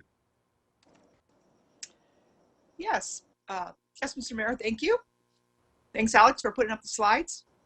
So I just want to give a little bit of an overview. On February 24th, we held our first meeting of the Sustainable and Livable Communities Committee and received an update on the various issues that had been considered by the former Animal Welfare Working Group, which has now been transitioned under our umbrella in this committee. And we wanted to share a little bit of that update and our recommendations. The working group had early access. Excuse me, can I interrupt? I think we're a little ahead. Right, great, thank you. Thank you. Oh, are we good now? We're good? Yeah. Okay. Thanks, Councilmember Cubey. The working group had early success with the commercial pet sales ordinance, the anti-tethering ordinance, and the updates to the barking dog ordinance. There are also issues that we haven't tackled yet and some that are currently in progress. We started working on an animal hoarding program that would shift enforcement away from law enforcement and free up their hands to do other things and into the hands of animal experts and Care 7 counselors to address what is ultimately a mental health and animal welfare issue more compassionately, but had to pause because our rescue partner backed out, unfortunately. Next slide. And of course, there is the community cat management program that began almost 2 years ago as a small pilot, and which this council approved to go citywide back in August. As you can see, traps have been purchased and trap covers have been donated by the wonderful people at Fabric, made from the fabric scraps left over from the PPE gowns they've been making for healthcare workers. We also provided funds to start working on TNR for cats, that's trap, neuter, and release, for cats on city property. And that picture on the right was taken while trapping a mom and 4 kittens at the Apache substation. Councilmember Cubey, would you like to go? Sure, thank you so much, Councilmember Adams. So beyond that, though, the programs really try to do what no one else in the Valley and the state is doing, but to identify what keeps people from regularly doing TNR for years and finding solutions to that. So we want to create a new way of approaching vexing issues like this, because making it easier for people to navigate the system, to participate, to get their community cats fixed, and to manage their colonies with fewer impacts on the surrounding neighborhoods, because love cats or hate cats, there are impacts on the surrounding neighborhoods. Next slide, please. So you can see the slide is very dramatic, but just increasing the number of people participating is helping us beat the clock when it comes to population control. And we know that intermittent TNR, one-offs and partially managed colonies continue to reproduce. And as you see in this image, one unspayed cat can be the source of 36 kittens in a year. So that is very dramatic. It's an endless cycle that will leave us, and pardon the pun, chasing our tails forever. But targeted TNR that works to neuter all cats in a confined geographic territory can really stop population growth and save us money over the long term and make our city more livable. And the earlier we intervene, the fewer cats that we have to fix. Next slide, please, Alex.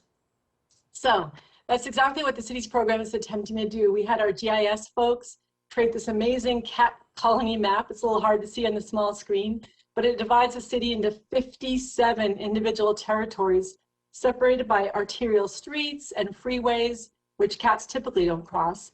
And the program, it encourages caregivers to work together to get a database of the cats that they are working with in that neighborhood and organize within the territories to identify all those cats and the caregivers so we can be more targeted in our efforts. And so we can more help the caregivers to be able to do what they do so beautifully and by volunteering. Every green dot that you see is a cat colony. So people can see where they are, how many cats there are, and begin to connect with their neighbors to support one another. You can really dive deep and get a lot of information from this site that was connected. Thank you, Stephanie Dietrich and others. The program also created a private Facebook group for program participants, and they're using it to organize daily their territories and ask questions, to offer advice, to give information, and give assistance to others. Just today, there was an incident where a certain apartment manager was telling people if they fed the cats that they're trying to TNR, that they'd be evicted from their apartments. So there was a big flare up there, and we tried to help, negotiate that situation. So what used to be a lonely and difficult task is now becoming a shared experience with our neighbors, a chance for more experienced trappers to pass along what they know. I've become an experienced trapper, as has Councilmember Adams. And it's also, it's become a way for people to create a resource base that anyone can access. And Jennifer, I want to go on to slide 7. Thank you. Thank you, Councilmember Cuvey. So yes, and I do think you're a better trapper than I am, but I'm improving. But the cornerstone of the program is the TNR, and there are 2 different ways to get it. The first is through our contract with Altered Tales, which I love that name, where caregivers are able to schedule appointments anytime there's availability. This option is for those people who are a little more independent and can manage trapping and transporting on their own. Although we do provide the traps and sometimes even connect them with volunteers who can help them with trapping. Tempe TNR at Altered Tales is happening every week, and the clinics have even set up a way for people to donate to the program, much as they used to do with Mayor Wood's ADLA fund, to help stretch our Tempe dollars just a little bit further. We also continue to hold our mobile TNR events quarterly. These are currently being hosted in the Clark Park Rec Center, where the team can TNR 50 or more cats in a single day. That's really incredible. These events allow for a much higher level of support, so we can use them to reach the caregivers with very large colonies or those people who would never be able to do TNR by themselves through Altered Tales. These are labor-intensive events, but they allow us to reach the colonies we would never reach any other way and who would otherwise keep right on breeding and multiplying. Next slide. So here is where we stand by the numbers. Actually, these numbers on the screen are a week old, and the number of cats TNR'd is now up to 321 cats. That's just in a week time. So that's very impressive. I mean, 321 is over the program, but 310 was last week. So we've gone up already a lot of cats just in 1 week. The number of surveys completed is 150, and the number of program participants is 198. 95 colonies across 30 of the 57 territories and 179 members of the face group. And by the time we have our next mobile event in April, Fix, Adopt, Save will have donated $20,000 in free TNR to trap cats and their caregivers through this mobile events alone. Next slide. As said earlier, this program works to identify the barriers that keep people from providing TNR or managing their colonies effectively, and then eliminate those barriers. Here are the things we've identified that we haven't been able to solve yet. Number one, about a third of our caregivers won't be able to do TNR without heavy support of our mobile events, but funding is limited. We have the opportunity to develop large-scale events through Altered Tales, but that will require coordination and oversight. Number two, caring for colony cats is expensive and people are struggling to keep it up. We need to identify resources within the community that can ease that burden. Number three, no matter how successful TNR is, the cats have an impact on the surrounding neighbors, and they need more help troubleshooting how to keep the cats off their properties. Number four, many of our caregivers are seniors, have health issues, or may have to move due to job or housing concerns. Finding someone to care for their colony is hard, and the community-wide effort to plan for this in advance is necessary. Number five, friendly strays could be removed from the streets and adopted if there were more foster space available in rescue. Organized recruitment and training could help do that. Number six, the program has grown much faster than we ever anticipated and gets bigger every day. Ultimately, there's more need for help and support that can be managed by one person in their spare time. This program needs consistent, full-time management if we hope to make a dent in our feral cat population. Next slide. So as we start to talk about staffing needs, we also have to address some of the other critical animal-related needs that have been brought to our attention by residents. The first three are all closely related and close to my heart as a former social worker. Actually, I'm always a social worker, so anyway, in my past life. As people struggle with the impacts of poverty, income, and housing insecurity, and even food insecurity, those same issues trickle down to impact the animals that are in their care. As we've seen in a number of pet adoptions, they continue to rise during the pandemic. It emphasizes the importance of the human-animal bond for so many people.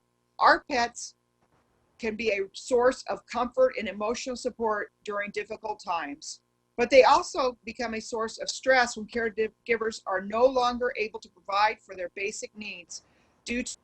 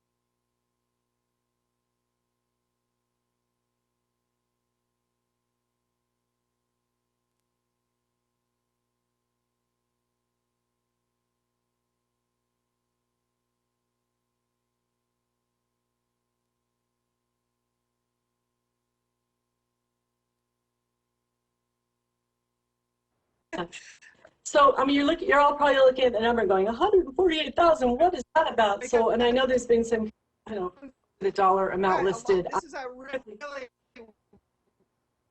Sorry? A big position. I mean, this is But- going to be, this is going to take a lot of work. So, but let me explain some of that about the dollar amount listed to ensure, so we know what and understand what it all means. So when we bring forward any recommendation through a working group, now the council, we're asked to estimate fiscal impact. We want to be straightforward about that. And so human resources is going to determine the ultimate job description and the salary, competitive process, internal, external. But we were asked, coming before you guys, to give a broad estimate of salary by looking at job descriptions of city positions with similar scope of work, responsibility, and that includes in program development, program management, budget management, education, outreach, and acting as liaison with different local and regional partners, and even national partners. And we've gotten national letters of support that have come in. So we did look at 22 positions with those same elements. We asked Human Resources to identify 22 positions with those same elements. And then we took the low end of the beginning salary range for each and every item and averaged them. Then we added standard benefits that are standard for every position. And then we thought, do we need an operating budget? We've succeeded in getting like $40,000 of in-kind contributions. Well, it includes the cities. But then we were told, no, every position comes with an operating budget. And yes, you're going to go after grants, but you should start with a small operating budget. And so that was $25,000. That can always be adjusted, of course, based on staff advice. So that led to a general estimated fiscal impact of no more than $148,000, with a final salary to be determined by HR. And we wanted to just go for the highest and what we thought this position needed to be successful. So in conclusion, I know we've been going on for a long time. Thank you for your patience. It's been a long night, but we know that human and animal well-being are so interconnected. You can't separate animal services and animal welfare from human welfare. And caring for our city's animals only helps us to advance well-being in our community, to increase livability in our city, for our families, for our neighbors, our community, and our environment. So I want to conclude with a quote. We've gotten a lot of support out there because there's no city that does this, and there's no nonprofit that does this work. And what we're doing is something really unique and is so popular as a result. But we heard from Michael Moorfield, who's with the Arizona Animal Welfare League, and he said something that really stirred me, and I just want to conclude by reading his part of his letter, not the whole thing. But Michael said, much like governance, animal welfare is a marathon, not a sprint. The incredible progression Tempe has made to become the valley leader in animal issues is only the beginning. A dedicated employee can steer your city to the next level. At this critical juncture in our community, with a pandemic and possibly looming economic crisis, a resource inside the city to support animal welfare and owners will be vital. The success of your financial navigator clearly shows a need for your constituents to have guidance through the available assistance and programs available in their time of need. Whether it's surrender resources, pet food assistance resources, medical assistance programs, or understanding the overall resources of the animal welfare organizations in the Valley, this employee can ensure that no opportunity is missed to keep families together during this difficult time. So with that, I release the dogs to the wild and ask for council consideration. Thank you so much. And thank you, Jennifer Adams. You have been a champion for animals. Great. Thank you, Councilmember Cubie, and thank you, Councilmember Adams. Really appreciate the presentation. Very thorough, and obviously getting a lot done in your committee right out of the gate, so I can obviously appreciate that, and I know our residents do too. I got a little bit of a thing. I try to stay away from speeches, but I have a little bit of one here, so I hope that people can just bear with me on this one. So as Councilmember Adams did mention, I did some work on this back during my tenure as a council member when I was working on a feral cat working group, which led to the city first, partnering with a nonprofit on a TNR program. So definitely have some background and experience working in this, and definitely that working group came about because there were a lot of people at the time who were reaching out probably 5 or 6 years ago saying, look, we've got real issues with some of these cats in the neighborhood and sort of other animal control and animal welfare issues. And that's what spurred me and another council member to starting to talk about this. So definitely, I do believe that this is a popular program and it really is helping a lot of our residents. Councilmember Adams also talked really quickly too about how one of these things that I think you can't really gloss over is how the animal welfare program has really helped in terms of also allowing our police department to frankly focus on other issues, to sort of turn this over to people who have more expertise on animal welfare issues and to free members of the police department up to do other things like fight crime and deal with burglaries and assaults and things of that nature. So I think there is absolutely some value there when it comes to freeing up some space to have the PD work on the items that they are, frankly, want to work on and have specific training on. I also just wanted to say too that I wanted to express my appreciation to Kristen Gwynn, I know who's not only the council aide for council members Kuby and Garland, but who also has done a fantastic job of working on this and running this program. She spent a lot of time with so many residents and business owners in terms of, trapping cats, running the TNR program. And frankly, one of the reasons I think probably why we don't get more emails as a council about this is because she's doing such an exceptional job managing this and all on top of her current responsibilities. So I just wanted to, give her a shout out too for the work that she does every single day, to really kind of assist our residents and people who are in need of animal welfare services right here in the city of Tempe. Now, one of the things that we've got from people is that there was some concern raised in some of the emails we got about the city getting involved in this area and wondering whether or not this is something we should be involved in. But I think it's important to note we already are involved in this area. We've got at least 4 contracts totaling over $263,000 to Maricopa County and other nonprofits when it comes to working on animal welfare control services. So the fact of the matter is, it's not that we would be getting into a different area, but we are already actively engaged in this area because it clearly is of importance to our residents and has been for any number of years. So that's definitely, I think, an important thing to note just for the conversation. My ask would be in a situation like this, because I think, some of the trepidation has come from some people talking, from residents who've emailed in about, the budget.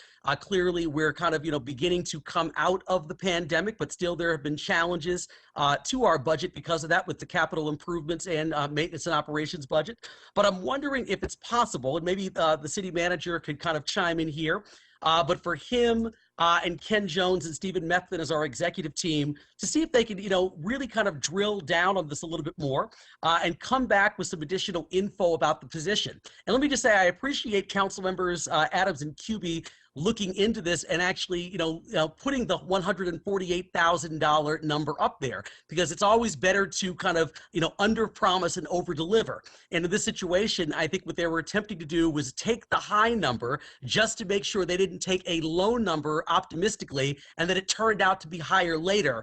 So I appreciate them actually taking that kind of approach to budgeting. I think it's very important.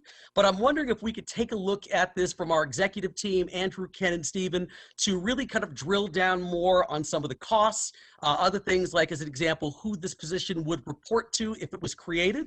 I think the other thing is, too, to maybe look at ways where we could perhaps look at finding a way to make this position revenue neutral or perhaps close to it by chipping away at some of the costs. I think, some of the concerns raised initially were, we want to make sure as a council that we have very ambitious plans when it comes to park security, human services, public safety, transportation, and a whole number of issues. And I think everyone just wants to make sure that all of the key priorities for council and for our residents, more importantly, do get funded in this upcoming fiscal year. And so I'm wondering if there are ways to look at some of those existing contracts, look at philanthropic dollars, look at some of the COVID relief money that's come in, and see if there's some way to get this position to a place where it is revenue neutral or perhaps at a much reduced cost or close to revenue neutral, which I think would, make me and probably a lot of the council even more comfortable with its approval. And I'm wondering just lastly, before I turn it over to the city manager, Ken or Stephen, whoever wants to jump in, the next work study session, I believe, is in 3 weeks. I'm wondering if we could somehow have that analysis completed by then, because, you know, I definitely don't ever want to put something off for an indefinite period of time for those watching at home and for members of the council that are trying to figure out what direction we're taking on a particular position. So I'm wondering if we could have some of that analysis done, drilling down to the cost, figuring out what the reporting structure might look like, looking at some of those existing contracts, looking at the philanthropic dollars possibly that are out there, looking at that COVID relief money, and seeing if we could have kind of a full assessment and report back in 3 weeks to see if this is something that we might be able to do, because I do recognize that it is a need.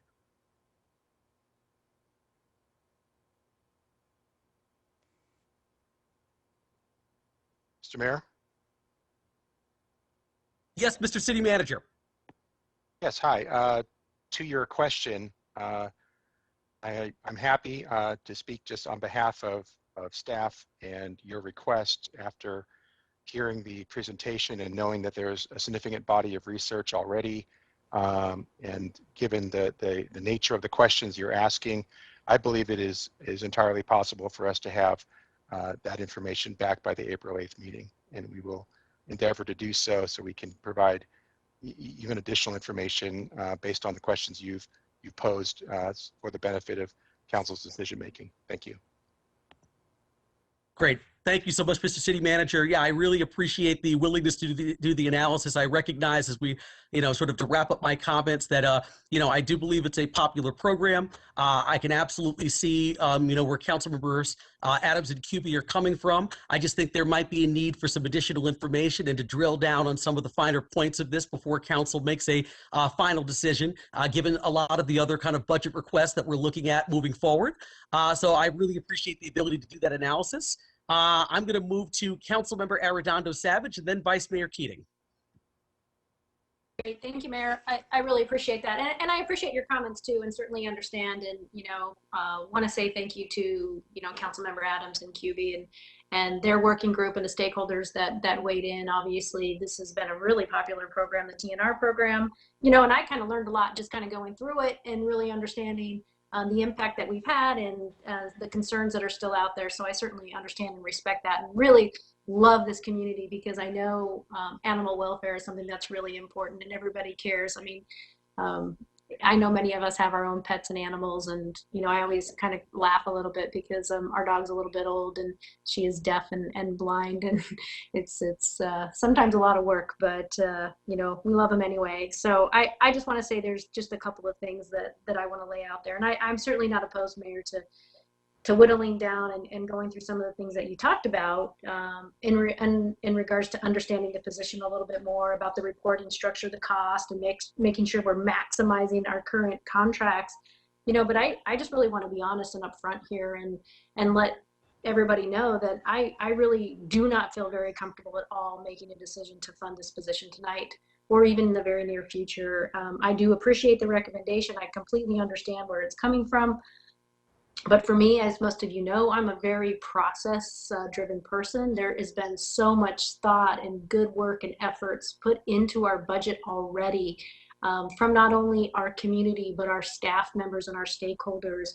And we still have over 50 frozen positions. We have about 400 part-time people that haven't even had an opportunity to come back to work yet. So for me, it is really, really hard to really think about incorporating a new position when we have so many things up in the air, and being able to see the budget in a holistic way to me is something that needs to really happen and come first. So for me, I'm really struggling to get there. I don't see that it's appropriate for me to support a brand new position when we are still working through our budget process. There's already been so much input to where we are now. And if it's something that we can certainly consider for next year in that budget process, I'm more than willing to support that and see how it weighs up against some of the other needs that may happening. But for this year, I mean, we still really need to get a full understanding of what our department needs are to make sure that we are providing the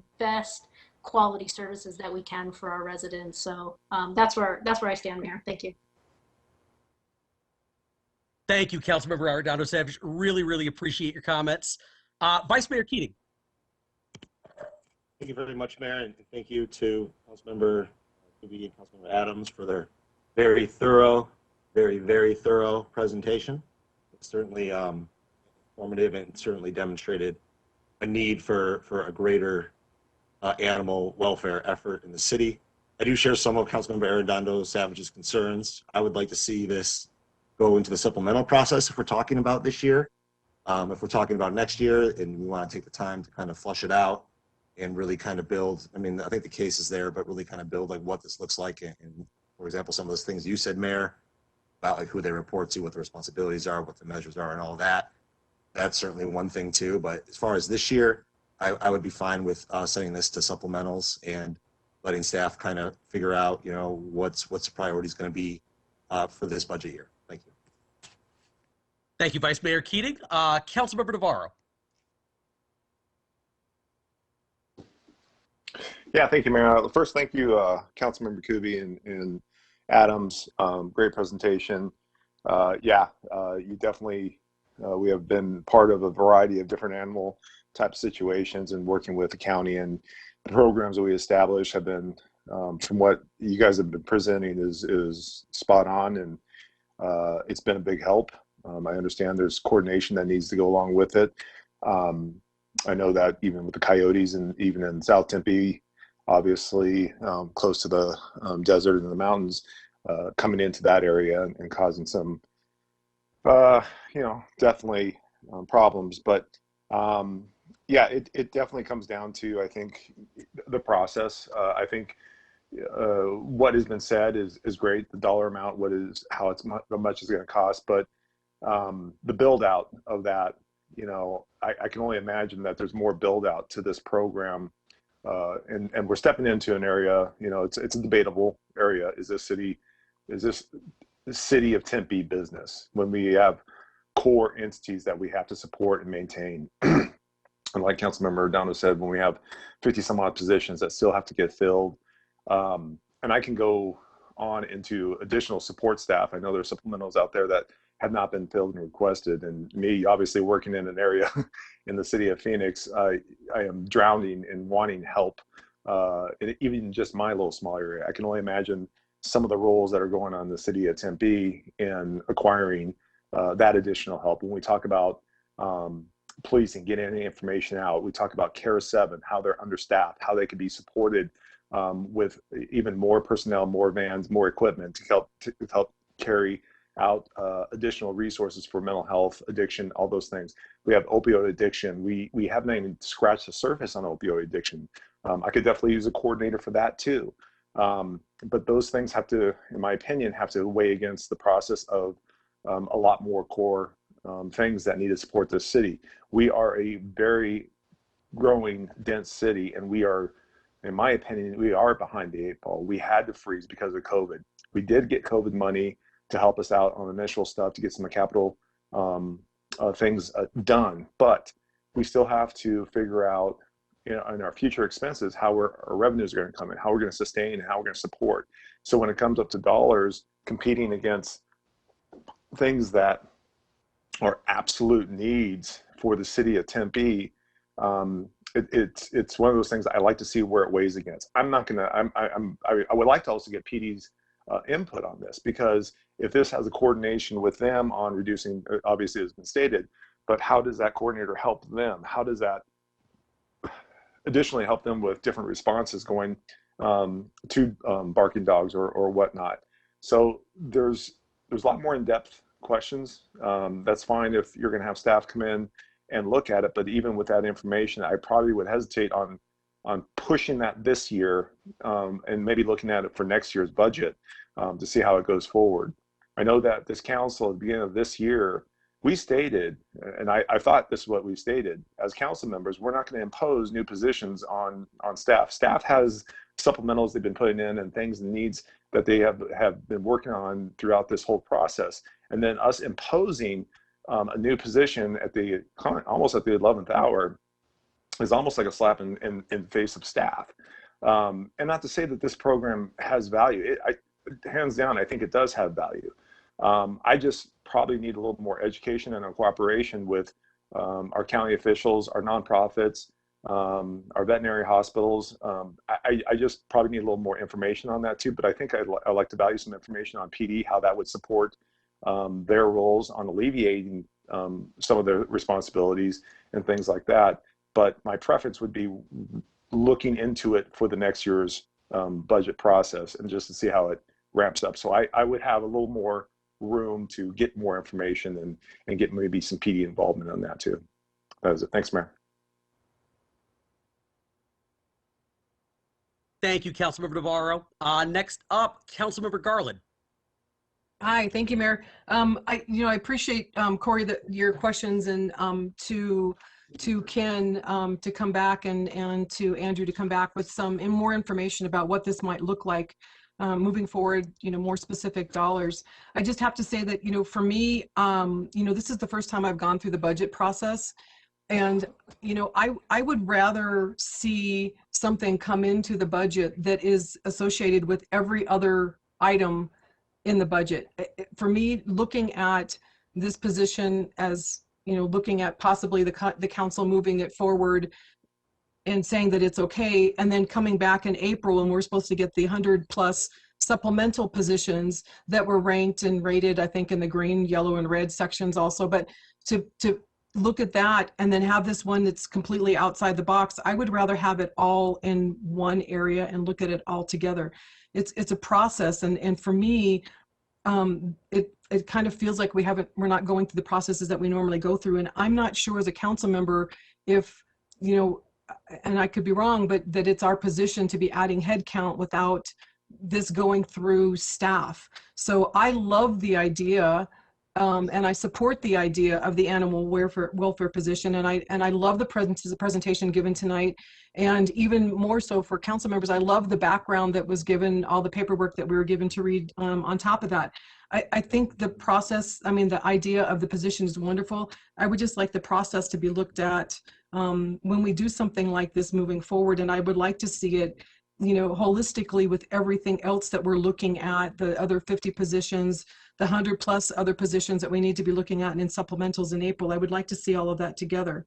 The other thing is, Mayor, I don't know if this is possible also, but is it possible to be able to look at this position to say, yeah, it looks great, we think this would be something wonderful for the community, and do it on a temporary position for a year, and then let it go back into the same process next year that it goes into with every other position, because at that time we will know where it sits on the org chart, we will know all of those things, so that we do it temporarily and then really see how this really works with the PD, how it works with the residents in the city, and how that position is going to work itself, and then add it next year. I'm just wondering if that's possible. So again, I support the position. I think it's wonderful, and I think it's a great thing, and I think Jennifer and Councilmember Adams and Councilmember Kuby, you guys have done a wonderful job pulling all this information together for us. But I would just like to learn a little bit more about the process and putting it with the other supplementals, just to see what it looks like against other positions. Thank you. Thank you, Councilmember Garland. Councilmember Kuby. Actually, before I respond to some things, Andrew, could you respond about the process issue and how working groups in the past have brought forward initiatives through working groups? Hello. Yes, Mr. Mayor, members of council, Councilmember Kuby.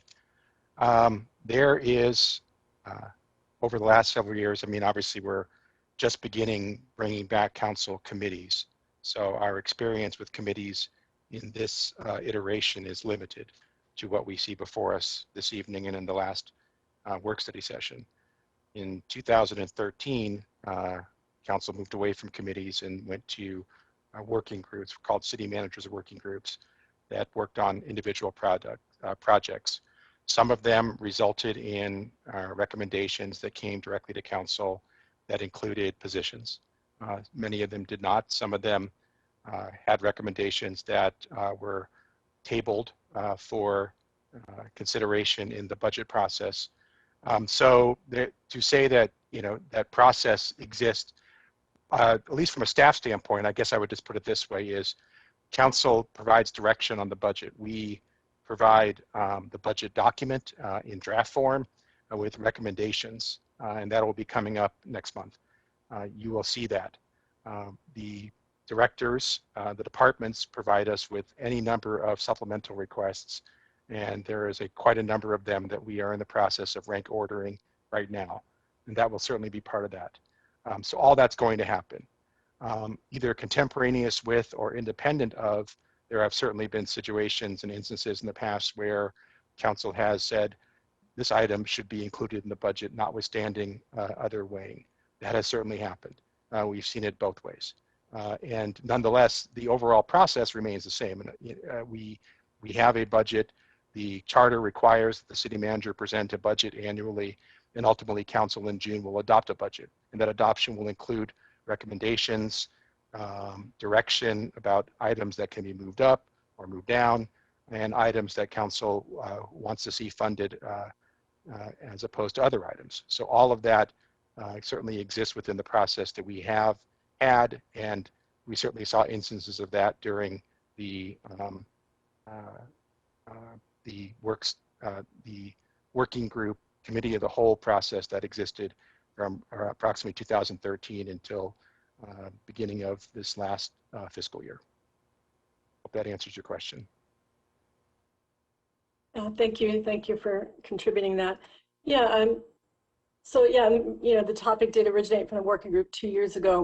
Many years ago, and we've had the pilot for 2 years. And that is the way council members introduce initiatives through working groups. And that's the forum we have. That's the process. We don't submit supplementals. And so asking colleagues to support this successful program, like we've done so many times before, we've done this with other, quite a number of initiatives and priorities that have come with staff.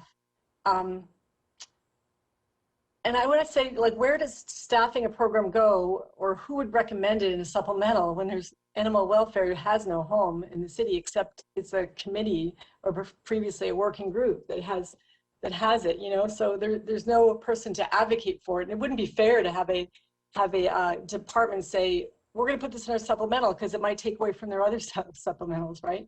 It's not their responsibility, but we do have this ongoing program that's shown such incredible success. I do want to mention a couple of things. One is that in our last month's meeting, Ken mentioned that we will be adding some positions. So it's not just restoring positions. There's a refresh, and the department heads are looking at positions, and there's going to be some positions added most likely.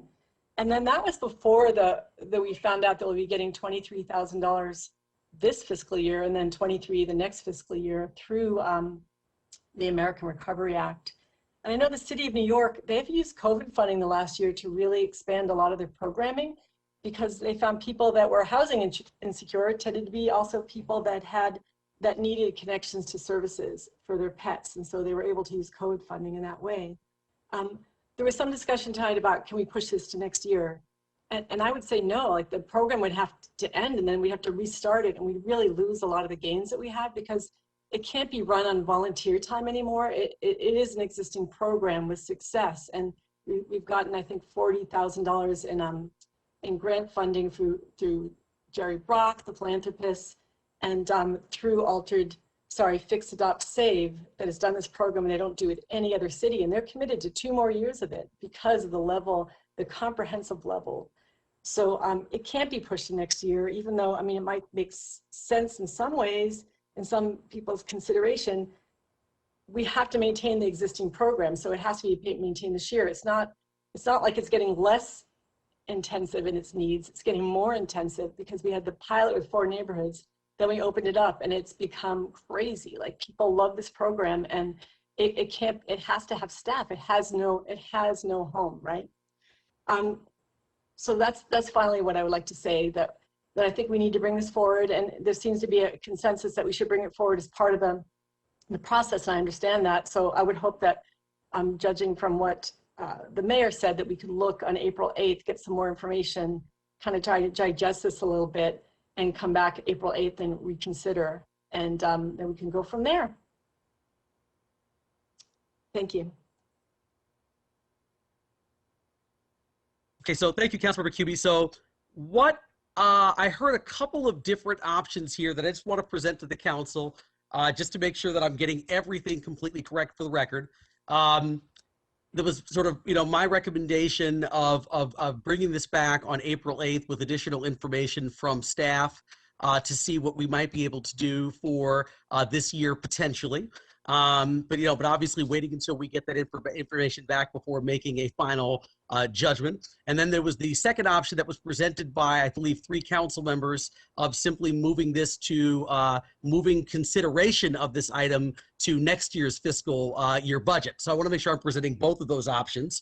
And I'm sorry to kind of go back around, but I just want to make sure that I'm getting everything completely accurate. I'm just going to ask everyone to chime in really quickly with what their preference is. Either we're going to, give staff 3 weeks to come back, whatever, with some additional information, or we're going to just simply push this into consideration for the next fiscal year. I mean, I'll just weigh in first. Obviously, I made the recommendation about April 8th, and so I will stick with that recommendation on my end, but I'll just sort of look for hands and I'll go around.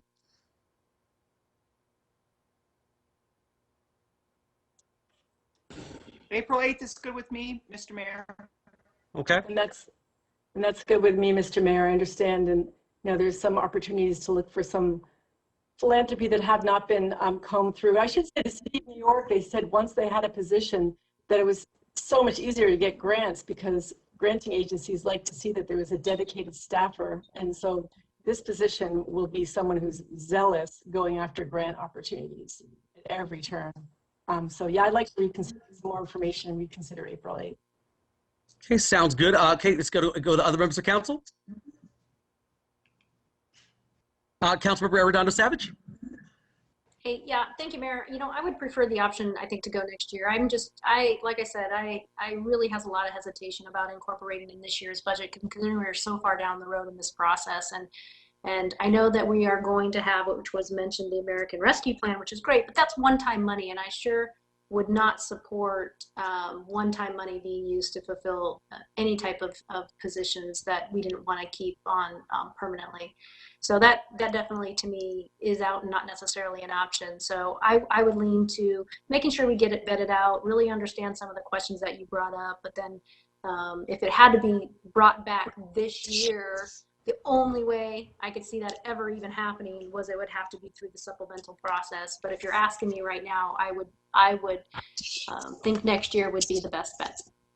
Okay, thank you, council member. Appreciate that. Let's see, other council members?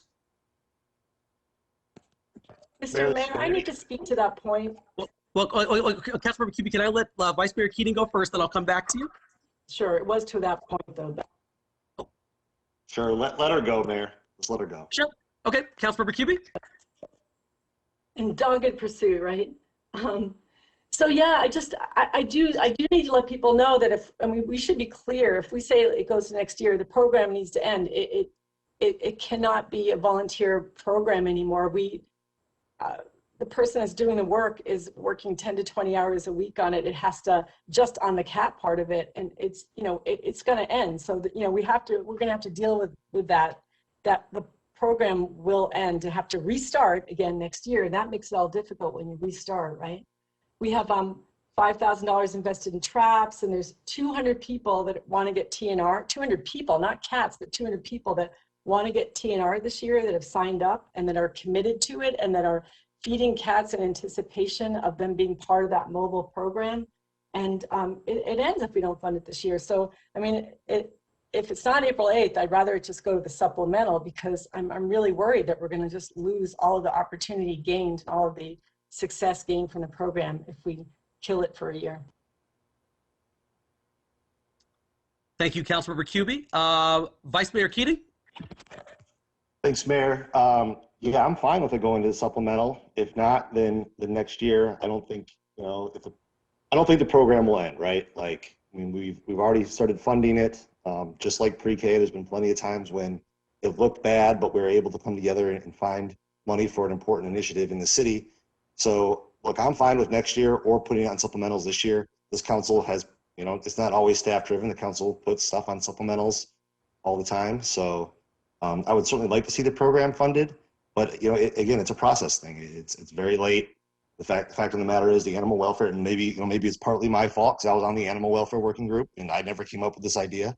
but it existed long before the committee structure did. And you know, again, I find value in it, right? Like it's not a question of whether or not this is a good idea or bad idea. It's just a question of timing for me.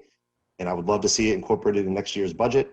Or if not, then we can throw it into supplementals and hopefully get some bridge money for next year. Thank you.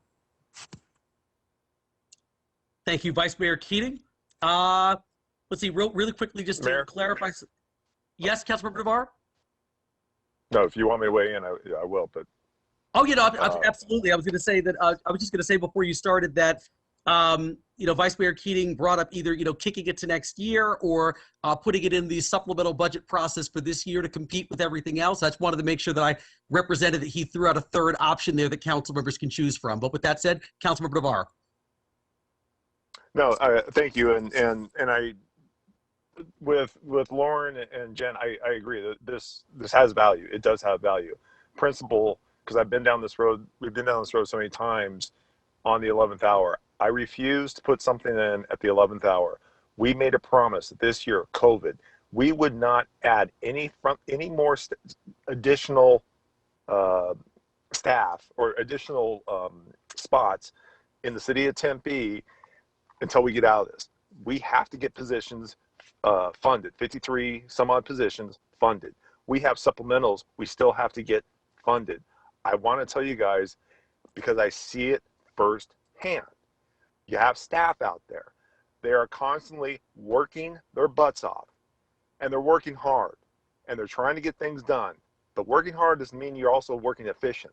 We have areas where we need to be responsible for as a council to make sure this city, the core of this city, runs. This program does have value. It's the same experience as we did the pre-K. We stepped in the world of education. You can debate this all day long if that's our world we need to be in. Does pre-K have value? It sure does. I support it. I do. We went through a process to get it. And I don't think we did this pre-K at the 11th hour, to be honest with you. So all I'm just trying to say is I would support this next year. I would also support the fact that if it got grant funded, which would be the smart way to do it, because I think it has real merit to get grant funded. Any gaming grants, whole merit of things. And I would like to see it go through that process, because then it shows value. And then as the duration goes on, hopefully the city can fund something like this if need to. But my first priority is the residents. My first priority is making sure that the core of this city is funded. Our public works, our roads, our staffing, the support staffing. We have PD that wants to get out public records in a timely manner, and they get 6 months behind because of staffing. We have alarm rooms that need to be, or positions that need to be filled, and because of staffing. We have a whole merit of things that need to be done. And I just cannot do something like this again. In 12 years of doing this, I refuse to do this again. So I'm going to wait till next year. I want to go through a process next year. That's where I lie. If you guys want to go ahead and do a presentation in 3 weeks from now, so be it. I will do that. But I'm not going to support something this year. And I know this thing has merit, and I will support it, and I want to see the value with it. And I do want to hear information from PD. I do want to hear value from that. How does that offset calls? Things like that. And there's probably other little entities too. And we can do that next 3 weeks from now too. But I won't support it until next year. That's where I lie. Great. Thank you, Councilmember Navarro. Any other council members? Councilmember Garland. Okay, since I'm the only one who hasn't spoken up on this one yet, so let me just say that I completely agree. I mean, I like what Joel was saying about process. I understand that completely. And I think that's where I kind of get a little hung up on this. Now, Corey, I can support us moving forward on to April 8th. I think the date you said, the next work study session, where you're going to bring more information. But I thought also, aren't we going to be given the supplementals in April also? Can somebody confirm that with me? The supplementals for all the other positions, isn't that going to be given to us at the same time? So technically it will be part of the supplementals then? Mr. City Manager, can you confirm that for Councilmember Garland, what the process looks like? I'll allow Ken, who's unmuted himself, to say what I think he was about to say. Mayor, we are coming forward with the supplementals, and I just want to comment a bit on the timing that is being proposed.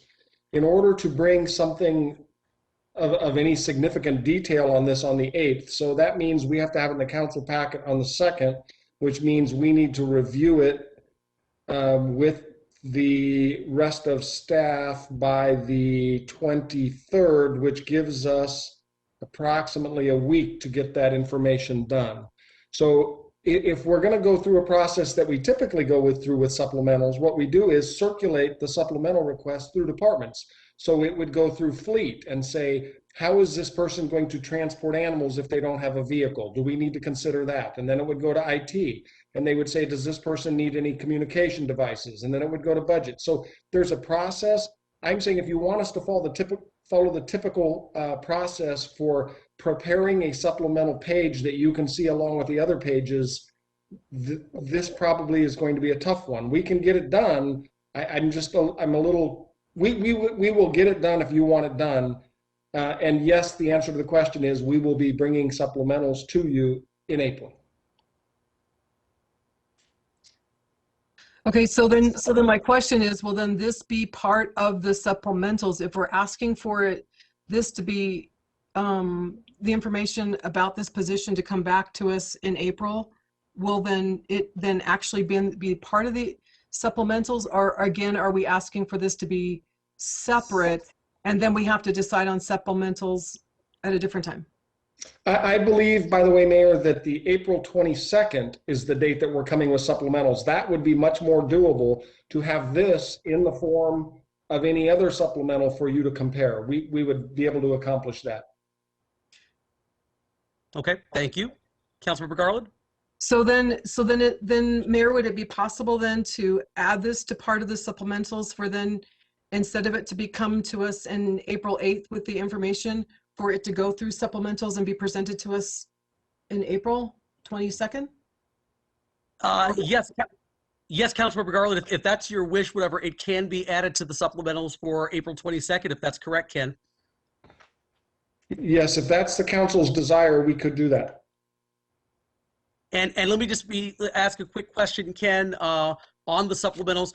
When we talk about adding something to the supplementals for this year, that means it competes with everything else, and then the staff makes a recommendation about whether or not they deem the position to be worthy of going forward this year? We are in the process of starting to prioritize the supplementals now. In the general fund, we received supplemental requests of $23 million, 104 positions. We have 52 current frozen positions, 52 and a half actually, that council members referenced. And of those 52 and a half positions, departments have requested that 30 of them be restored and another 70 in new positions. I think it's 104 total positions that have been requested. So we are in the process now of going back to the departments, getting as much detail as we can, and we're prioritizing those. If you wanted us to create a supplemental form for this position and add it to that analysis, we can do that. It's up to you. Okay. Thank you, Ken. Councilmember Garland, do you have any thoughts about that? I have a lot of thoughts about, I just feel like I'm just rushing through this, trying to figure this out. So I would like more information on that, but I'm trying to figure out, Mayor, if it's better for us to gather what information we can by the 8th, or if it's better for us to take some time and gather that information and then have it be presented to us with everything else on the 22nd.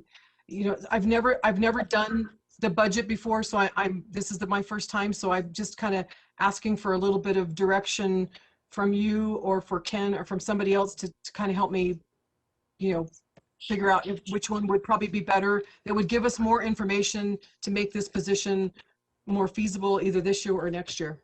Sure. I mean, Councilmember Garland, my preference, and I can go to Councilmember Cubie, would be just to gather more information for the 8th for council's consideration, and then they can make the decision at the 8th whether or not we want that to move forward as a supplemental budget request to compete with everything else. But I think given the level of, kind of concern and the depth of the conversation, and I think more information is a good kind of intermediate step as opposed to just jumping right into a supplemental when there's been so much concern raised. And I understand the concern. Okay, so if we can gather the information on the 8th, and then depending on what, it's not saying that we're approving it, but if we gather the information on and we get that on the 8th, then as a council, then we can look at that and decide if we want to add it to the supplementals that we'll be getting in at the end of April, or if we say, let's think of something else and maybe move it on to next year, whatever the other options were. Is that right? That sounds correct to me. Ken, does that sound correct to you? Okay. Does that sound right, Ken? Yeah, yes, Mayor. We can gather as much information as possible and put it together for you and get it to you on the 8th. Okay, I'm good with getting information for the 8th. I appreciate that. Thank you so much for the explanation and the time, everybody. Okay, thank you. Yeah, I'm good with that too. And I think, even there could be, a change in the agenda if there needs to be updated thing, a few days prior if it has to be, right? But no, I appreciate that flexibility. Thank you, Mr. Mayor. I think we could do more than, and we have had similar points in the budget. Initiatives have been brought forward with staffing. We do have, I don't want to go in detail them all, and it's a late night, but there have been a number of instances. So anyway, thank you so much, Mr. Mayor. Thank you.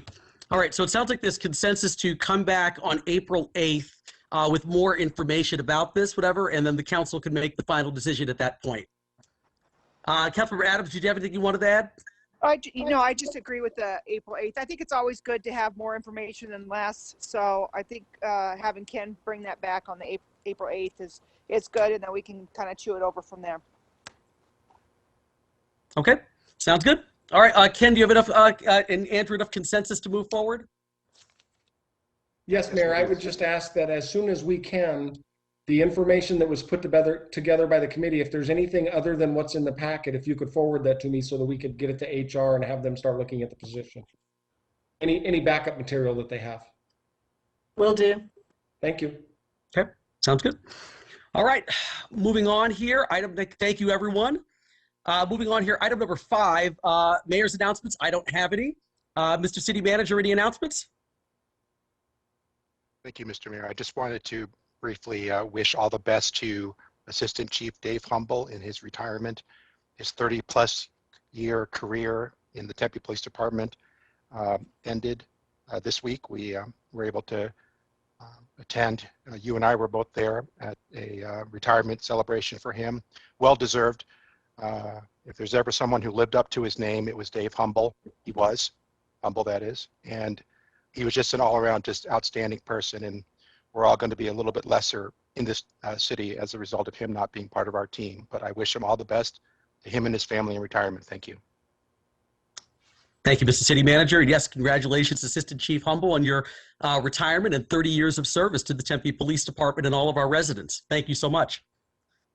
All right, next meeting date here. Item number 6 is April 8th, 2021. So we'll see you all then. With that, we are adjourned. Thank you very much.